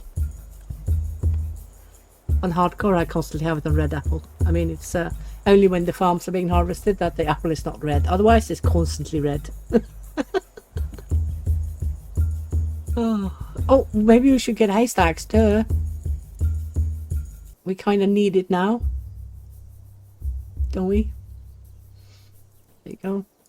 Did we build a log store? No, we didn't. We didn't do that either. So let's do that as well, which also is asking for sticks. Sure, fine. Okay, you can be there.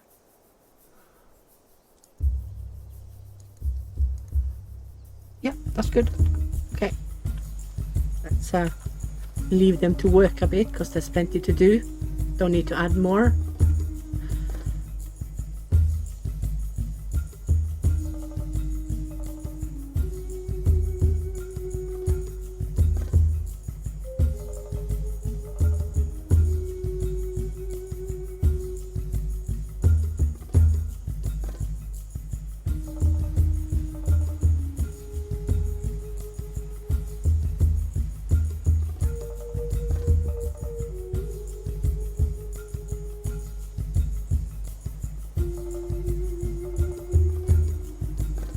We have another one that died. Yeah, we have. And what was he? Oh, he was old. He was 71. Let's have a look at you. Oh, 3 again. Oh, she is good. She is good. I'm going to take her no matter what the others are. Look at her grades. Fantastic. He's not bad. He's young. He will learn. Not bad. I'll take him. I don't care. Let me see. What was her name? That one. Let's have a look at her charisma. 127. And fitness 128. This might be the next leader a few years ahead. Maybe. Maybe. She is strong. She is able. She's determined. And she's friendly. Nice. Nice.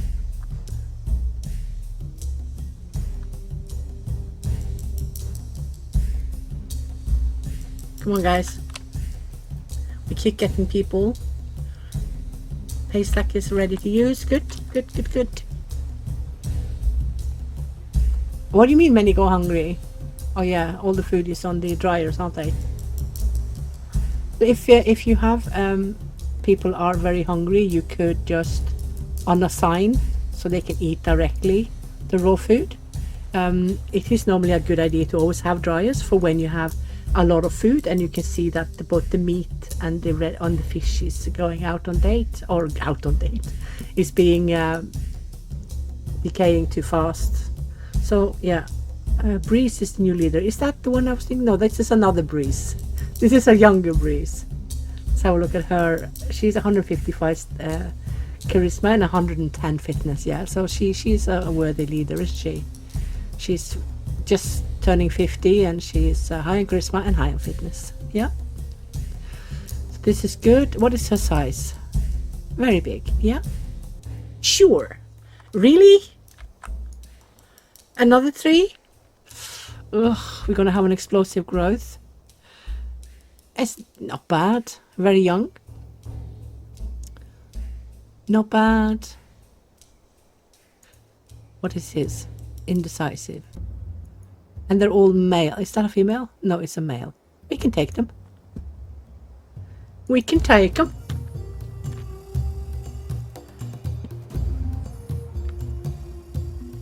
Oh, are you serious? What is this? People dying like flies.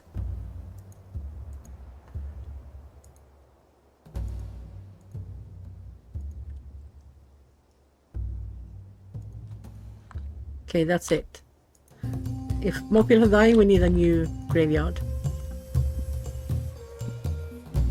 So the simple graves that we have here, they can only be built with Mesolithic influence. So when you turn too high Neolithic, you will lose the ability. But you only need a smidgen of Mesolithic to build it. So if you start in Mesolithic and then go into Neolithic, you're not likely going to lose it, because you will always have some Mesolithic influence in the tribe. You can also see per person on their thingy. When we come closer to the Neolithic timeline, you will see that the migrants that come to the tribe will have more and more Neolithic influence in their influence tab.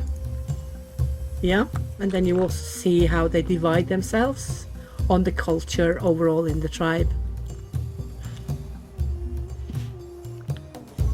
So this place actually does not have, or does it?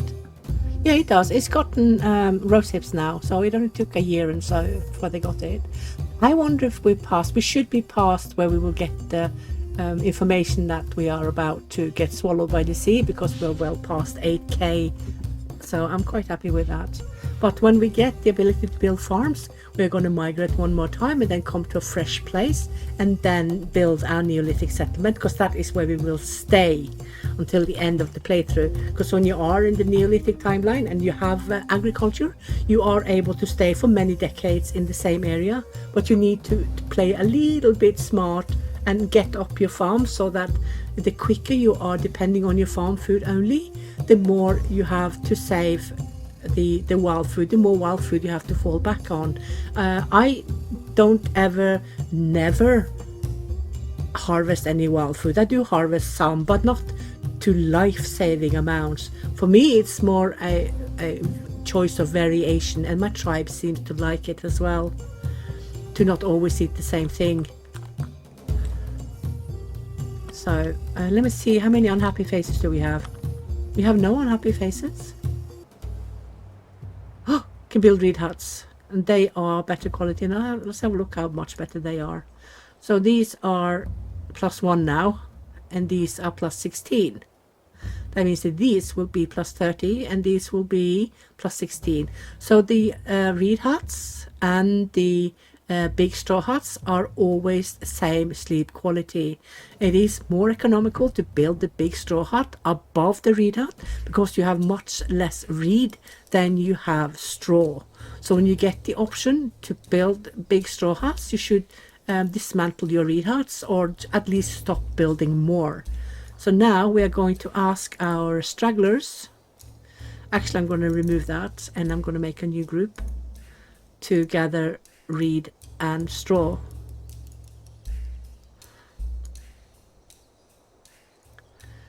So these guys are now going to do 250, and these guys are going to do 75. Ta-da!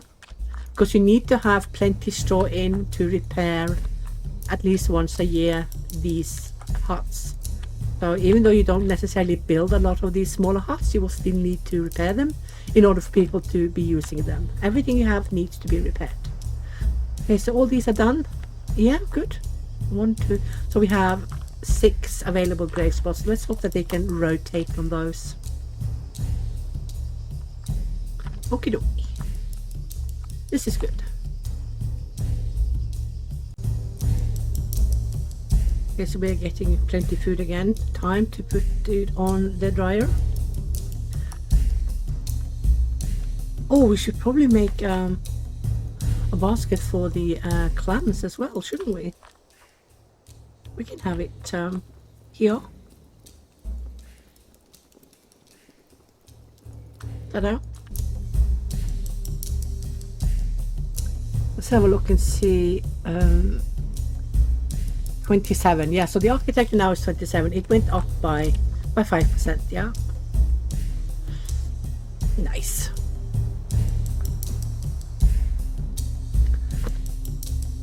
So we're gonna make a few reed huts as well, because they are better quality. Ooh, we can make hazel bows. Let's do that.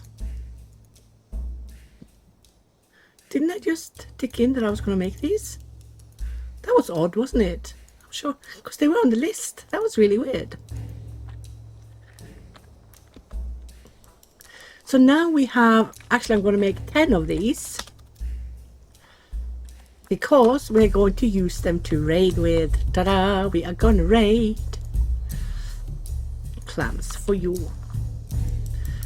So we are 6,400 BC, so I expect that within 1,500 years or so, we are going to get our first Neolithic migrants, which will bring us not only farming ability, but also a livestock, but we will still need some Neolithic migrants that has the agriculture knowledge. So even though we have the Neolithic culture for it, we might lack the knowledge to build farms. So hopefully that will come sooner rather than later. So the more south and southeast you are, especially east in Atlantic Europe, the more likely you are to get agriculture and stuff earlier than the more western parts of Atlantic Europe. Okay, so we still have 6. Okay, I think we've met what we need to be to have a good recirculation on the graves, methinks. So this one can take something else. You can take, I don't know, bones, I guess. There's bones everywhere. How many did I put them on? Was it 4? No, 24. Who's doing the boat? Oh yeah, you guys are. Okay, you can do more. You can do 50. But I want to keep the limits fairly low on these, because you can have plenty of these. 45, 44. You see that the nuts have almost rotted away because people are preferring to eat the meat and stuff. So let's go down again on the size on these, on the amounts, and we can go down on those as well, so that we divide the food a bit better. But this one is now needing repairs, and also this one, but this one is still usable. That's good. Oh my goodness, even more. So let's see, do you have any Neolithic influence? You do! See, we have our first Atlantic Neolithic influence in the migrants. She looks fine. Yeah, no bad grades. He looks fine as well. He's young, has no skills though. She's okay too. Let's see. Yeah. So as soon as it shows the first sliver here of Neolithic, we will get the ability to build animals, to have livestock.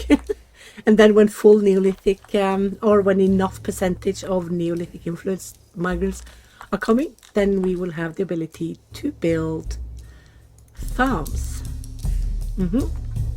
So now it is okay, 50% are without. It will go a little bit down when this one comes, so then it will be blue. Okay, so some people are hungry and the apple is now yellow. Yeah, so we have like 2-3 days of food or something. 2 perhaps, 2.5.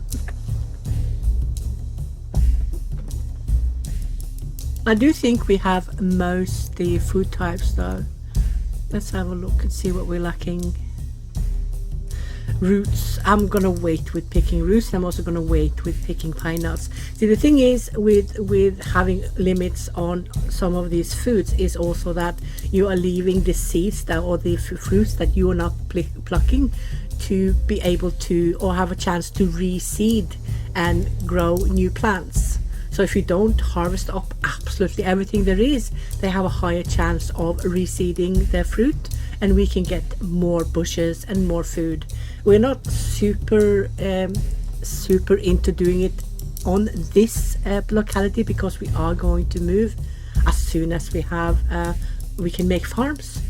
But it is good to have in the back of your head that if you leave something behind, then they have a higher chance of reseeding, and we can get more next year or whenever they grow up. For instance, the hazelnut trees can take many years to grow up from small. So yeah, but they also start to bear fruit very early. So it's not going to take a gazillion years. So there. Okay, we have 6 of those. We do not want to build more pelt huts now, simply because they are in the minus. They are minus 13. But did we have any of those here? Yeah, we're going to replace these, because these are now horrid. Oh, we can finally make bifaces, because Alyssa has increased tribe knowledge. How did she do that? She was working on some working. Okay, yeah, that's fine. We're going to increase that to 4 now, because now we have fairly many tasks. So we're going to have them divide themselves on those. And we also need to adjust our groups. Not this one, not this one, but this one. To also get flint cores, which is what you need to make the bifaces. Yeah. There you go. So now we can also create a lumberjack group, and let's just have them do some of the bigger trees, leave the small ones alone, because you get more logs from the grown big trees than you get from the small ones. So the reason why I at start put both the sticks and the logs in the same group is because when you have to crop, you are also getting sticks, and often instead of getting any logs, you get only sticks. So if those two are together, then they are completing each other in the same group. Yeah, so it's also one of the things that we can talk about with regards to what do we put in what group. So this one is self-explanatory now that I've said it.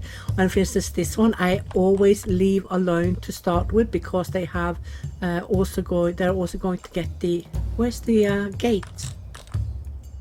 Oh no, we don't need a gate in that one, duh.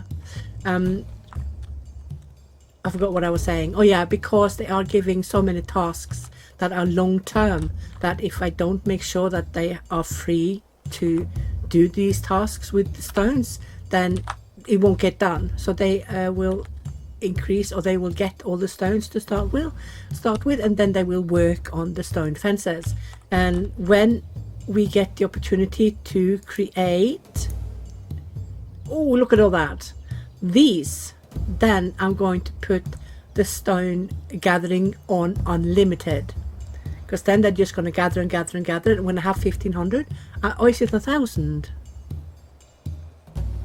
It's 1000. Then I'm going to chalk it down, and then we're going to have these around, which is also why we want the lumberjacks to go and cut trees. Yeah, right.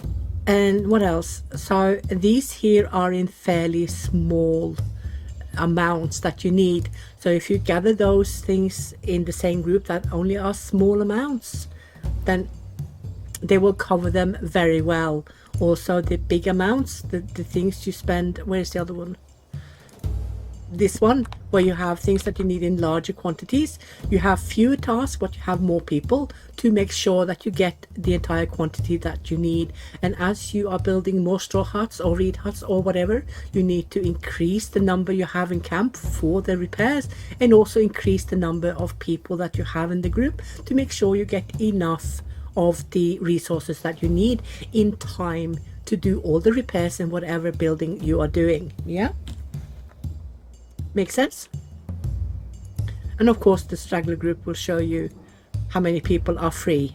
So we have more than 21 people free, and they will take care of the food for now. You don't have to do it like this. You can have just not everyone working.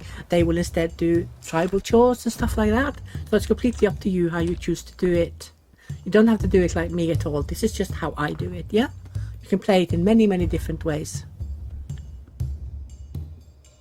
I'm a bit of a tyrant though, and a slave driver, so I push them hard.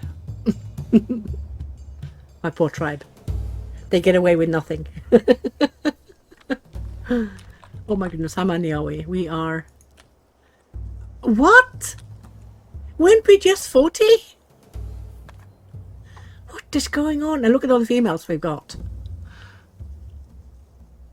Oh, we can't have a million people. We need to keep it as is for a while and see how it goes. Maybe we'll get more. We will get more, because when we can do agriculture and livestock, we should take all the livestock we can get. And we still are stuck with that we cannot take only one or the other. We have to take both when the migrants come with livestock. So yeah, it's not a good idea to have a ton of females getting a ton of kids, because poof, you are 300. Yeah. So 46% lack housing. We have 62 reed, but we have 185 of the straw, and 6 of those. I'm going to wait till we can build our reed hut. Oh, we can make the men here. Oh, the big straw huts. Damn, we should make those. Absolutely. But first things first, you guys are going to be unlimited. Go have fun. And then, what was I going to do? These guys are going to get 2 more. And you're going to go up to 500. And then I'm not going to have reed at all. I'm not going to have any reed huts. So they have gathered it for no reason. Because it is more economical to have the big straw huts, because they have same sleep value as the reed hut, but they can take a lot more people. So the reed hut can take 5 people, I think. Is it 5? Yeah, but this one can take, ta-da, 6. It can take more.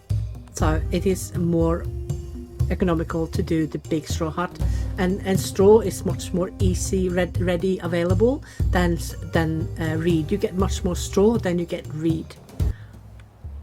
Are you serious? 4 people. Let's have a look at the Neolithic influence. Yeah, maybe you can get a full percentage of these. Look at them, they're all influenced by Neolithic culture. Let's have a look. You are, yeah, you have an increase in stoneworking. I don't mind that.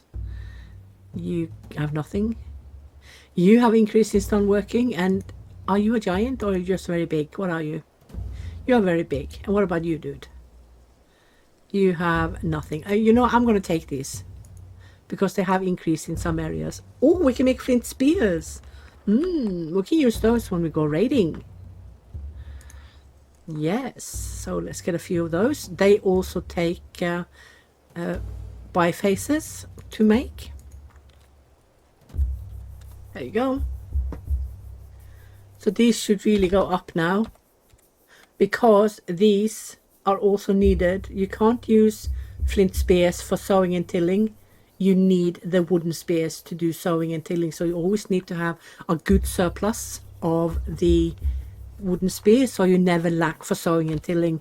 You can sow without the wooden spears, but you can't till. If you are sowing without any tools, they are wasting a lot of seeds. Yeah, but we can talk more about that when we have the opportunity to actually build farms. For now, we need to make sure that we have built enough knowledge to not lose anything, no matter who is dying from old age. So I'm going to put you up to max, so more people are working. And to the field. Now we have 7 free. Yeah, we're good on that. We're good on that for now. Okay, so we now have 39 females. Yep. So 266 and 6. You guys need to make more ropes. Don't hang about. I'm going to give you 2 more people because there's a lot more to make now. Okay, so that means we're taking them from the stragglers, which is fine because stragglers are people who are free anyway.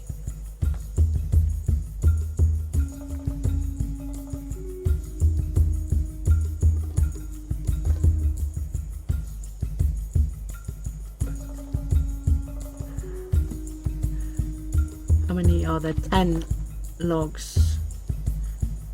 This one can take, is it, how many kilos can it take? It can take 280 kilos. So each unit is 1 kilo. That means 28 can be taken. This can hold 28 logs. Okay. Oh, what a pity with the reed. It's going to be rotting away. But it is what it is. Okay, so this one is full. So let's build another one. Yeah. Here. And when we have maxed out this one, we're going to build another log store as well. And before we migrate to do our farms, when we get the option to build farms, we are going to mass produce tools and fish up everything we can and hunt everything we can. So we have lots of food when we are traveling and when we land, so that we can focus on building the farms up and clearing all the land, because that is going to take basically the entire tribe. So yeah, needs to be done. Let me see, how are we doing on threshing? Let me see, threshers, yeah, we can see them. So we have enough food processing to build a thresher, the knowledge, but we still need a full percentage of Atlantic Neolithic influence, which we do not have. It will come though. 6 KBC, we should in theory start getting them. Oh god, you have an increase and you have great grades, and you too have good grades. Okay, I have to take these. God, here we go. I'm gonna have like 800 population. Oh, good grief. And I'm gonna lack food. I'm not gonna have enough housing. I'm not gonna have enough graves. After the tribe is gonna leave because one is leaving. Oh dear Lord, here we go. I never learn. So I say this in all my playthroughs: do as I say, not as I do. Okay. Unless you want to experiment and fail and start all over again, or reload a save, blah, blah, blah, blah, blah. Then you're allowed to do that. Also, by the way, those who have, you can see this woman here on the bench. She is self-illuminating. Oh, that's a woman. That's not a woman. That's a man. Self-illuminating. And the secret to get rid of it is to just hover over it and then it disappears. Yeah? It is a small bug that I have no idea what is. And the devs are not fixing it, even though it has been reported. So it's no big deal. You can get rid of it very quickly. It can happen either to people or to objects. You just hover over it and then it will be gone. Wait, is this I think that might be a berry bush. Or is it a rosehip? They are so alike. Well, the berry bushes are a little bit more, I don't know, more elongated in the branches and stuff. Like they hang a bit weird. I'm not quite sure how to explain that. Look, and there's another one. Hover over and okay. So plenty of people are still sleeping out in the open. We need to do something about that. Okay, so we have 7. Why are you guys so slow on the ropes? Do I have to talk with big letters here? Okay, so you guys are good on that. I'm going to give you the option to build ropes as well, because the other groups seem to have too much to do. So I'm going to do this. Oh brother, what is your percentage?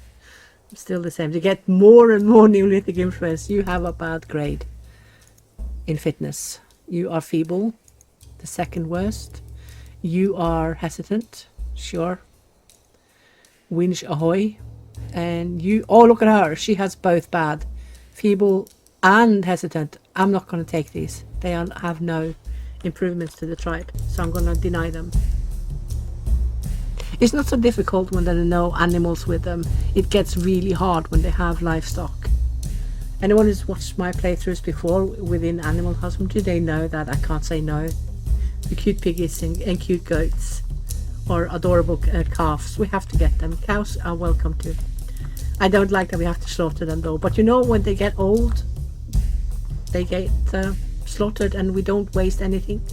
We appreciate that we have this luxury of having so many animals that we can live off.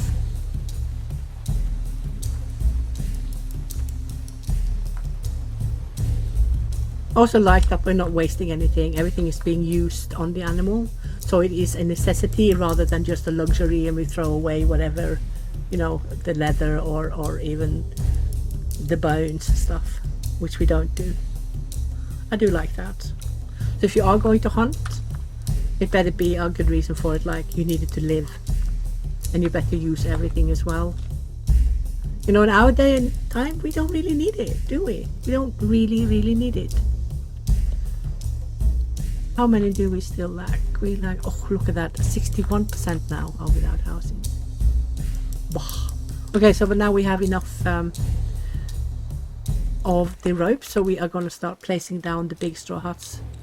I'm going to give them to the proper group. This one. And I'm going to increase it with 2 so they can cover everything else that needs to be repaired same time as they're building. How we're looking here. Yeah, this is looking good, yeah. Oh, we have 17 elders and 19 kids. That's good. So it's also, you need to remember that this is also your responsibility as a player to make sure that you don't overpopulate your tribe, because you are kind of asking for trouble then. So even though I am a little bit blindly accepting a bit too much, I know a little bit about how to still do okay with that amount. And when you are on beginners, everything is very forgiving. You can make a lot of mistakes and still, you know, still be okay about it. So you need to have a look at, for instance, adults should always be the highest amount, and then children and adults should be fairly the same, plus minus a little bit on each. Sometimes elderly will be higher and sometimes the children will be higher, as long as there's a fair balance there. Sometimes more, sometimes less on each, we are good. Yeah, let me see, you can easily go up there so we can get a lot of meat. Let's do that. Oh, is that blackberry? I think that's blackberry. Yeah, these are the blackberry bushes. Can you see that the branches are a bit weird and thorny?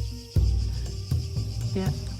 So what is the other one then? Then it is, then this one is, oh yeah, a blackberry bush. Yeah, it's a blackberry bush. Indeed. And another one there. See? That's another one. Right? That's a blackberry bush? I think so. They look a little bit too much alike to be able to see when they're still small. What animals are those? Horses. Big horse. Oh my goodness, look at this. Oh my goodness. No way has the mother got all those. Oh, are you serious? Look at all the kids. This is beginners. There is no way this would happen in hardcore. No way. Flippin' heck.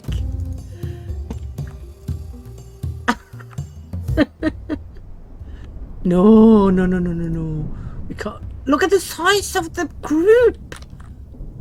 Good.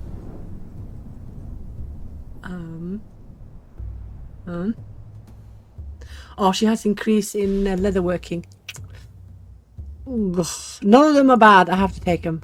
Take every increase we can. Damn. Oh yeah, that's it. Food is low now. We can probably up the fishermen. And you guys can, no, not you guys, duh. You guys can do more of these. Not 10. You can do 50. No, 5. Yeah, 5. You can do 50. You can do 30. And you guys can stay the way you are. Yep. Like that.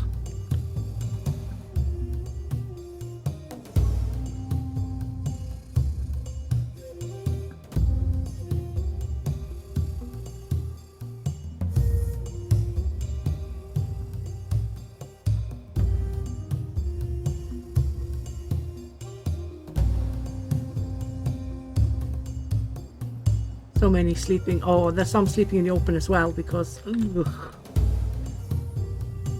But he doesn't have an unhappy face. Yet. And they have the option to pray too, so that will appease them quite a bit. Because I don't have high work hours, I have them on default, so that should be alright. Ish. I think I need to make another pit with the LiLa with the nuts. Which I put it. Gosh, now I don't know where to put it. Let's put it here. It's fine. Make 2. Make 3. Make 3 while you're at it. Now look at the sticks. Yeah, we have plenty sticks. Plenty sticks. Right, so what does the tutorial have next? We are on knowledge. Yeah, so we have kind of talked about that a lot, and so we should be okay within the knowledges. So knowledge learning is something we've also talked about. It says by performing tasks, your citizen will improve their level in the related knowledges. Yes. So it says here the wisest members can even improve their level. This we have also talked about, that the ones with the highest skill in each knowledge have the opportunity to learn new objects and to increase by that the overall skill cap in the tribe. So we've had a few of those. It says here by performing tasks or just thinking by the fireplace. I prefer to say that I'm actually talking about it and sharing experiences by the fireplace and listening to stories from the travelers saying how they saw things and how they did things. So yeah, so I have a little bit more storytelling role play explanation than the devs tend to have. They're very straightforward. Okay, so let's do 3 with now we have 3 of those. So this is important to remember. When your tribe gets bigger, you need to divide the food type, the one food type you have that you have most of, in more than one pit. If you have the option to build, for instance, a storehouse, then you can use a storehouse. But because the storehouse has 3 service points, so 3 people can help themselves at the same time. And also from the baskets, you have 3 people that can help themselves from the same basket at the same time, while the pits only have 1 service point. They are better in decay reduction, decay protection. So if you want to use pits, you should use several and up the amounts you're using per food type to avoid long queues in front of them in the morning or in the evening, because it's a waste of work hours. Basically, that's all it is, waste of work hours. So make sure you have several, so they are being divided, the queues are being divided on all the pits. Yeah, makes sense. Right, so wait a minute, how much stone do we have? We have 754. We can make a bit more. Right, what else does the tutorial say? It says here, like I have said, your mission is to distribute the knowledges in your tribe among other members by dedicated people to tasks related to each knowledge. So this basically means that you either create tasks that is for the entire tribe to work on, or build the groups that are specializing on doing, for instance, all the building of the huts, which is what we have done. It is more important to do this in the Mesolithic timeline because there are so few people and so few houses that you need to specialize a few on doing these tasks. Otherwise it is difficult to make it work. It's different when you are in a 200 member tribe, because then you have like 30 houses, and some people will get the skills no matter if you have a builders group or not, because there's so much work to do, always something. So yeah, just keep that in mind. Miso timeline tend to want to use a builders group. Yeah, get going guys, don't be slow. Oh, so there are only 2. Yeah, so 2 people are working on this one. Sure, certainly taking their time.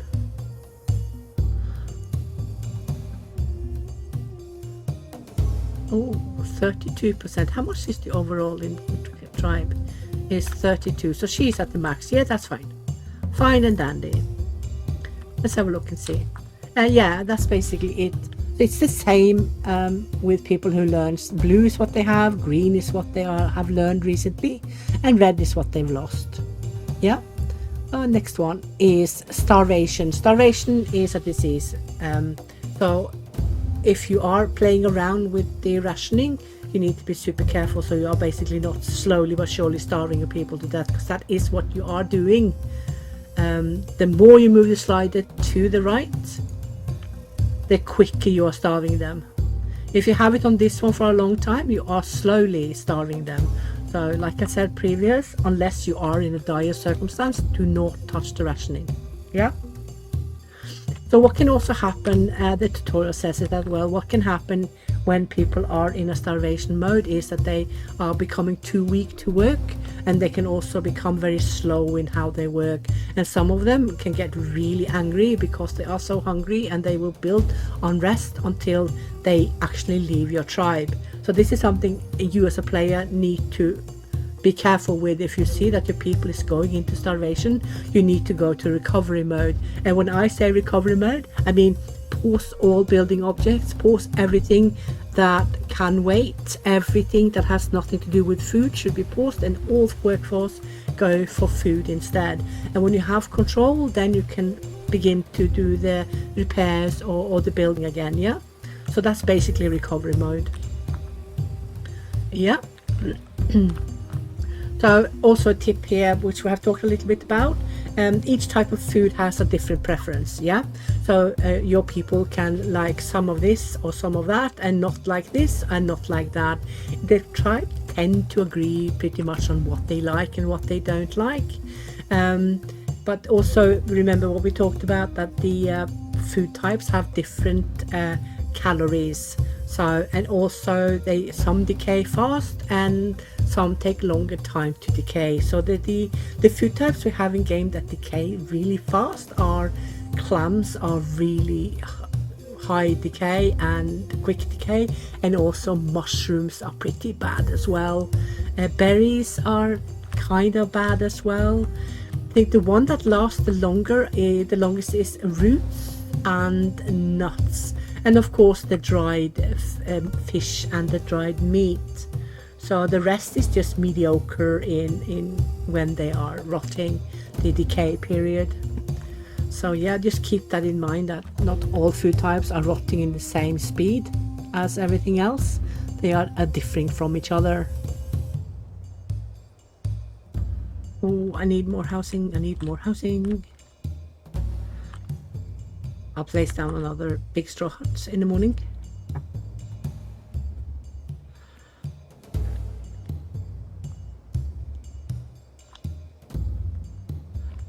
But look, we have enough stones now to build.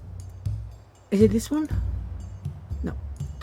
I forgot who it is. Oh, it's these, isn't it? No. Yes? Yes. It's those.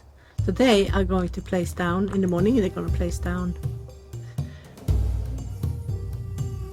Oh look, we can see the set of baskets. Oh, we need a lot of Atlantic Neolithic to get it. Yeah, sure. We're going to build this one. And when this one is up, we're going to remove these smaller offerings, because we don't need those when we have this one. So you can see that each temple, this is a small templemen here, and they have varying levels of appeasement that they give when they pray. So the thing with the menhirs and the support structures that I call them is that if you have a temple that you have placed down and then you place wooden posts and menhirs, there is a few more here you can place that we can't see yet, are placed around or close to the temple menhirs. You will get increased speed on the appeasement. So for instance, if you do not have any of the temple or the support structures close to the temples, I think it's 20 meters. Yeah, it's 20 meters. Oh look, now we can make big reed house. We're not going to do that. So if you don't have them close enough, which is roughly 20 meters, then you will not get the speed. So you need to have them within 20 meters of the temples, yeah? And then you can place as many as you like. The more you have, the more speed you will get on the appeasement. So you can start praying, and if you have, for instance, the big trilithon, which is not showing yet, it is the best speed increase for any appeasement when praying. If you have that one, people will pray for 2 seconds and then they will have max pray, which is 100%. So the higher percentage you have and the more support structures you have, the more praying you get, and the higher the less time it is being used to pray to get it. So yeah, so remember that the higher percentage you have on praise and the more support structures with higher speed, the quicker they get to the max of what they can get from the temple that they are praying on or praying to. The altar is 80, well this one is 60. So we can also build altar, but not yet, because we do need a little bit more stone working for that. There are several more that will come here. We can't see them yet because it's the wrong timeline and we are lacking both the culture and also the knowledges. So we cannot make them yet, but we will in the end. So I am going to, these guys are going to build another one of these. I'll put it here. There you go.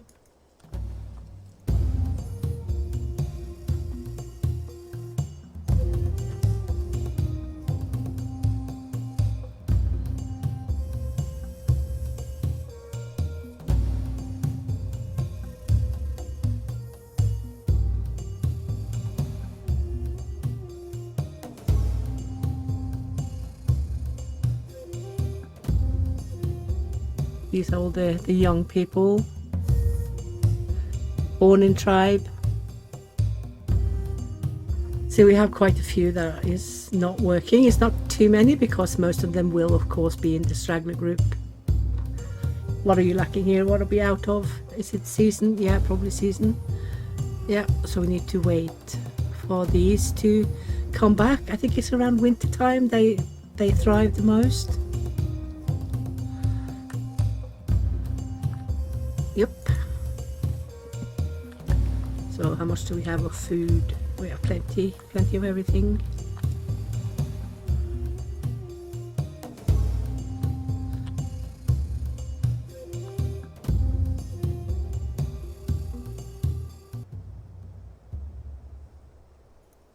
Oh boy, are you guys Neolithic? No, you're not. You have a percentage, but you're not. Oh, they have more.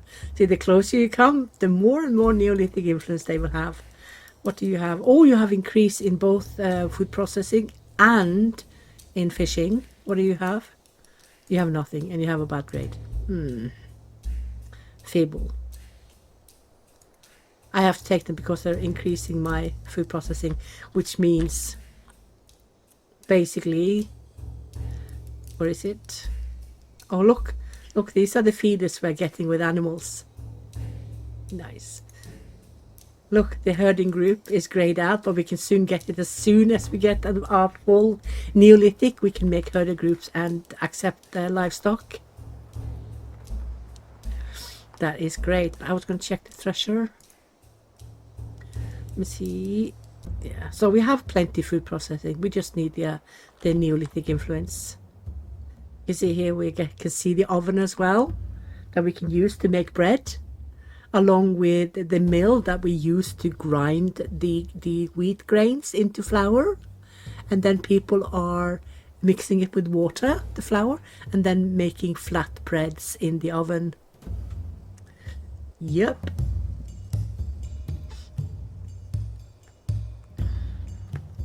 But again, you need Neolithic influence. You need 20% for this one, and 20 for this one.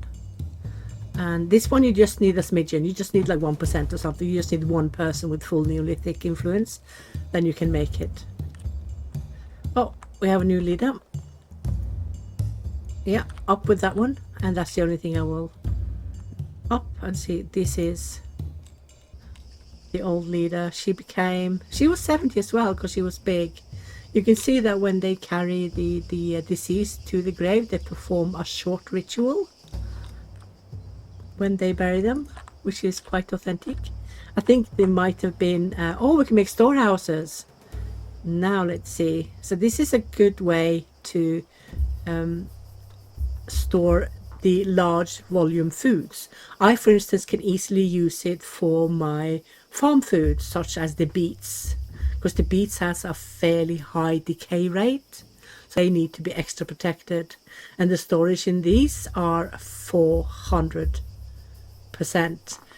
We have something that is better though, decay protection, and those are the clay containers, but we are still not able to see them because we are nowhere near in the timeline to be able to build them. But they will soon show up as grey. Yeah, and then we can get them. I'm going to get where are they? Not you. I'm going to get 50 reed and build one for the nuts. Then we're going to reassign these to something else. Let's get speed.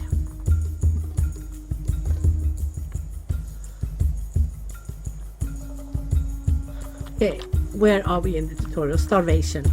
Yeah, so we talked about this before. Don't forget that the starvation takes a few days to get over. So if you get the starvation bowl, you can see the bowl here. If they get the starvation bowl, they are already having the disease. So then you need several days of full meals for everyone who has this bowl in order to get rid of it. If you do not give them full meals, they are likely going to develop fatal starvation. And when it comes to that point, it's almost impossible to pull back from. So when you see that people are starting to starve, it is time to do recovery method. Pause everything that has nothing to do with food and only focus on food. What I do is that I normally create one group, max it out, and go for hazelnuts only. Depending on how big the tribe is, I can also max out the hunters and then click in only the large animals, so we get more meat in faster, and then max out all the fishermen. So this also means though that if you have normally a lot of fishermen, they will have to walk too far to actually be useful. So if you have few fishermen and you have lots of pools close to the camp, then you can max them out. Otherwise don't bother, because they will spend half their day walking and get home with absolutely nothing. So it's a waste of workforce for the income. So logistics also is perhaps min-maxing, but it is important, at least on hardcore, or if you have a famine. Just keep that in mind, yeah? So yeah, starvation is not good. So just try to remember that 1 unit of food per adult. So like here, 94. How do we get 94? Okay, say 100 people. They will eat roughly 100 units per meal. Actually they won't, because we have 22 children, and 22 children will eat roughly half a unit each. So that's 11.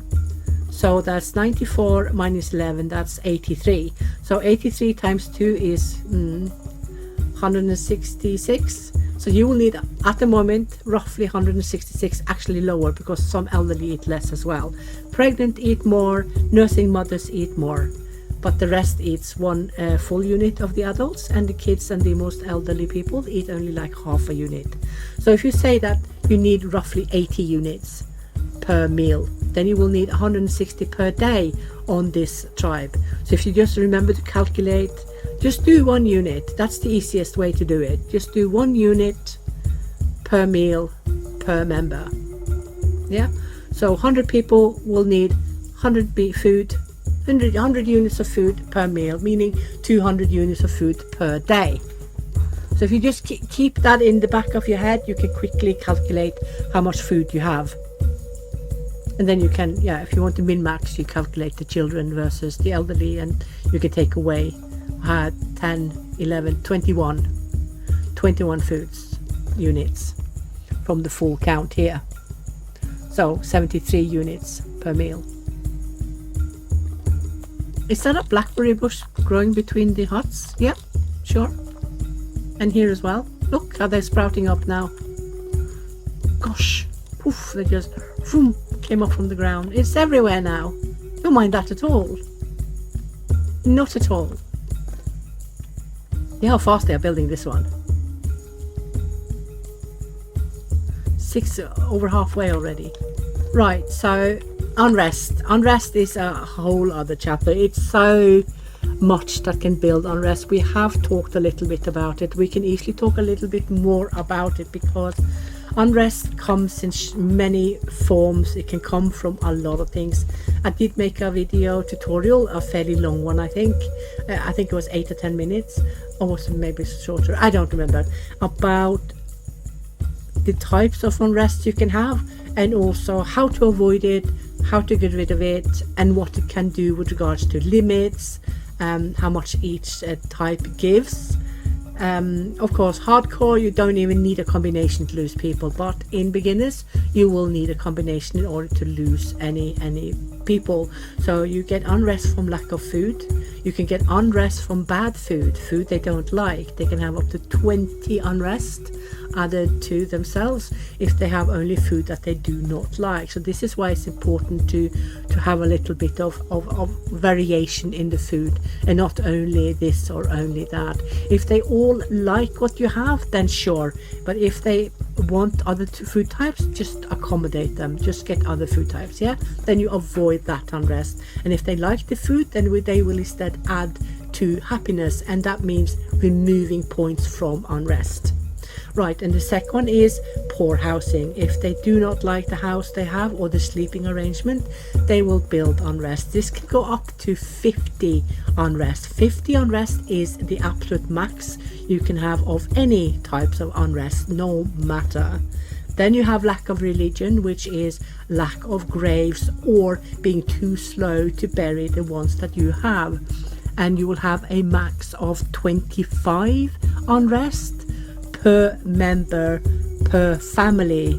So if you have 2 deaths within the same family and none of them are being buried, you have one row with 25 unrest plus another row of 25 unrest. That is 50 altogether.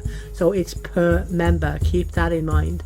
And it will slowly no, that will not diminish. It will stay 25 and will not go over at all. It will disappear when people have either word away, or when they're being buried. Decomposed was the word I was looking for. I just couldn't find it. Right, and you have also another appeasement you could do with regards to religion. That is the praying. Praying is an exceptionally good tool to use to get rid of unrest, but you also need to make sure that you have allowed people time to pray. So you could lower your work hours or your labor age to get some work age groups out of work age and instead go pray. Yeah. Then you have war fatigue. We are soon going to start raiding. Actually, I'm going to go start raiding as soon as we're done with unrest area. War fatigue, they often can easily be so wounded that their unrest is skyrocketing to 50 immediately and they leave the tribe. That is fairly common in hardcore, unless you equip them with really good weapons like flint spears or bows. If you go with wooden spears, you will have a higher death toll and a higher amount of people that are wounded more seriously. What else is there? There is 6 types. Yeah, of course, work hours. and you know, rationing, all these have an effect, can have an effect. This one is not really having an effect as such, but work hours and rationing definitely can build lots and lots of unrest. So yeah, indeed. So it says here in the tutorial that some buildings can provide service to help your people satisfy their needs to some extent. So that is the praying, is also the good housing. Anything with plus value will appease people. This is plus 16, yeah, and this one is plus 60. So when they pray, they are appeasing it with 60%, which is fantastic. I mean, couldn't be any better. So wherever you are, if you have any unrest, get up temples, get up offerings so people can pray. Make sure you always have graves. You do not want any combination, no matter difficulty you are playing, because it will be problems. Yeah, so make sure people have some housing. If you can't get up enough housing, which you rarely can in a short amount of time, make sure that they at least have fireplaces, and the big ones with logs and stones to sleep next to. Let me see, what other unrests are there? No, we've talked about housing, we talked about food preferences, we talked about lack of grace, we talked about war fatigue. There's probably something here I'm forgetting. Yeah, when people are leaving, losing a family member is the same as with lack of graves. For each family member that leaves, they will have 25 unrest. Yeah, so when one leaves, the entire family tends to leave. Let me see, who is this? Oh, this is her that we had earlier, that I said was going to be a leader when she was older. See, she's now a leader, remember? Ta-da! Let's see, her charisma is now 129. Yeah, fitness is 128. Yeah, she's good, she is good, which is why I will do this. Okay, so those are the 6 unrest types.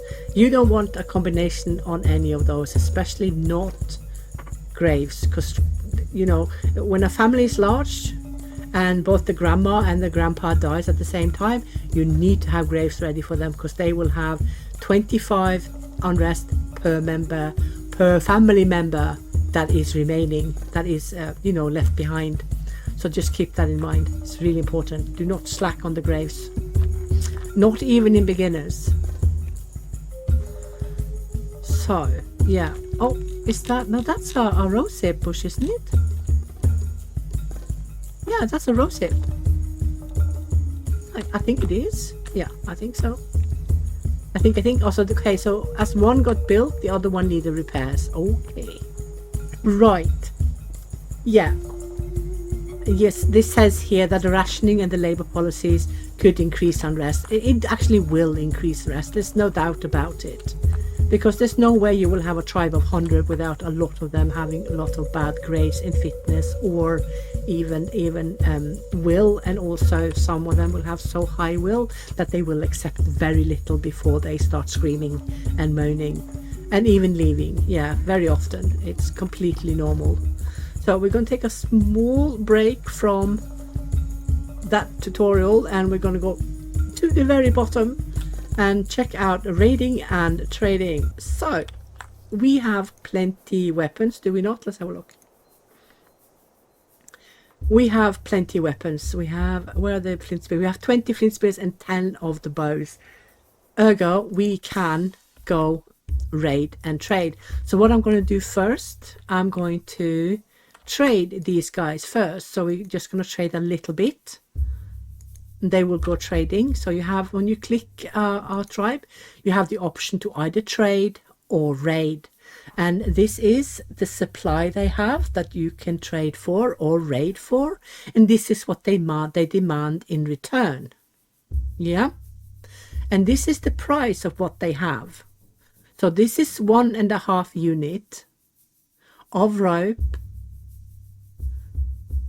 That's the cost you need. So you need 1.5 unit of flax grain to buy 1 rope.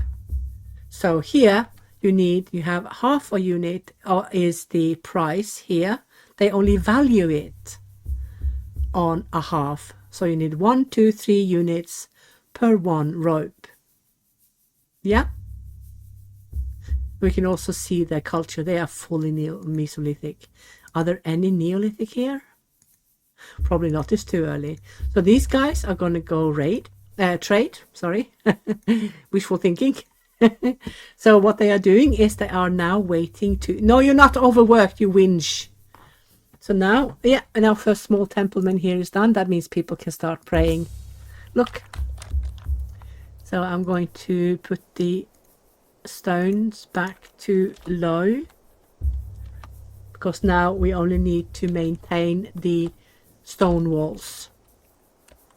Right, back to the trading and raiding. So as soon as these guys, absolutely, where are they? Where did they go? There they are. As soon as these have collected the materials that this tribe is asking in return, which is ropes, then they will start going trading. So this one is on his way to gather materials, because he will now go get ropes, and so will the other guy as well. Why are you looking for raw meat? Oh, because it's sleep time. Yeah, they will go in the morning sometime. And we're also going to, let me see, you, I don't have any of those. Okay, let's go to the next one. I don't want those. I don't want flax grains. Nobody want to eat them. Let's trade some fish for some ropes, because we do have quite a few ropes. We have 20, don't we? So we can send off a few. We don't need to send off 1 million. Yeah, we can raid with 1 million, but we trade with few. The point with trading first is that we increase the amounts they've got, because they see they can trade it, and hence they make more. But what they don't know is that we're going to raid their asses after we've traded them and get loads of them. Unless they are tricking us. They could be tricking us. The thing is, you never know. And also, the bigger the tribes are, the more developed they are, and the harder they will fight you. For instance, this one has only 2 huts. You can see it's fairly noob. Well, this one will be harder to beat. So, and this one as well is not the biggest, but certainly big enough. This one will have our asses handed to us. We will have many dead if we go on that one. Many dead people. So you need to calculate a little bit before you just send people off, because you will lose people. And the worse weapons you have, the more people you will lose. Right. So these are now going to trade. Let me see. So can I remember who they are? So you are going to Beriam. You are going to Crackham. Okay, so let them go.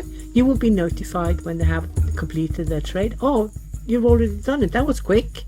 Oh, look, we got 6 bone harpoons. Sure. So here's the thing. We do not want to trade again. So what we do is we disband the group. We give order to that they shall disband as soon as they are in camp. And of course, they are not walking during night. They are sleeping during night. So that's fine. Let me see, you guys have a way to go still. Yeah, you're going all the way over there while the other ones are going down.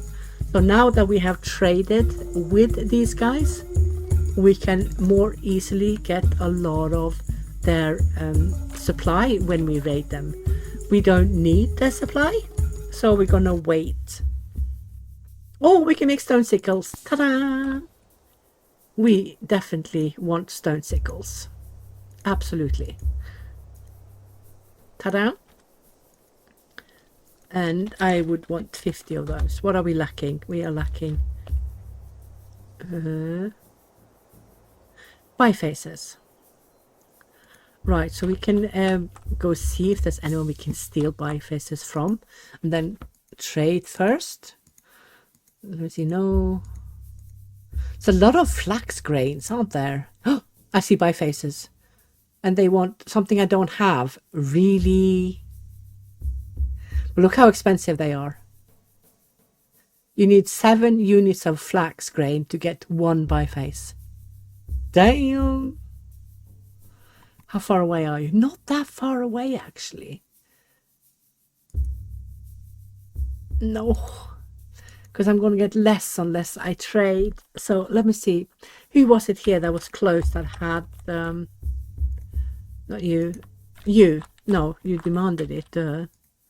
No. That's you. Demand honey. It's never gonna happen. Supply. You guys. So, oh god, they want my flint cores. Okay, you can have a few of them. So we will get 4 grains per one flint core. Yeah, it is what it is. We need them to trick the others. We need to trick and treat. Trick or treat. It's trick and trick here. Not trick or treat. Oh, constant Halloween. Oh, we have a lot of meat now. Ooh, maybe we should chill a bit on those. You can go down to 2. Fishermen as well can chill a bit. Look, 256. How did I get 256? Crikey. Yeah. So now we are waiting for traders to come home. Okay, so you are going with 8. That means we are getting quite a few. Quite a few. And the other ones are, yeah, you're trading. Yeah, you're trading ropes for fish. Oh, fish that we have so much of that it's basically rotting. But it's good to have for a rainy day. If we see that we are struggling with food, we can chuck off a maxed out raid party and get loads of food back. We can do that, but we need to be a bit smart about it and not be greedy. And also the fear in the traders or the other tribes last a bit longer now. So if you go home from a fairly close tribe, it takes between 5 and 7 sleeps before their fear is gone. And while they have the fear there, their resources are very low. So there's no point hammering a tribe that has fear, because you will basically get so little loot that it's not worth it for the people you have to spend, and also for the deaths that you're likely going to have. Right, and this is still, how much influence do you have? Oh, look at all the influence. There are 3 males. Yeah, you're fine. You're fine. You're a bit bob, a little bit bob. What do you have? You have indecisive. Yeah, I'll take these. In the end, they will show here. 102. Yeah, okay then. We will never manage to get enough huts for everyone. The way they are growing. So 55 females. That, oh gosh. Yeah, they don't like sleeping in the open. So there are a few that sleeps in the open. Let's. Okay.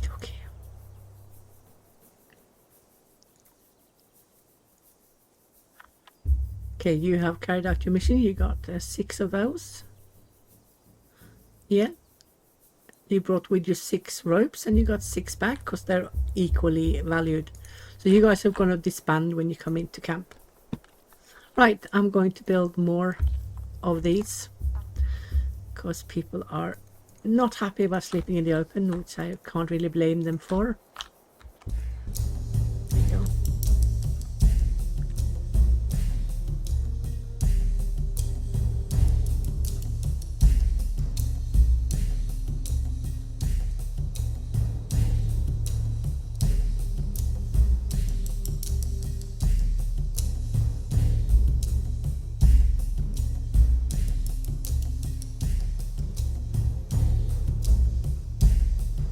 So yeah, tutorial, raiding, trading, having fun.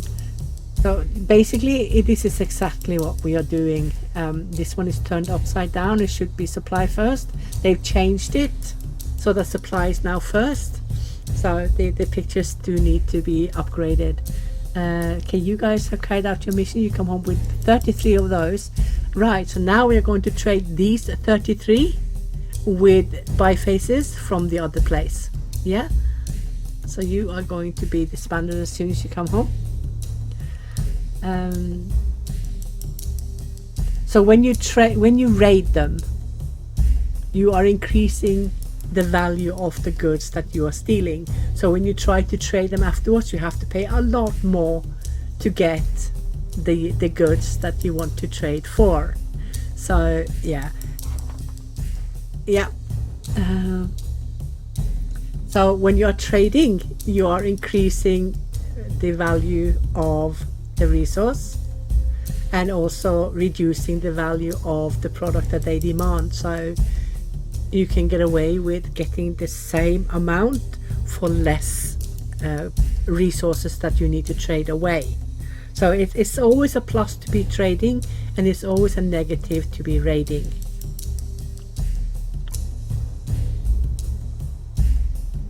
Raiding will increase the value so much more than trading will, so it's always smart to trade before you raid.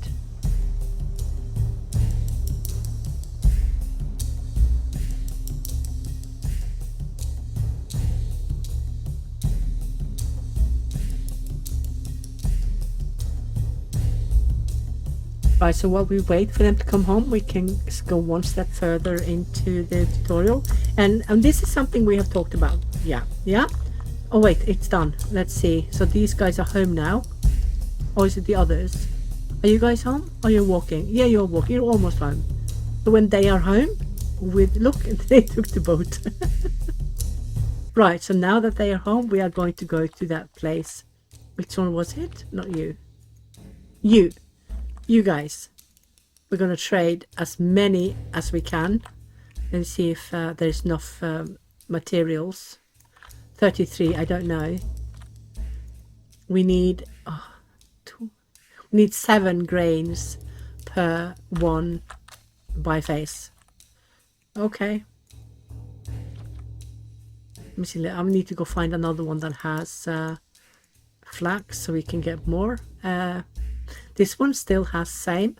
How many? We have 16. Let's just trade whatever we can. Okay. So one is ta-da. Yeah, let's trade those two. So yeah, religion.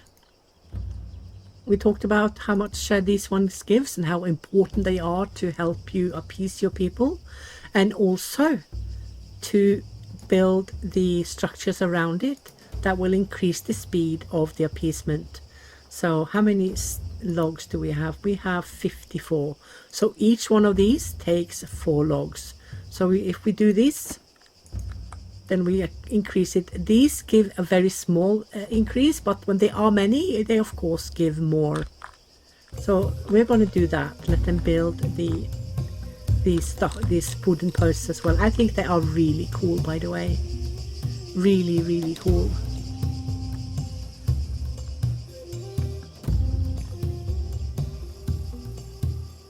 See how quick they are.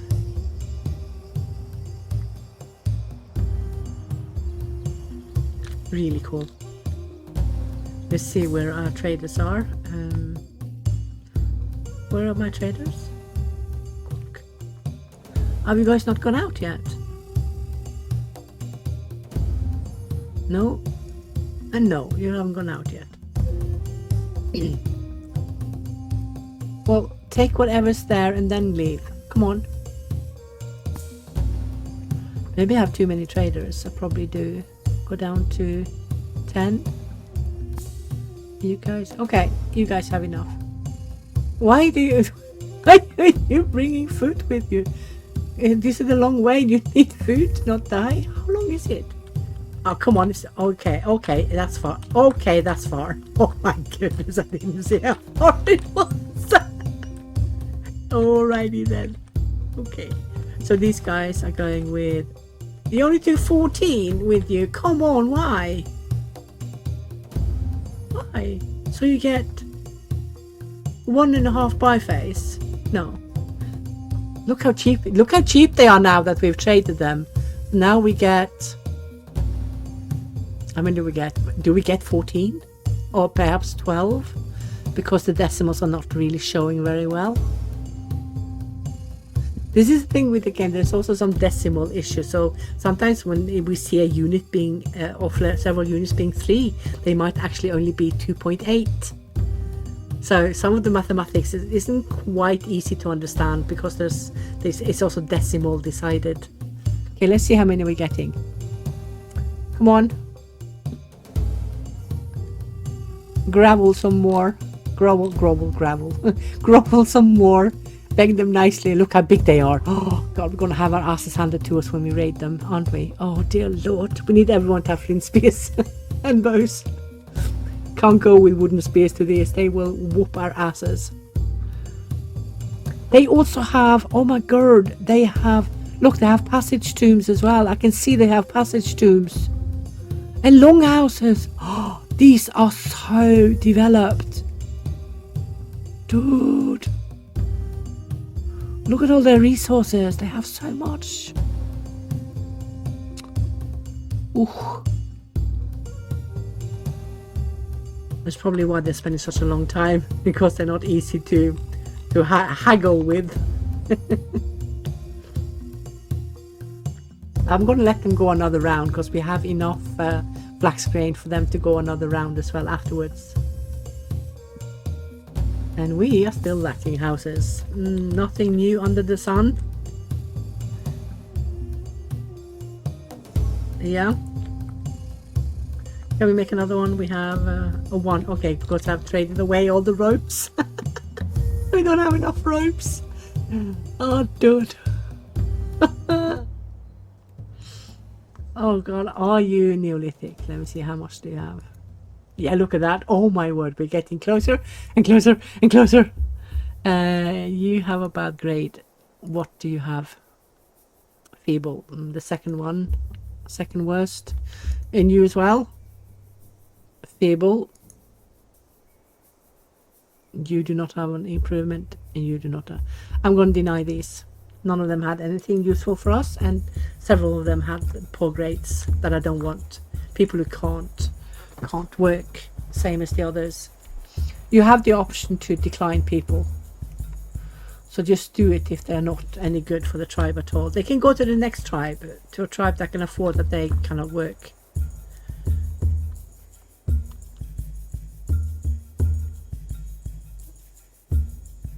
Okay, so 53% are without any housing.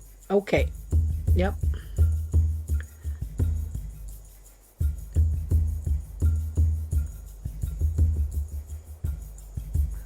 Make more ropes. So where are those that are gathering? Yes, you guys can take 2 more people. Yeah.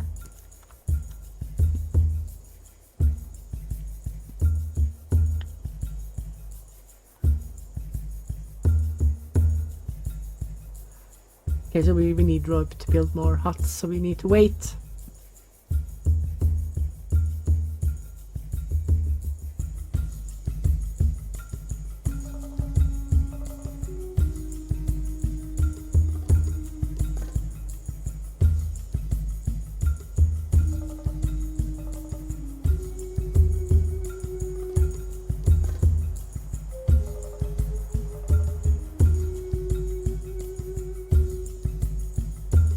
Okay, so we have 50 of the reed now, so we can ask these to build us a storehouse for our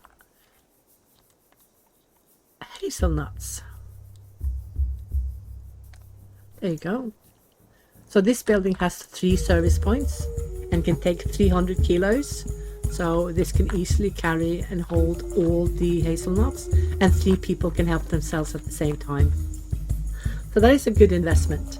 High volume foods can do well with having a storehouse. Are those mushrooms? They are. But are they not ripe yet? Did we not ask these to go for mushrooms as well? We did. They are there. But the limit is reached, so yeah, you guys reseed instead for next year.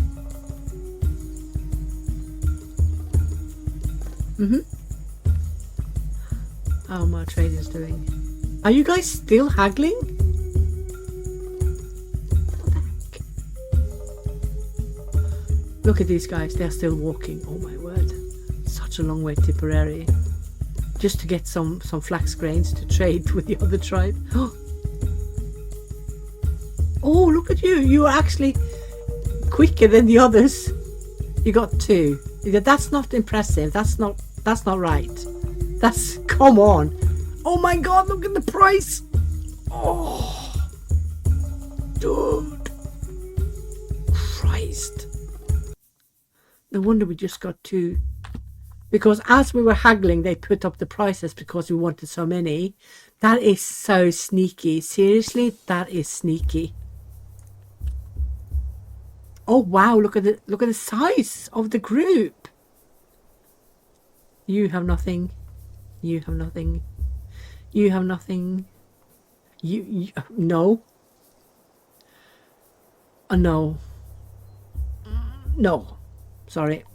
Go to the next tribe. You're too many. Seriously, taking 6 in when we're over 100 people? No, can't do it. Ooh, how are we doing with graves? B, okay. We might have to make another graveyard. Yeah. So how many ropes do we have now? 0. 0 ropes. Okie dokie.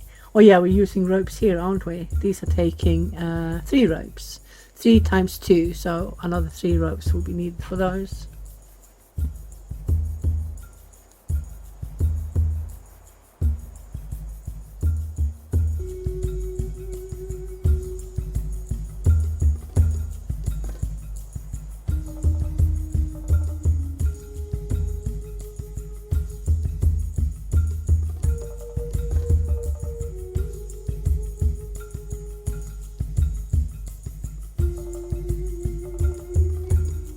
See what I'm going to do now with the biface here is I'm going to raid them.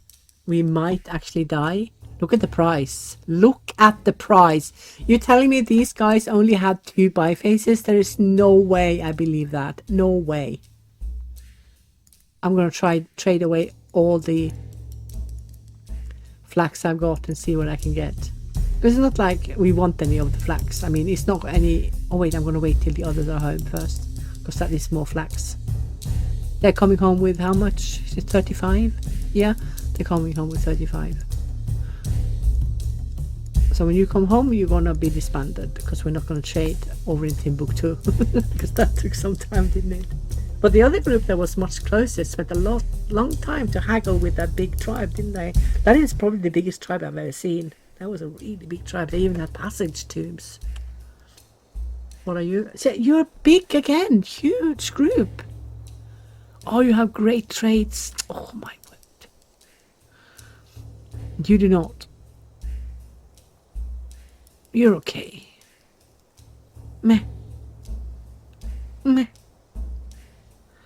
Oh, you're quite alright as well. No, I can't take you guys. I'm sorry. You see, the further into the Neolithic timeline you come, the less likely your migrants are to have an overflow of better knowledges than you already have. So you will see that the utter majority will be in the red, basically either on par with your tribe or below your tribe. So that's quite normal because you are learning things yourself, and you know, as time goes by, you learn more and more and more and more. Yeah. So what is this one? Is still 16.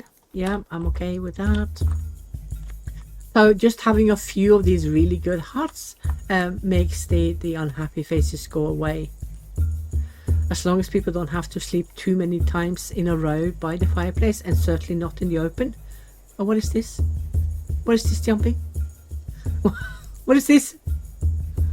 Oh, it's supposed to be Mr. Blinker telling us, oh, we're lacking some weapons.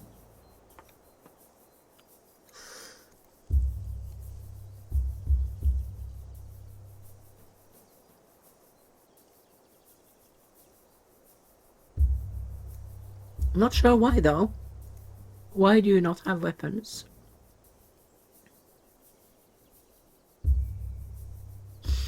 So this is basically Mr. Blinker, who is turning into Jumping Jack.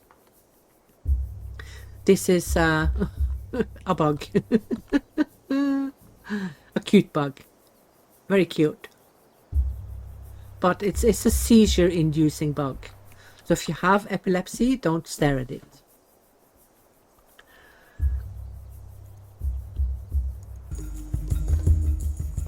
Don't stare at this. Actually, I'm going to go away from it so you can't see it. Just in case. Just in case.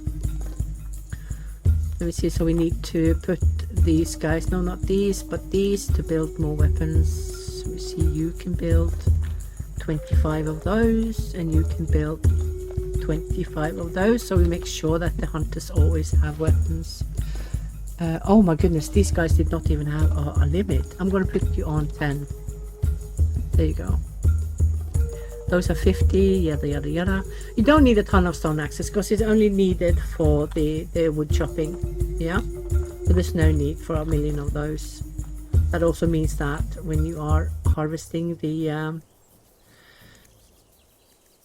fine raw stones, you only need a few. Harvesting more is going to be a waste. They turn brittle in camp.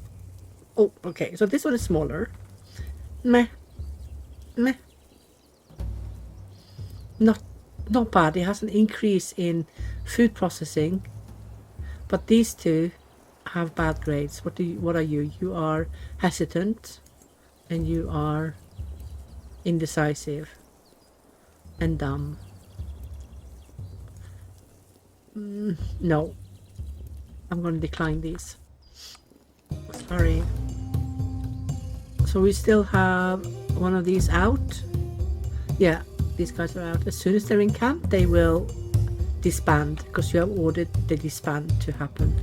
So then I'm gonna trade some more. See how many I can get for the flax, because it's not like people are gonna eat the flax grains because they hate them. They hate wheat grains and they hate flax grains. I wish we could make bread of flax grains as well, but we can't.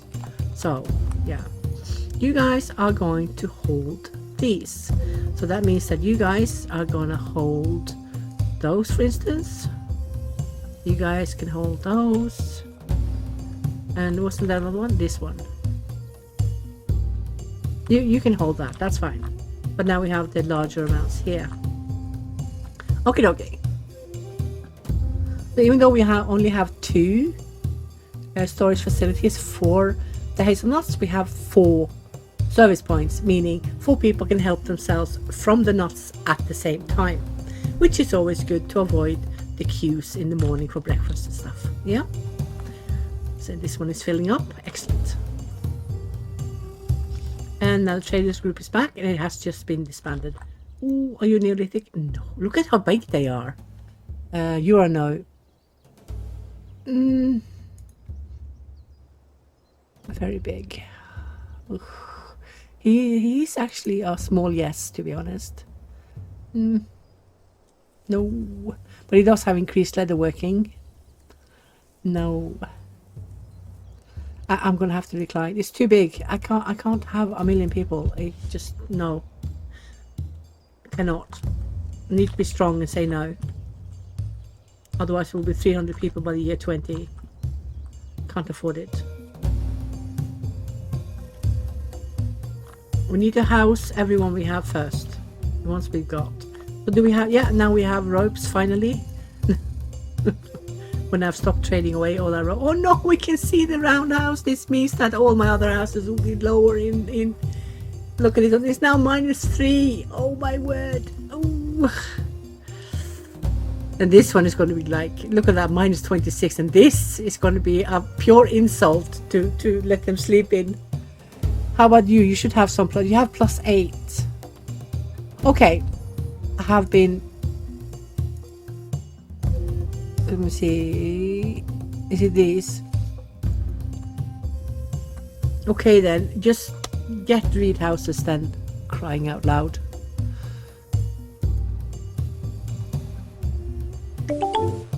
There you go. Right, now let's see. We have all this flax. Let's trade everything away. All of you. Go, go, go. Go, go. Did any of these have any wheat grain that we can either trade or steal when we get farms? I know they have tons of flax, which is actually less interesting.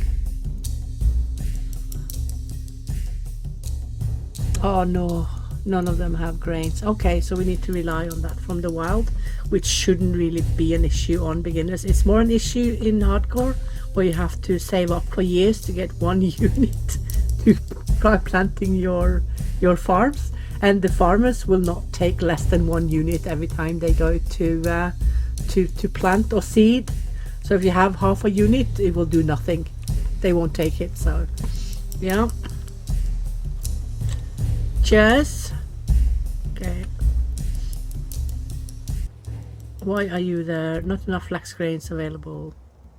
What happened to all the flax grains? Yeah, okay, so how many are still lacking? If you go down 1, 2, we'll take what there is then. Don't be so difficult. There were 54. What happened to those? Oh, there you go.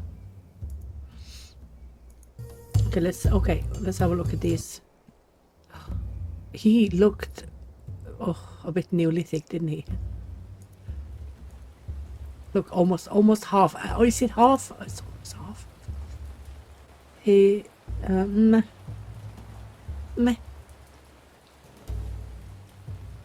No, I can't. You'll have to bring something bigger in the torpedoes before I accept them.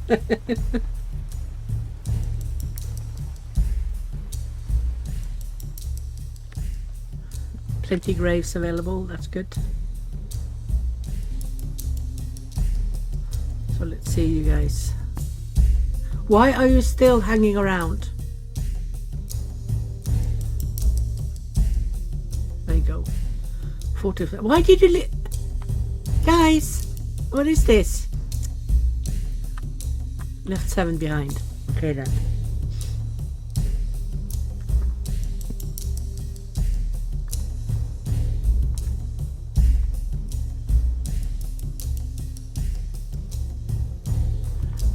Who is it that is gathering these things? It's you guys. Yeah, get 10 at a time. I'll have 8 people. Ooh, you're increasing. Look at these are being influenced by the people who are coming with Neolithic knowledge or Neolithic culture.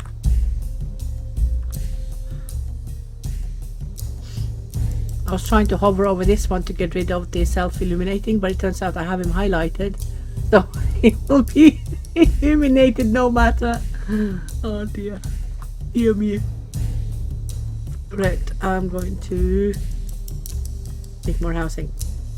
Actually, no, I'm going to make those. That's what I was going to do. Because these are now minus. Yeah, they are -3.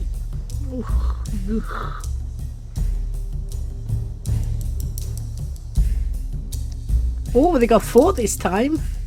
That is... Oh, look how expensive they are now. They basically... Oh! Look at the price now going down. Because they have so few. So now we have to wait till the sign that they have too few left goes away.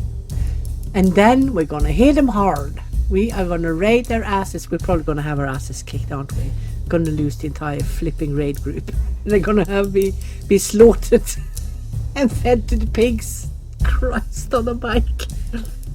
Oh, even though it's beginners, you still need to have decent weapons and everything if you're going to raid these huge tribes, these well-developed tribes. And that is a well-developed tribe.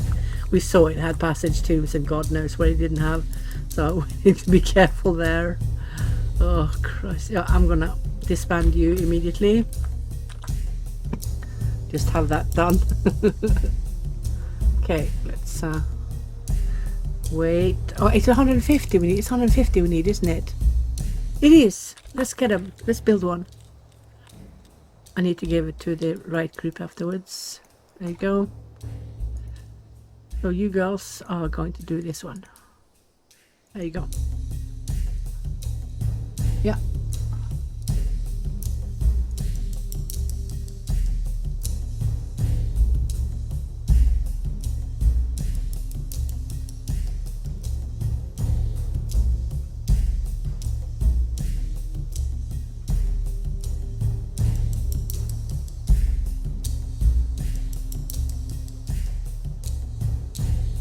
Come on, guys.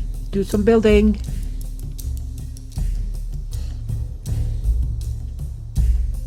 Do not have a storage area for...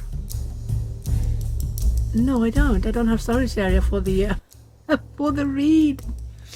Okay, I forgot about that. Oh, we can make palisades and palisade gates. Okay then, because Bo has increased our woodworking knowledge. Sure. Sure. I need to build a storage area for reed. Probably I need to make 2. Or an extra long one. There you go. There you go. So they've also worked a lot on optimization. So now I have a lot built. I have over 100 people in the tribe. And my frames per second is average 47. So when you start a tribe, when I start a tribe and I have less than 100 people, I have like 80 frames. But I still have low frames down to 20, even going down to 2 when I have over 200 people and a gazillion things built. And also I have some limits met. Oh my goodness, suddenly they were all filled. Dude, we need to get a new graveyard. Let's put it over here.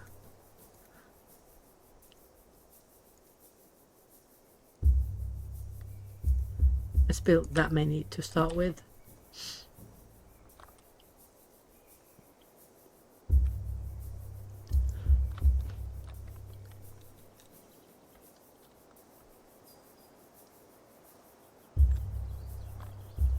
Yeah. Let's see what the tutorial has to say. So yeah, we've already talked about them, haven't we? Yeah, so it will appease the unrest. So that is super important to have some option they have to get rid of some of the unrest, and that is basically the way to go it. If you don't have enough well houses and houses that are high quality, then you need to get prey options down. So see, if you go close, you will see that they are placing offerings themselves around it when they pray. And the decoration, yeah, you can see it has 6 fingers. Yeah, I guess ancient cities wanted to be special. Yeah. Yeah, that will make with spit painting. They spat it from their mouths over their hands to get that print. Yeah. You can see there's what are they called? Dream catchers, and those lovely pots and stuff. That's really cool. Yeah, so the tip they are showing here is what I said earlier about if you build support structures close enough to the temple, they will increase the speed of appeasement. Yeah. Let me see. Oh, how Neolithic are you? Oh, they are Neolithic. Look. They are Neolithic. Look. Ta-da. Ta-da. Look at all that. Look at all that we got. Huh?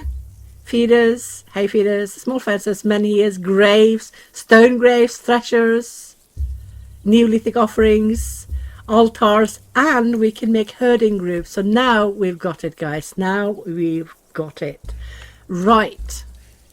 Still can't make that one though. No, because why can't we? Oh, because we need more Atlantic Neolithic. We need 40% in order to be able to make it. But what we are gonna do as soon as we get agriculture. See, we just lack the agriculture knowledge because now we have the Neolithic influence that we need, but we still lack agriculture, so we now need agriculture from a Neolithic migrant that has this knowledge. And we are lacking graves, but we are building them, so... Oh yeah, no, one was just completed, was it? Yeah, several was completed. Look at that. That's good. And 2 of them were immediately filled. Yeah, okay. Okie dokie. But let's get that one built. Oh, there's so much to repair now, isn't it?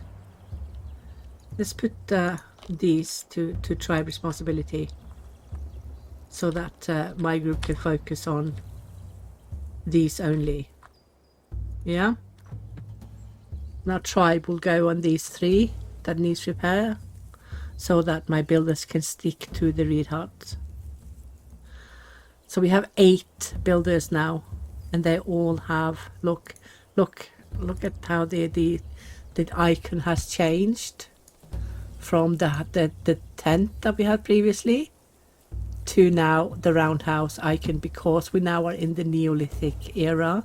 We have been influenced enough by the Neolithic era to change our icon. So this is excellent.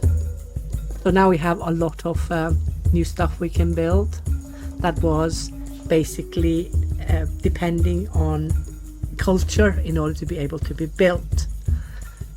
So we're not going to build any of these graves or the altar or anything like that here. We are going to wait till we have moved to the place we're going to do all our farms. So I'm also going to take away the Mesolithic offerings, because I want them to use only the templemen here now, because it gives more appeasement. Yeah, so there, this is good. So now we just need to wait for a migrant to bring us the agriculture knowledge. But we have had so many migrants, haven't we? I mean, there's so many migrants coming that we can kind of like pick as we see fit. We're quite spoiled, I'm afraid.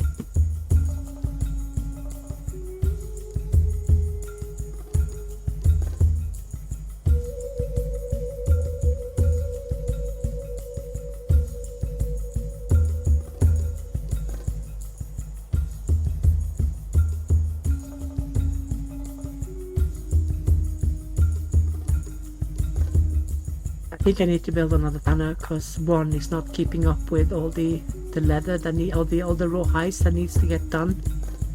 And when we move, we're going to chalk up all the peltots we can, not because people love them, but because we need to get some housing to reduce some of the unrest, because they will not be happy when we migrate, because they will then go from sleeping in the reed hut and the better huts to absolutely, you know, peltots or even the fireplace, so they won't be happy.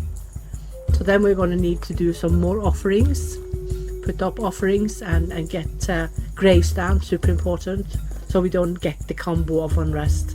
Because if one starts to want to leave, and he does leave, he, she or they, then the other family members are likely to follow, even in beginners. But when you are so far in, like we are 8 years in, they are likely to want to leave with the family member who did leave. So yeah, how many does that one have? Big reed hut. It can take 7, and the roundhouse can take 8, and the longhouse can take 18. That's quite a difference, isn't it? You guys will also be, look at these. Ta-da! More Neolithic influence. Don't mind that at all. I didn't even check them. I'm just gonna take Neolithic influence. Just take everything. So we can have access to more options that demands Neolithic influence. Yeah. So the pathfinding that we have got has made the tribe a lot more efficient, because you won't see them hanging around and waiting around for turns to deliver stuff or to put stuff in baskets. They will just, you know, do better pathfinding to achieve it. So that's also something that I have been working really hard on for weeks now to improve. So it's not only the optimization of the game is flowing very nicely. You don't have those hiccups that you used to have. It feels very easy to move, and it's like there's not a lot of resistance anymore like it used to be. It used to be a little bit resistance, didn't it? Yeah, so there are several changes, and the after majority are the fixes, the adjustments, trying to get rid of the crashes. Remember the crashes we used to have? After release, there was quite a few, and they were all having to do with raiding, trading, livestock, and some people also had really big issues with their Radeon cards, the AMD cards or whatever they're called, and I think those have been fixed, the Radeon cards and the AMD issues, and we also have fixed the issues with the livestock, and hopefully I have not had crashes after the last testing patch. Hopefully the crashes for some of the raiding and trading has also been fixed. At least it's so rare now that I haven't experienced it, and I play quite a bit to try to lure it out. So let's just cross fingers that that has been sorted now. Yeah, so so the loading time as well has been improved, along with, you know, the CPU and the GPU performance, which they have worked a lot on. Yeah, so Tribe is a lot more efficient and the game is more fluent to play. Indeed. So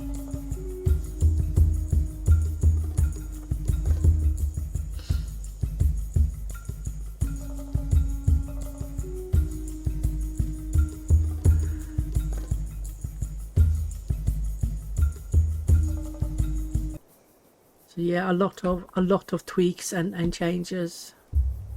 Oh, look at all those. Look at all those with Neolithic influence. Oh, look at that. Do you see what that is? Do you see what she has? She has agriculture, so when we accept these, we will get farmlands. So what we are going to do now, we are actually going to prepare to migrate. But first, we are going to open up these and let them build like mad. Yeah. Let them build, let them build, let them build. You're gonna hunt. You're gonna fish. There you go. And you guys are gonna get tons of stuff. Yep. And that's what we are gonna do. So we're basically gonna let them work for a few days to create a lot of tools and materials that we're gonna take with us when we migrate. And then we're gonna oh, we have a new leader. Sooner 54. Yeah, there are no changes there. Sure, that's fine. So before we go, we're going to dismantle the pelt huts and take them with us as well, and see how much of the leather we can get over to, or how much of the raw hides we can get into. Ta-da! 2 leather. How much do we have left of this? Yeah, we still need another 12-13% Neolithic influence before we can build the roundhouses. But that's fine, that's fine. We'll just build whatever we can to keep people at least a little bit happy. So a lot of people have unrest now. Well, that is plainly because all the huts that we have now, except that one reed hut, is not satisfactory anymore. You know, this one that used to be 30% happiness is now minus 26. So there you go, because of this one, because they know that the roundhouse exists. Oh gosh, there's a migrant group. Let's see what they are. What are you guys? You are, look how many they are. Oh my word. But oh, look at her. She's good. She's good. She is good. She is going to be the new leader. She is definitely going to be a new leader.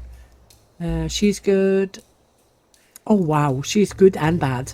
How do you become good and bad? She's weak and apathetic. Apathetic is the worst of the will reducing traits. She is going to be trouble. Seriously, she is trouble. Oh crikey fiddlesticks. But they are really good. Some of them are, so I have to take them. Ay caramba.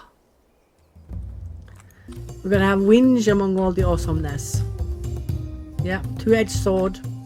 Dichotomy, you can't take one without the other. You will not get one without the other no matter what you do. There will be a nice mix. Let's See, they're not all the same. Some are that way and some are this way. There's a variation in these, which I don't mind at all.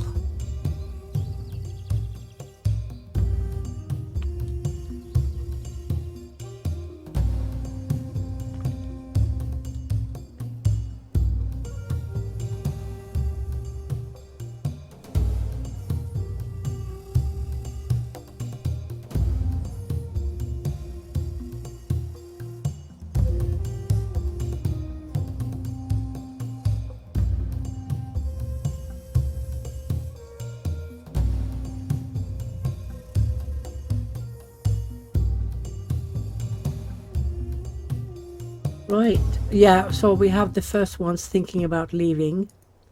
And why? Oh, you hate to sleep in the open. Oh, you still have to sleep in the open. Okay, of course, because we are lacking housing. It just is the way it is. And he has 2 bad grades, meaning he'll be extra grumpy. So you know what? If you want to leave, feel free. Because looking at you, you have 0 skills. You only whinge. Now let's see your family. Ouch. Well, I don't want to lose him because he has good grades, but he has no skills.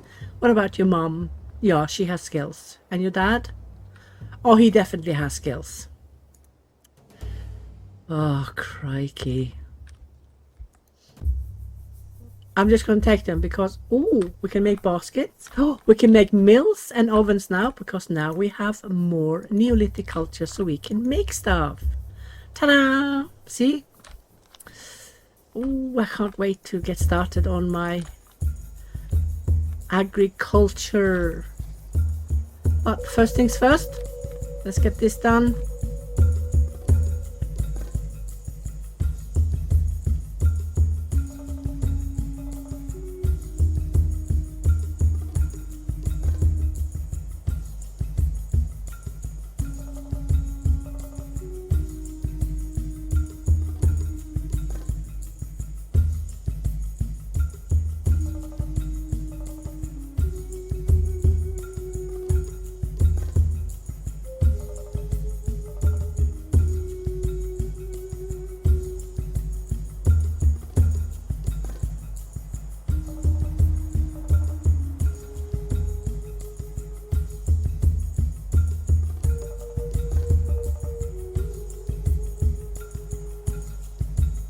Oh, I have many people. 132. Oh. Oof.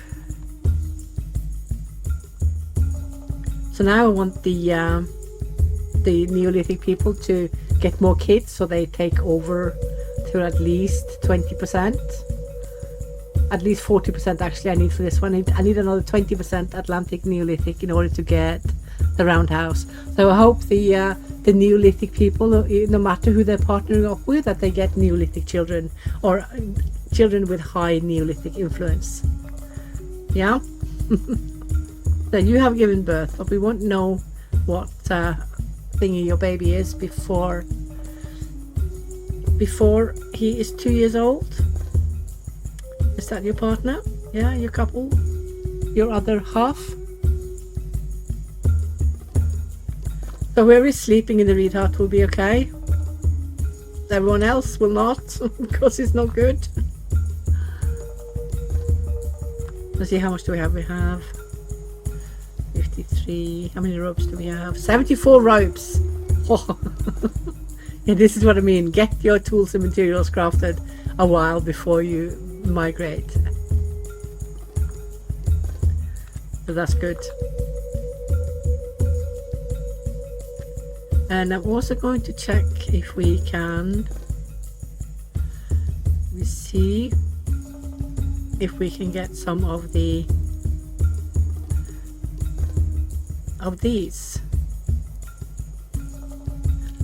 If we can, then we are going to, let me see, it's almost summer. So oh right, we can get those two. Right, let's get down a few threshers so they can be transferred to or be made into grains, and then we can take them with us. And we already have some storage for the beets, don't we? So we can lock that one down so people don't eat from it. And then we just need to get one, two. This one is going to be, yeah, you can go over to the other one. This one is going to be the peas. Right. So let's get those two done. And let's transfer, you know, thresh it. You thresh the grains or the crops, the stalks, so the grains are released, and then we are going to lock it down in our storage areas. No, don't think about leaving, sleep in the open. Blah. So I should basically just build another fireplace, and a big one. Doesn't matter where it goes because we are going to move. So two of those should do the trick. Yeah, so just let them build whatever's there.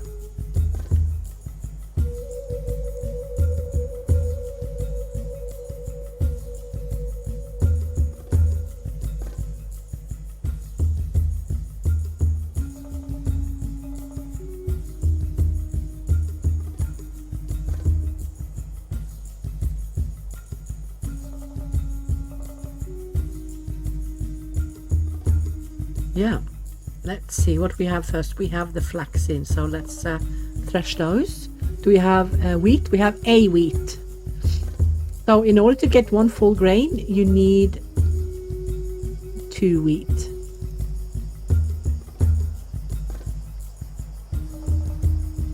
Let's get those done. And I need these two.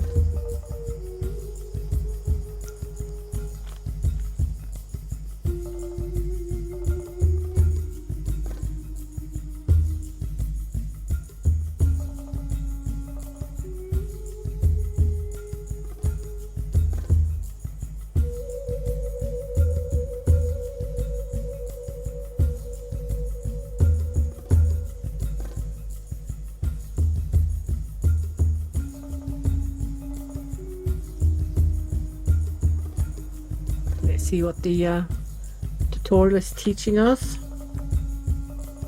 So yeah, the religion we've talked about. Burials we have also talked about. So be very vigilant with the graves. Just get up graves immediately, because otherwise the relatives will have a ruckus. They will be really angry really quickly. Yeah, it also says that you will have the graves available for new burials as soon as the others have been decomposed away after an appropriate amount of time. So the passage tomb can take several bodies. I think it's 21 or 28 bodies, or is it 14? We will have to wait and see. Yeah, so that can take a lot of bodies. Let's go one step further. And this is the farming, and we are going to go over each and every step of this. And the fencing, I'm going to show more of the fencing as well. But for now, we are going to stop here with the tutorial until we start doing our farms. So we're going to close the tutorial for now and see. We are going to need them no matter, because we need more Neolithic influence. There you go. So we now have 1 of those and 2 of those. So you guys are going to have these locked down. And you guys, as soon as you're ready, are going to have the wheat locked down. The wheat grains. There you go. So now we're going to save up a little bit so we have something to start planting. So if we start leaving roughly in November-ish. We're now in July. And take with us whatever we can. Food first, of course, and then all the manufactured items, all the materials we made, all the tools, all the weapons, and whatever else is left will either be left behind if the carrier location is maxed out, or they will take some with them if there's still space left in their carrier location. Yeah, so yeah, we are getting there, aren't we, girls? We certainly are. Gonna wait a bit longer.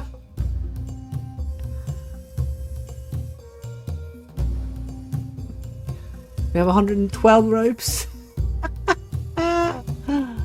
Oh, dude. Yeah, we can probably chill on the ropes. We don't need 120. Let's just stop there. We'll take you too. We'll take you all. And you guys can stop there as well.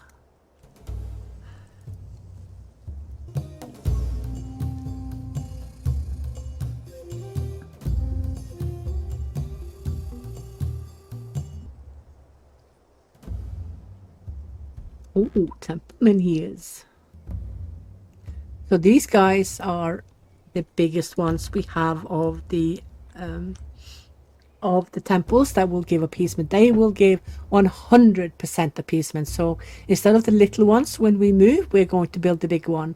And this is the trilithon that I was talking about. It gives so much speed to the praying that it was going to take like whoom, and then they're done praying up to 100%. I exaggerate to make a point, but it's really, really fast. We still can't see the passage tomb though. That will come sooner rather than later, I hope. Yeah. Okay, so we are stockpiling lots of food to take with us. Now we are in August. In 3 months' time, we are going to up the camp and leave. We're going to dismantle the pelt huts, and then we are leaving. So this area actually has a little bit of the crops that we need to start the farm. So we already have 41 beets. We have less than a unit though of the wheat, but they will come more because they are just about to come into season. And also the flax. Yeah. So what they say here is you store a unit of seed for roughly every 20 cells of farmland. You store more than you need just in case some people are sowing with their hands, because then they will waste a lot of seeds. But normally you can seed at least 25 cells with one unit, at least, or more cells. Yeah, and a farm can yield different yields, all the farms, but the one who will in the end, when processed, will give the most food is definitely the wheat. And then you have the beets on a good second place, and then flax is actually the third highest yield, and peas are the lowest. Peas give the lowest yield.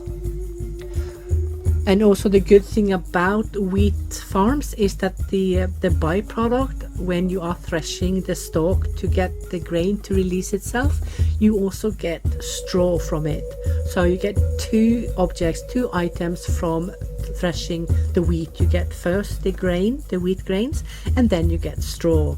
While what you get from the flax crops is that when you thresh it, you get the product which is supposed to be released from it, which is plant fiber, and then the byproduct are the flax grains. So keep in mind that the main product from threshed flax is not the flax grains, it is the plant fiber. Yeah. Some tribes use the grains for oil. Some use them for healthy eating. For instance, the Egyptian used them for healthy eating. Yeah. So the plant fiber will use for both clothing and also for paper. The Egyptians used it for paper as well. So it had many uses.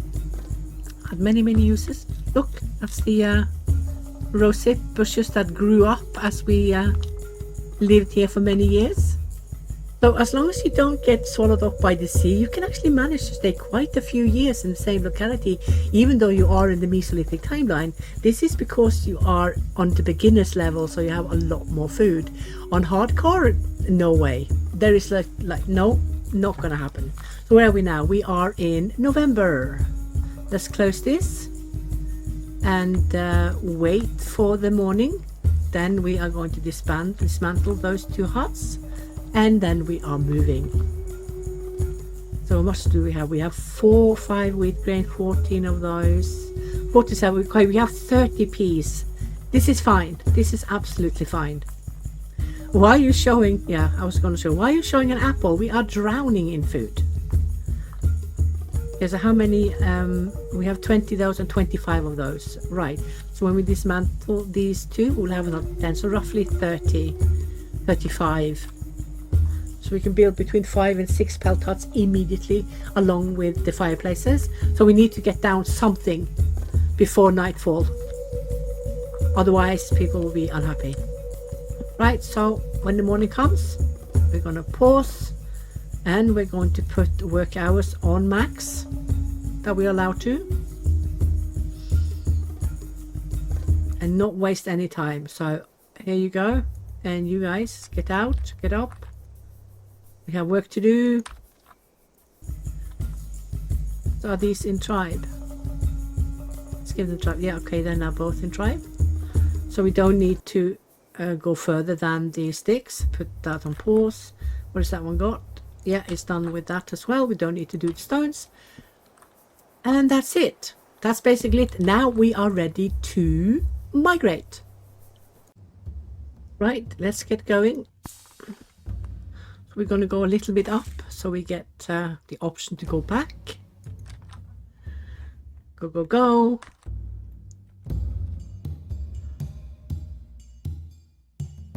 See now how close the sea is to the mountains here. But this means we are likely going to get both goats and sheep.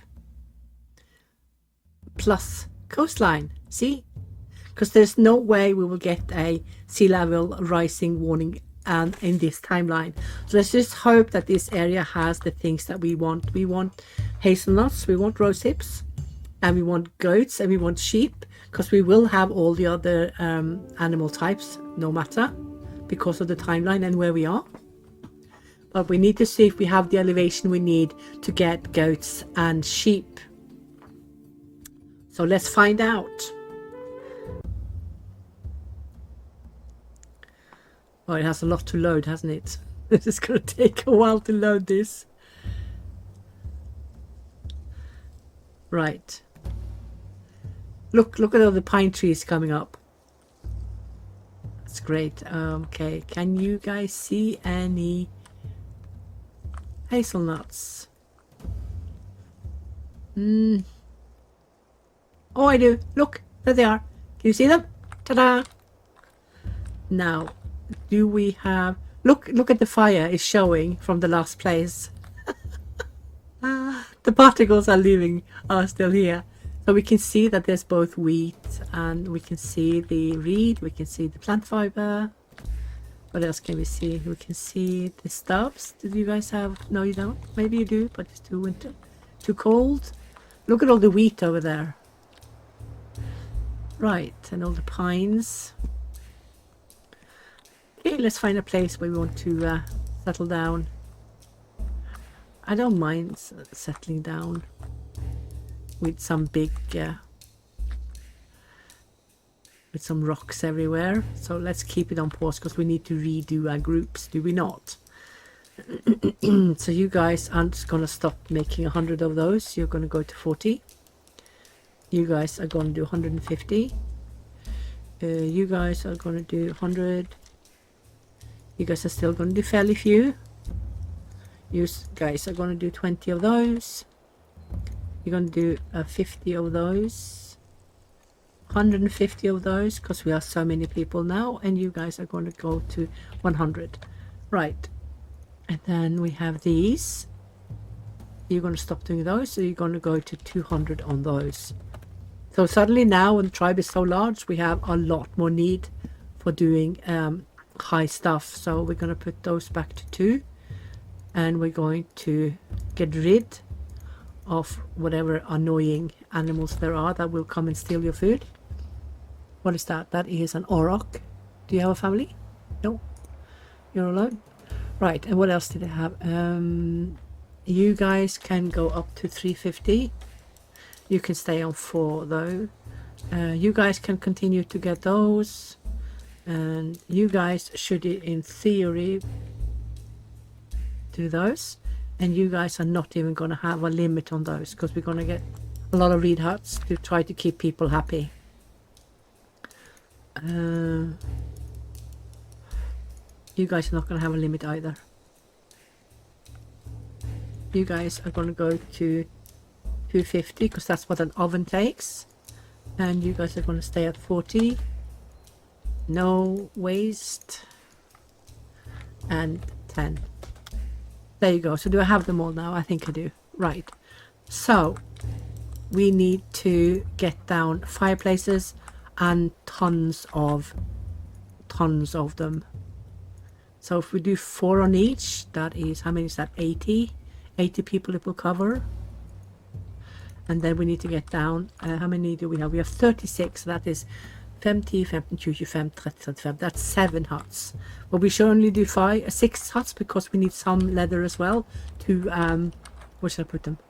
To do the threshers. So let's be careful with that.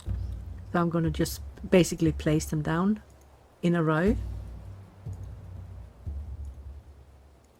So that's, oops, 6. And we are going to place down some of the more common graves. Because people are going to die even though we are busy and building. So let's start with that, and we're going to make Neolithic offerings that they are going to have to pray to, because they will be unhappy, without a doubt. So I'm going to leave the work hours on fairly high to start with, and then I'm going to release the hounds.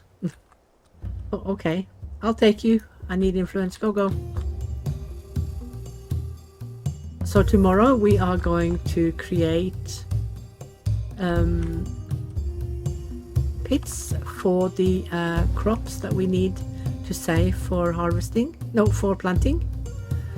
And we're going to immediately start the farms. So let's see.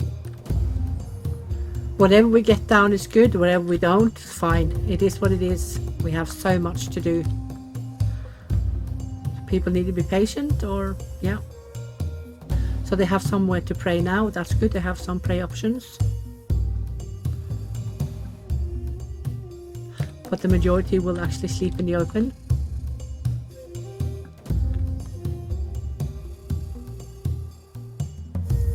So now we're going to do that. What we are going to do as well is to get down the pits, and let me see. We can just start with placing them fairly easily here, and then when the sun comes up we need to decide exactly where we would like to have our farms.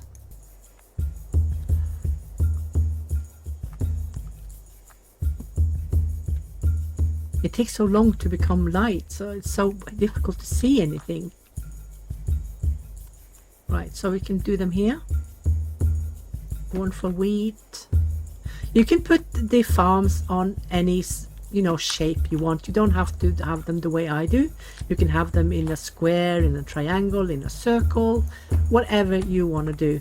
Really, you don't have to do like I do. But each farm is max 210. Are you having bees? Are you a beehive? You're not. Right, so that's the farms down, and we're going to assign them to each and every crop type. So whatever gets done, yay for that. Whatever does not get done, it happens. We'll keep going next year until we have fully maxed out farms. And what we should do as well is to make sure that we are protecting them against the wild herbivores. Otherwise they will come and chomp on your food and trample everywhere on them. I'm going to wait a little bit with building more as they need to clear.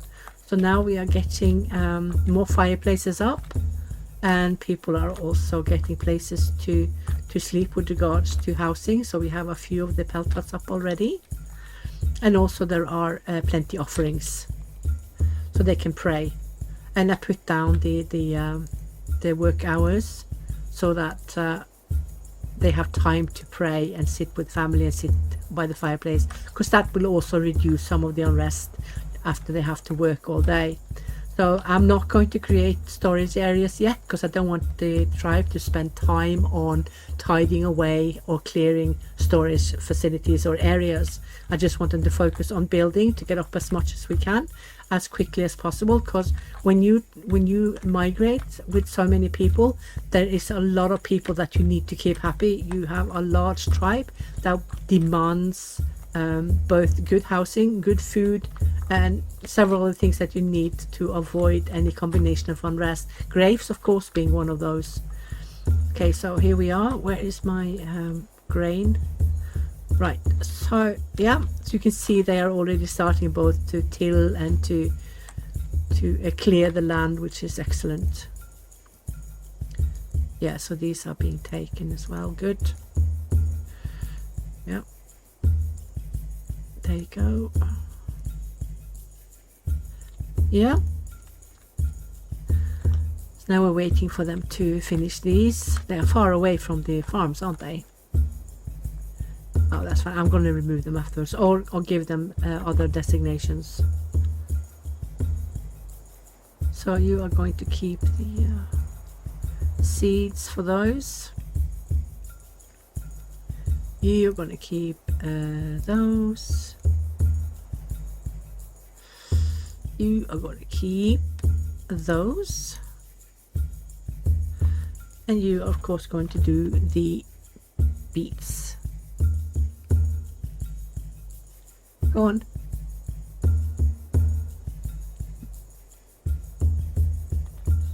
Get it done. There you go. Right.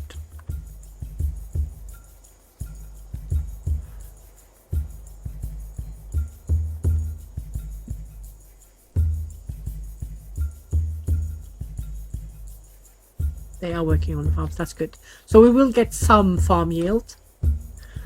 How does the sticks look? Yeah, we can wait a bit with those. So now we have, how much reed do we have? 166. Where's that builder group? You guys can immediately start building the reed huts. We should probably build them a little bit away from where we want the roundhouses. We are going to replace them anyway. So one at a time here. That means that those in the group will go build that, while the rest of the tribe needs to work on this.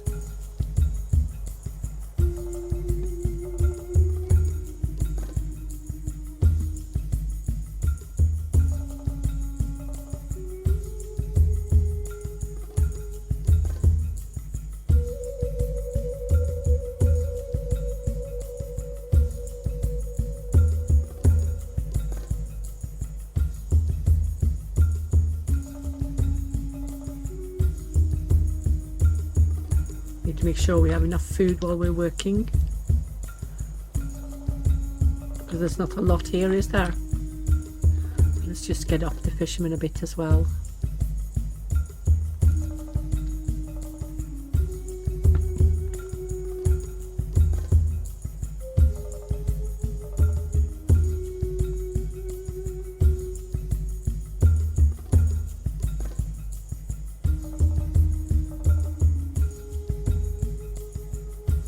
Those beets are now being covered by the other group, not this one.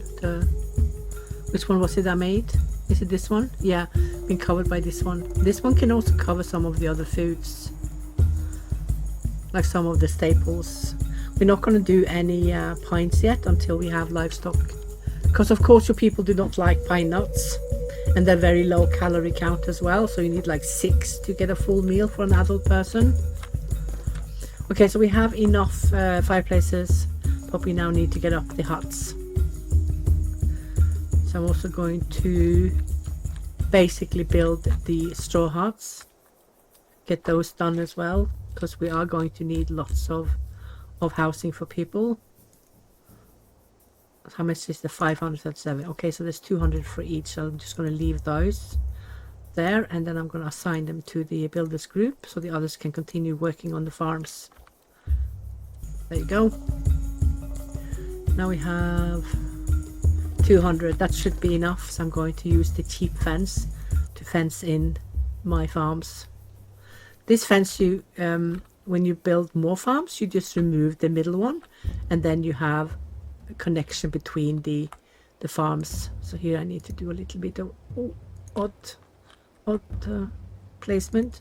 As long as you have a yellow, you have a connection. But if you build over some trees or some resources, you need to make sure that the fence actually went through the resource or the tree. Because if the tree is too broad, if it's too broad in the stem, you need to make sure that the fence is connected. Otherwise you need to create another fence when the tree has been felled. Wait a minute, is that going to be... Oh, I'm going to save that one because we do not want that one to be chopped. We're going to do this so that it does not get chopped. Yeah, we don't want that. And what are you? You are also one of those that we're going to save. I'm just going to put this one there and then remove it. What are you? You are okay. Yeah, you can go. Are you? Yeah, you're good. Are you being chopped? No, you're not. You're good. Yeah, you're safe. Right, so make sure that you're not cutting down any of the food bushes or the food trees when you're placing down your farms.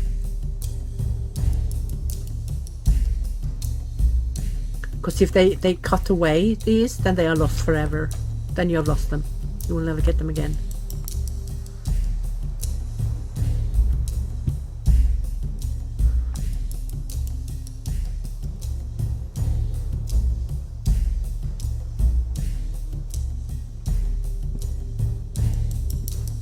So yeah,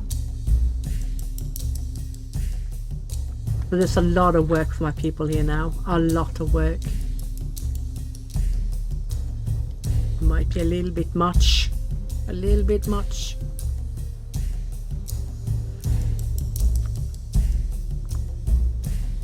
Let us see what they managed to plant. So these planted they have 164 now growing. These have 202, so that is a quite good job. 130 peas, and how much wheat? 46, but that's fine. We are going to get more. I am going to open up the locked storages because these can no longer be used. So I'm going to open it up and let people eat directly from them, which they will do, even though they don't particularly like the grains. They will eat them because there's not much else they can eat at the moment, because everyone is so busy building and clearing that there's little food coming in. And only do all the fences like I did if you have food in the camp. If you don't have enough food, you can't do it. You need to take it bit by bit then, yeah?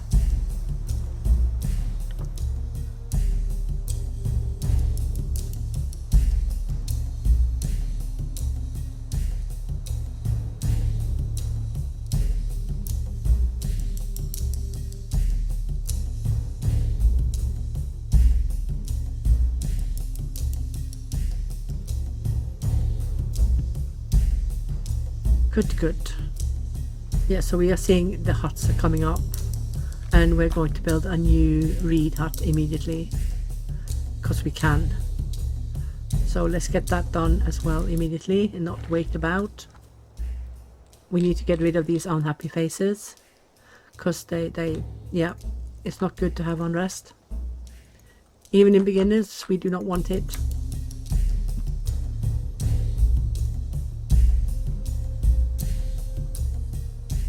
But this is a kind of unrest that is difficult to avoid, because you cannot under any circumstance manage to build enough quality housing for everyone within the first few days after you migrate with a fairly large tribe. So we are migrating with, how many are we migrating with? We are migrating with 163 people. So of course they will be a little bit unhappy because they have to sleep by the fireplace. They have to sleep in the lower quality huts. So, but this is important to remember, that when you have this situation where you are migrating with a fairly large tribe, you need to place down any kind of comfort that you can. That means offerings, large fireplaces, and any housing. Any houses is better than no houses. So always you can always manage to get enough fireplace for everyone. That is at least some reduction to unrest. So there's no real excuse for having people sleeping in the open.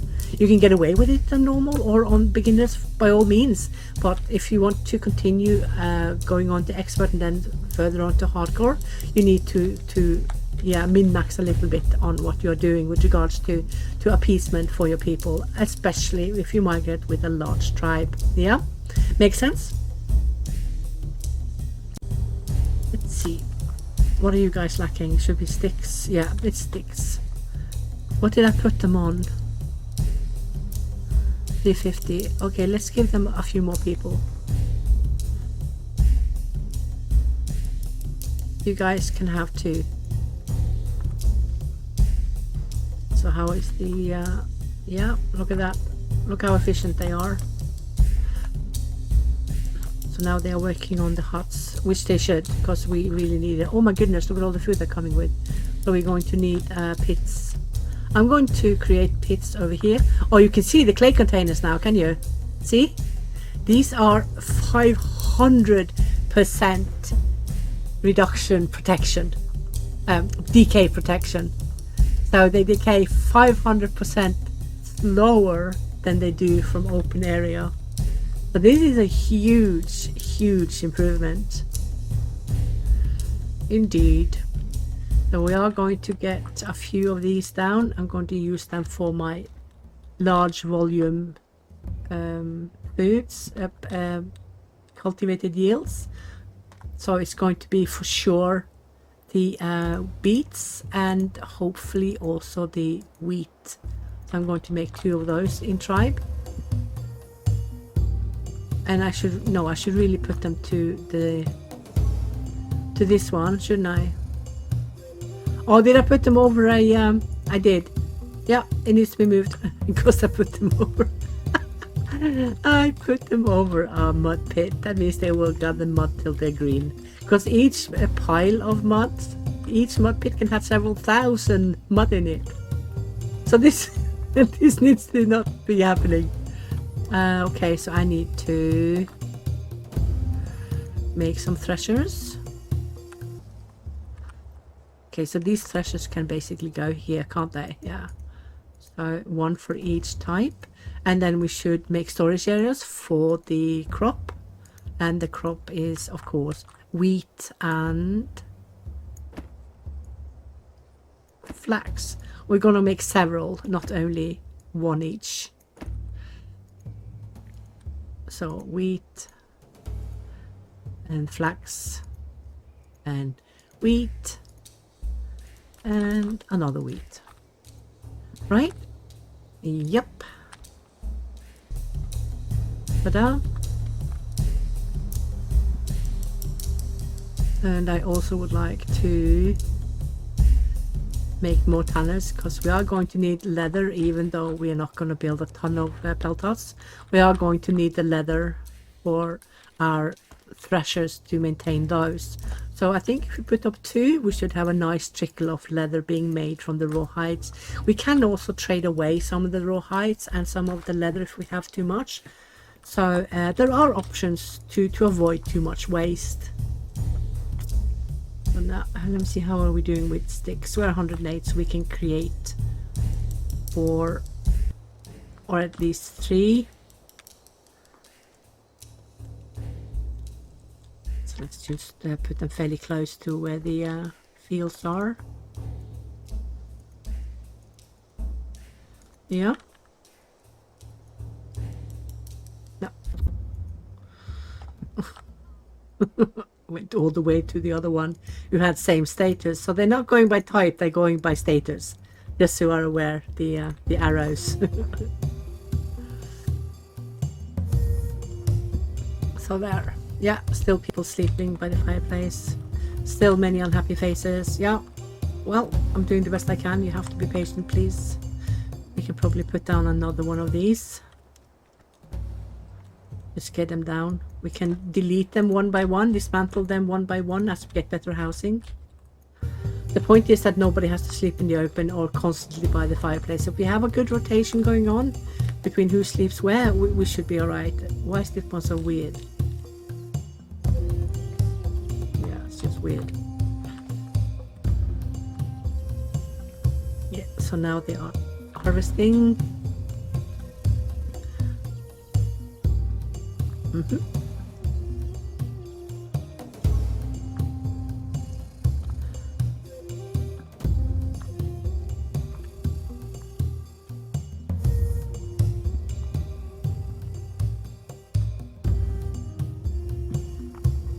so now we have two big green huts.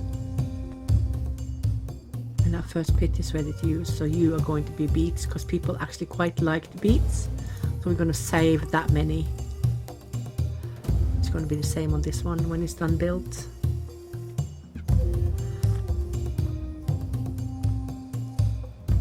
You are going to be wheat.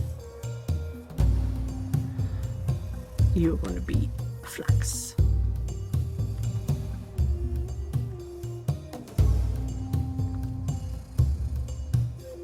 So we have 1150 now, so we're going to need, is it 5,000 we need for the big one? Let's have a look.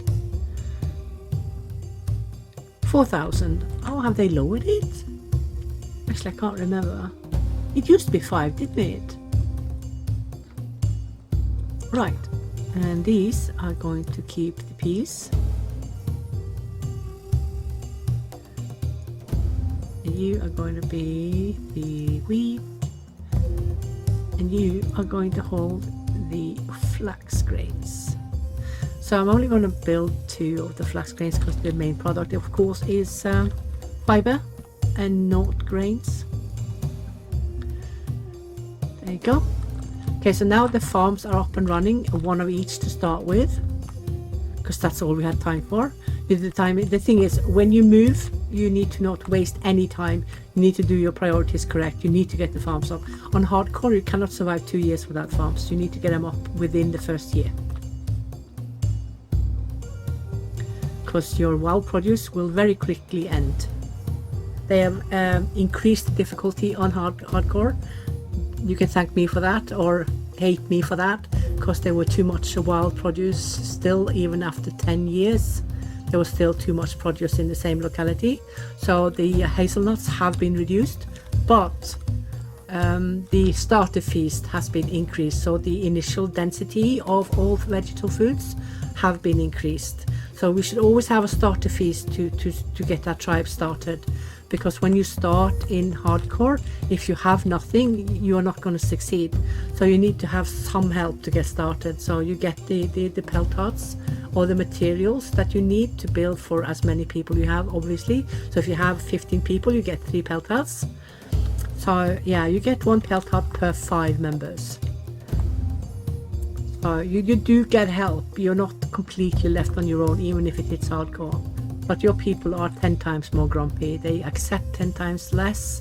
Very entitled. It's difficult to succeed on all the tribes you do. You will have tribes where you basically can't succeed. You just have to either reload the game or start another tribe.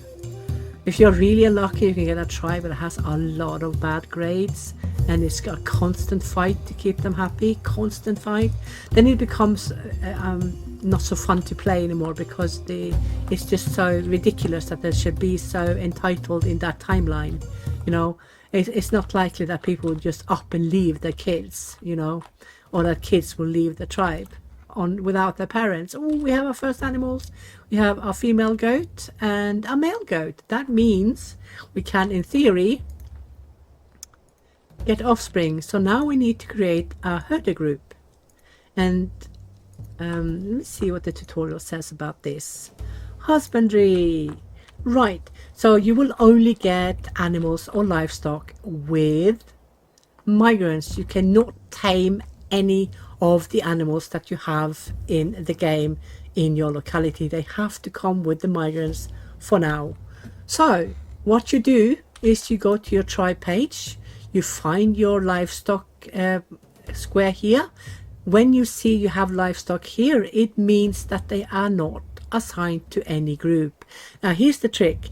You cannot leave them in tribe responsibility, because then they will not be milked and they will not be slaughtered when they are old and unproductive. You cannot get milk from any other groups than herder groups. So if you want their milk, you have to put them in a herder group. Yeah, so never use anything but herder groups to get your animals. Where did they go? Is that an animal? Oh, they look weird. What's wrong with them? Oh, they are coming up from the ground. Look. They... Poof. I've never seen that before. Right, so you guys are going there. So you just basically double click the portrait to be taken to them like this. They will take you to them. Yeah, so that is how you assign your animals to the herder group. So these can be goats, so I like to rename them. There you go. You guys will take care of goats. So since there is one female and she is an adult, she just turned adult, she will be producing milk every day, and the units of milk they produce is based on their size. Normally all goats produce roughly 1 unit of milk, but cows can sometimes produce up to 5 units of milk. Yeah, so this will help tremendously on your food because you can drink the milk as it is, or you can produce cheese. People love cheese, people love milk. So that is good. This is the end of part 1. You will find part 2 in the description below.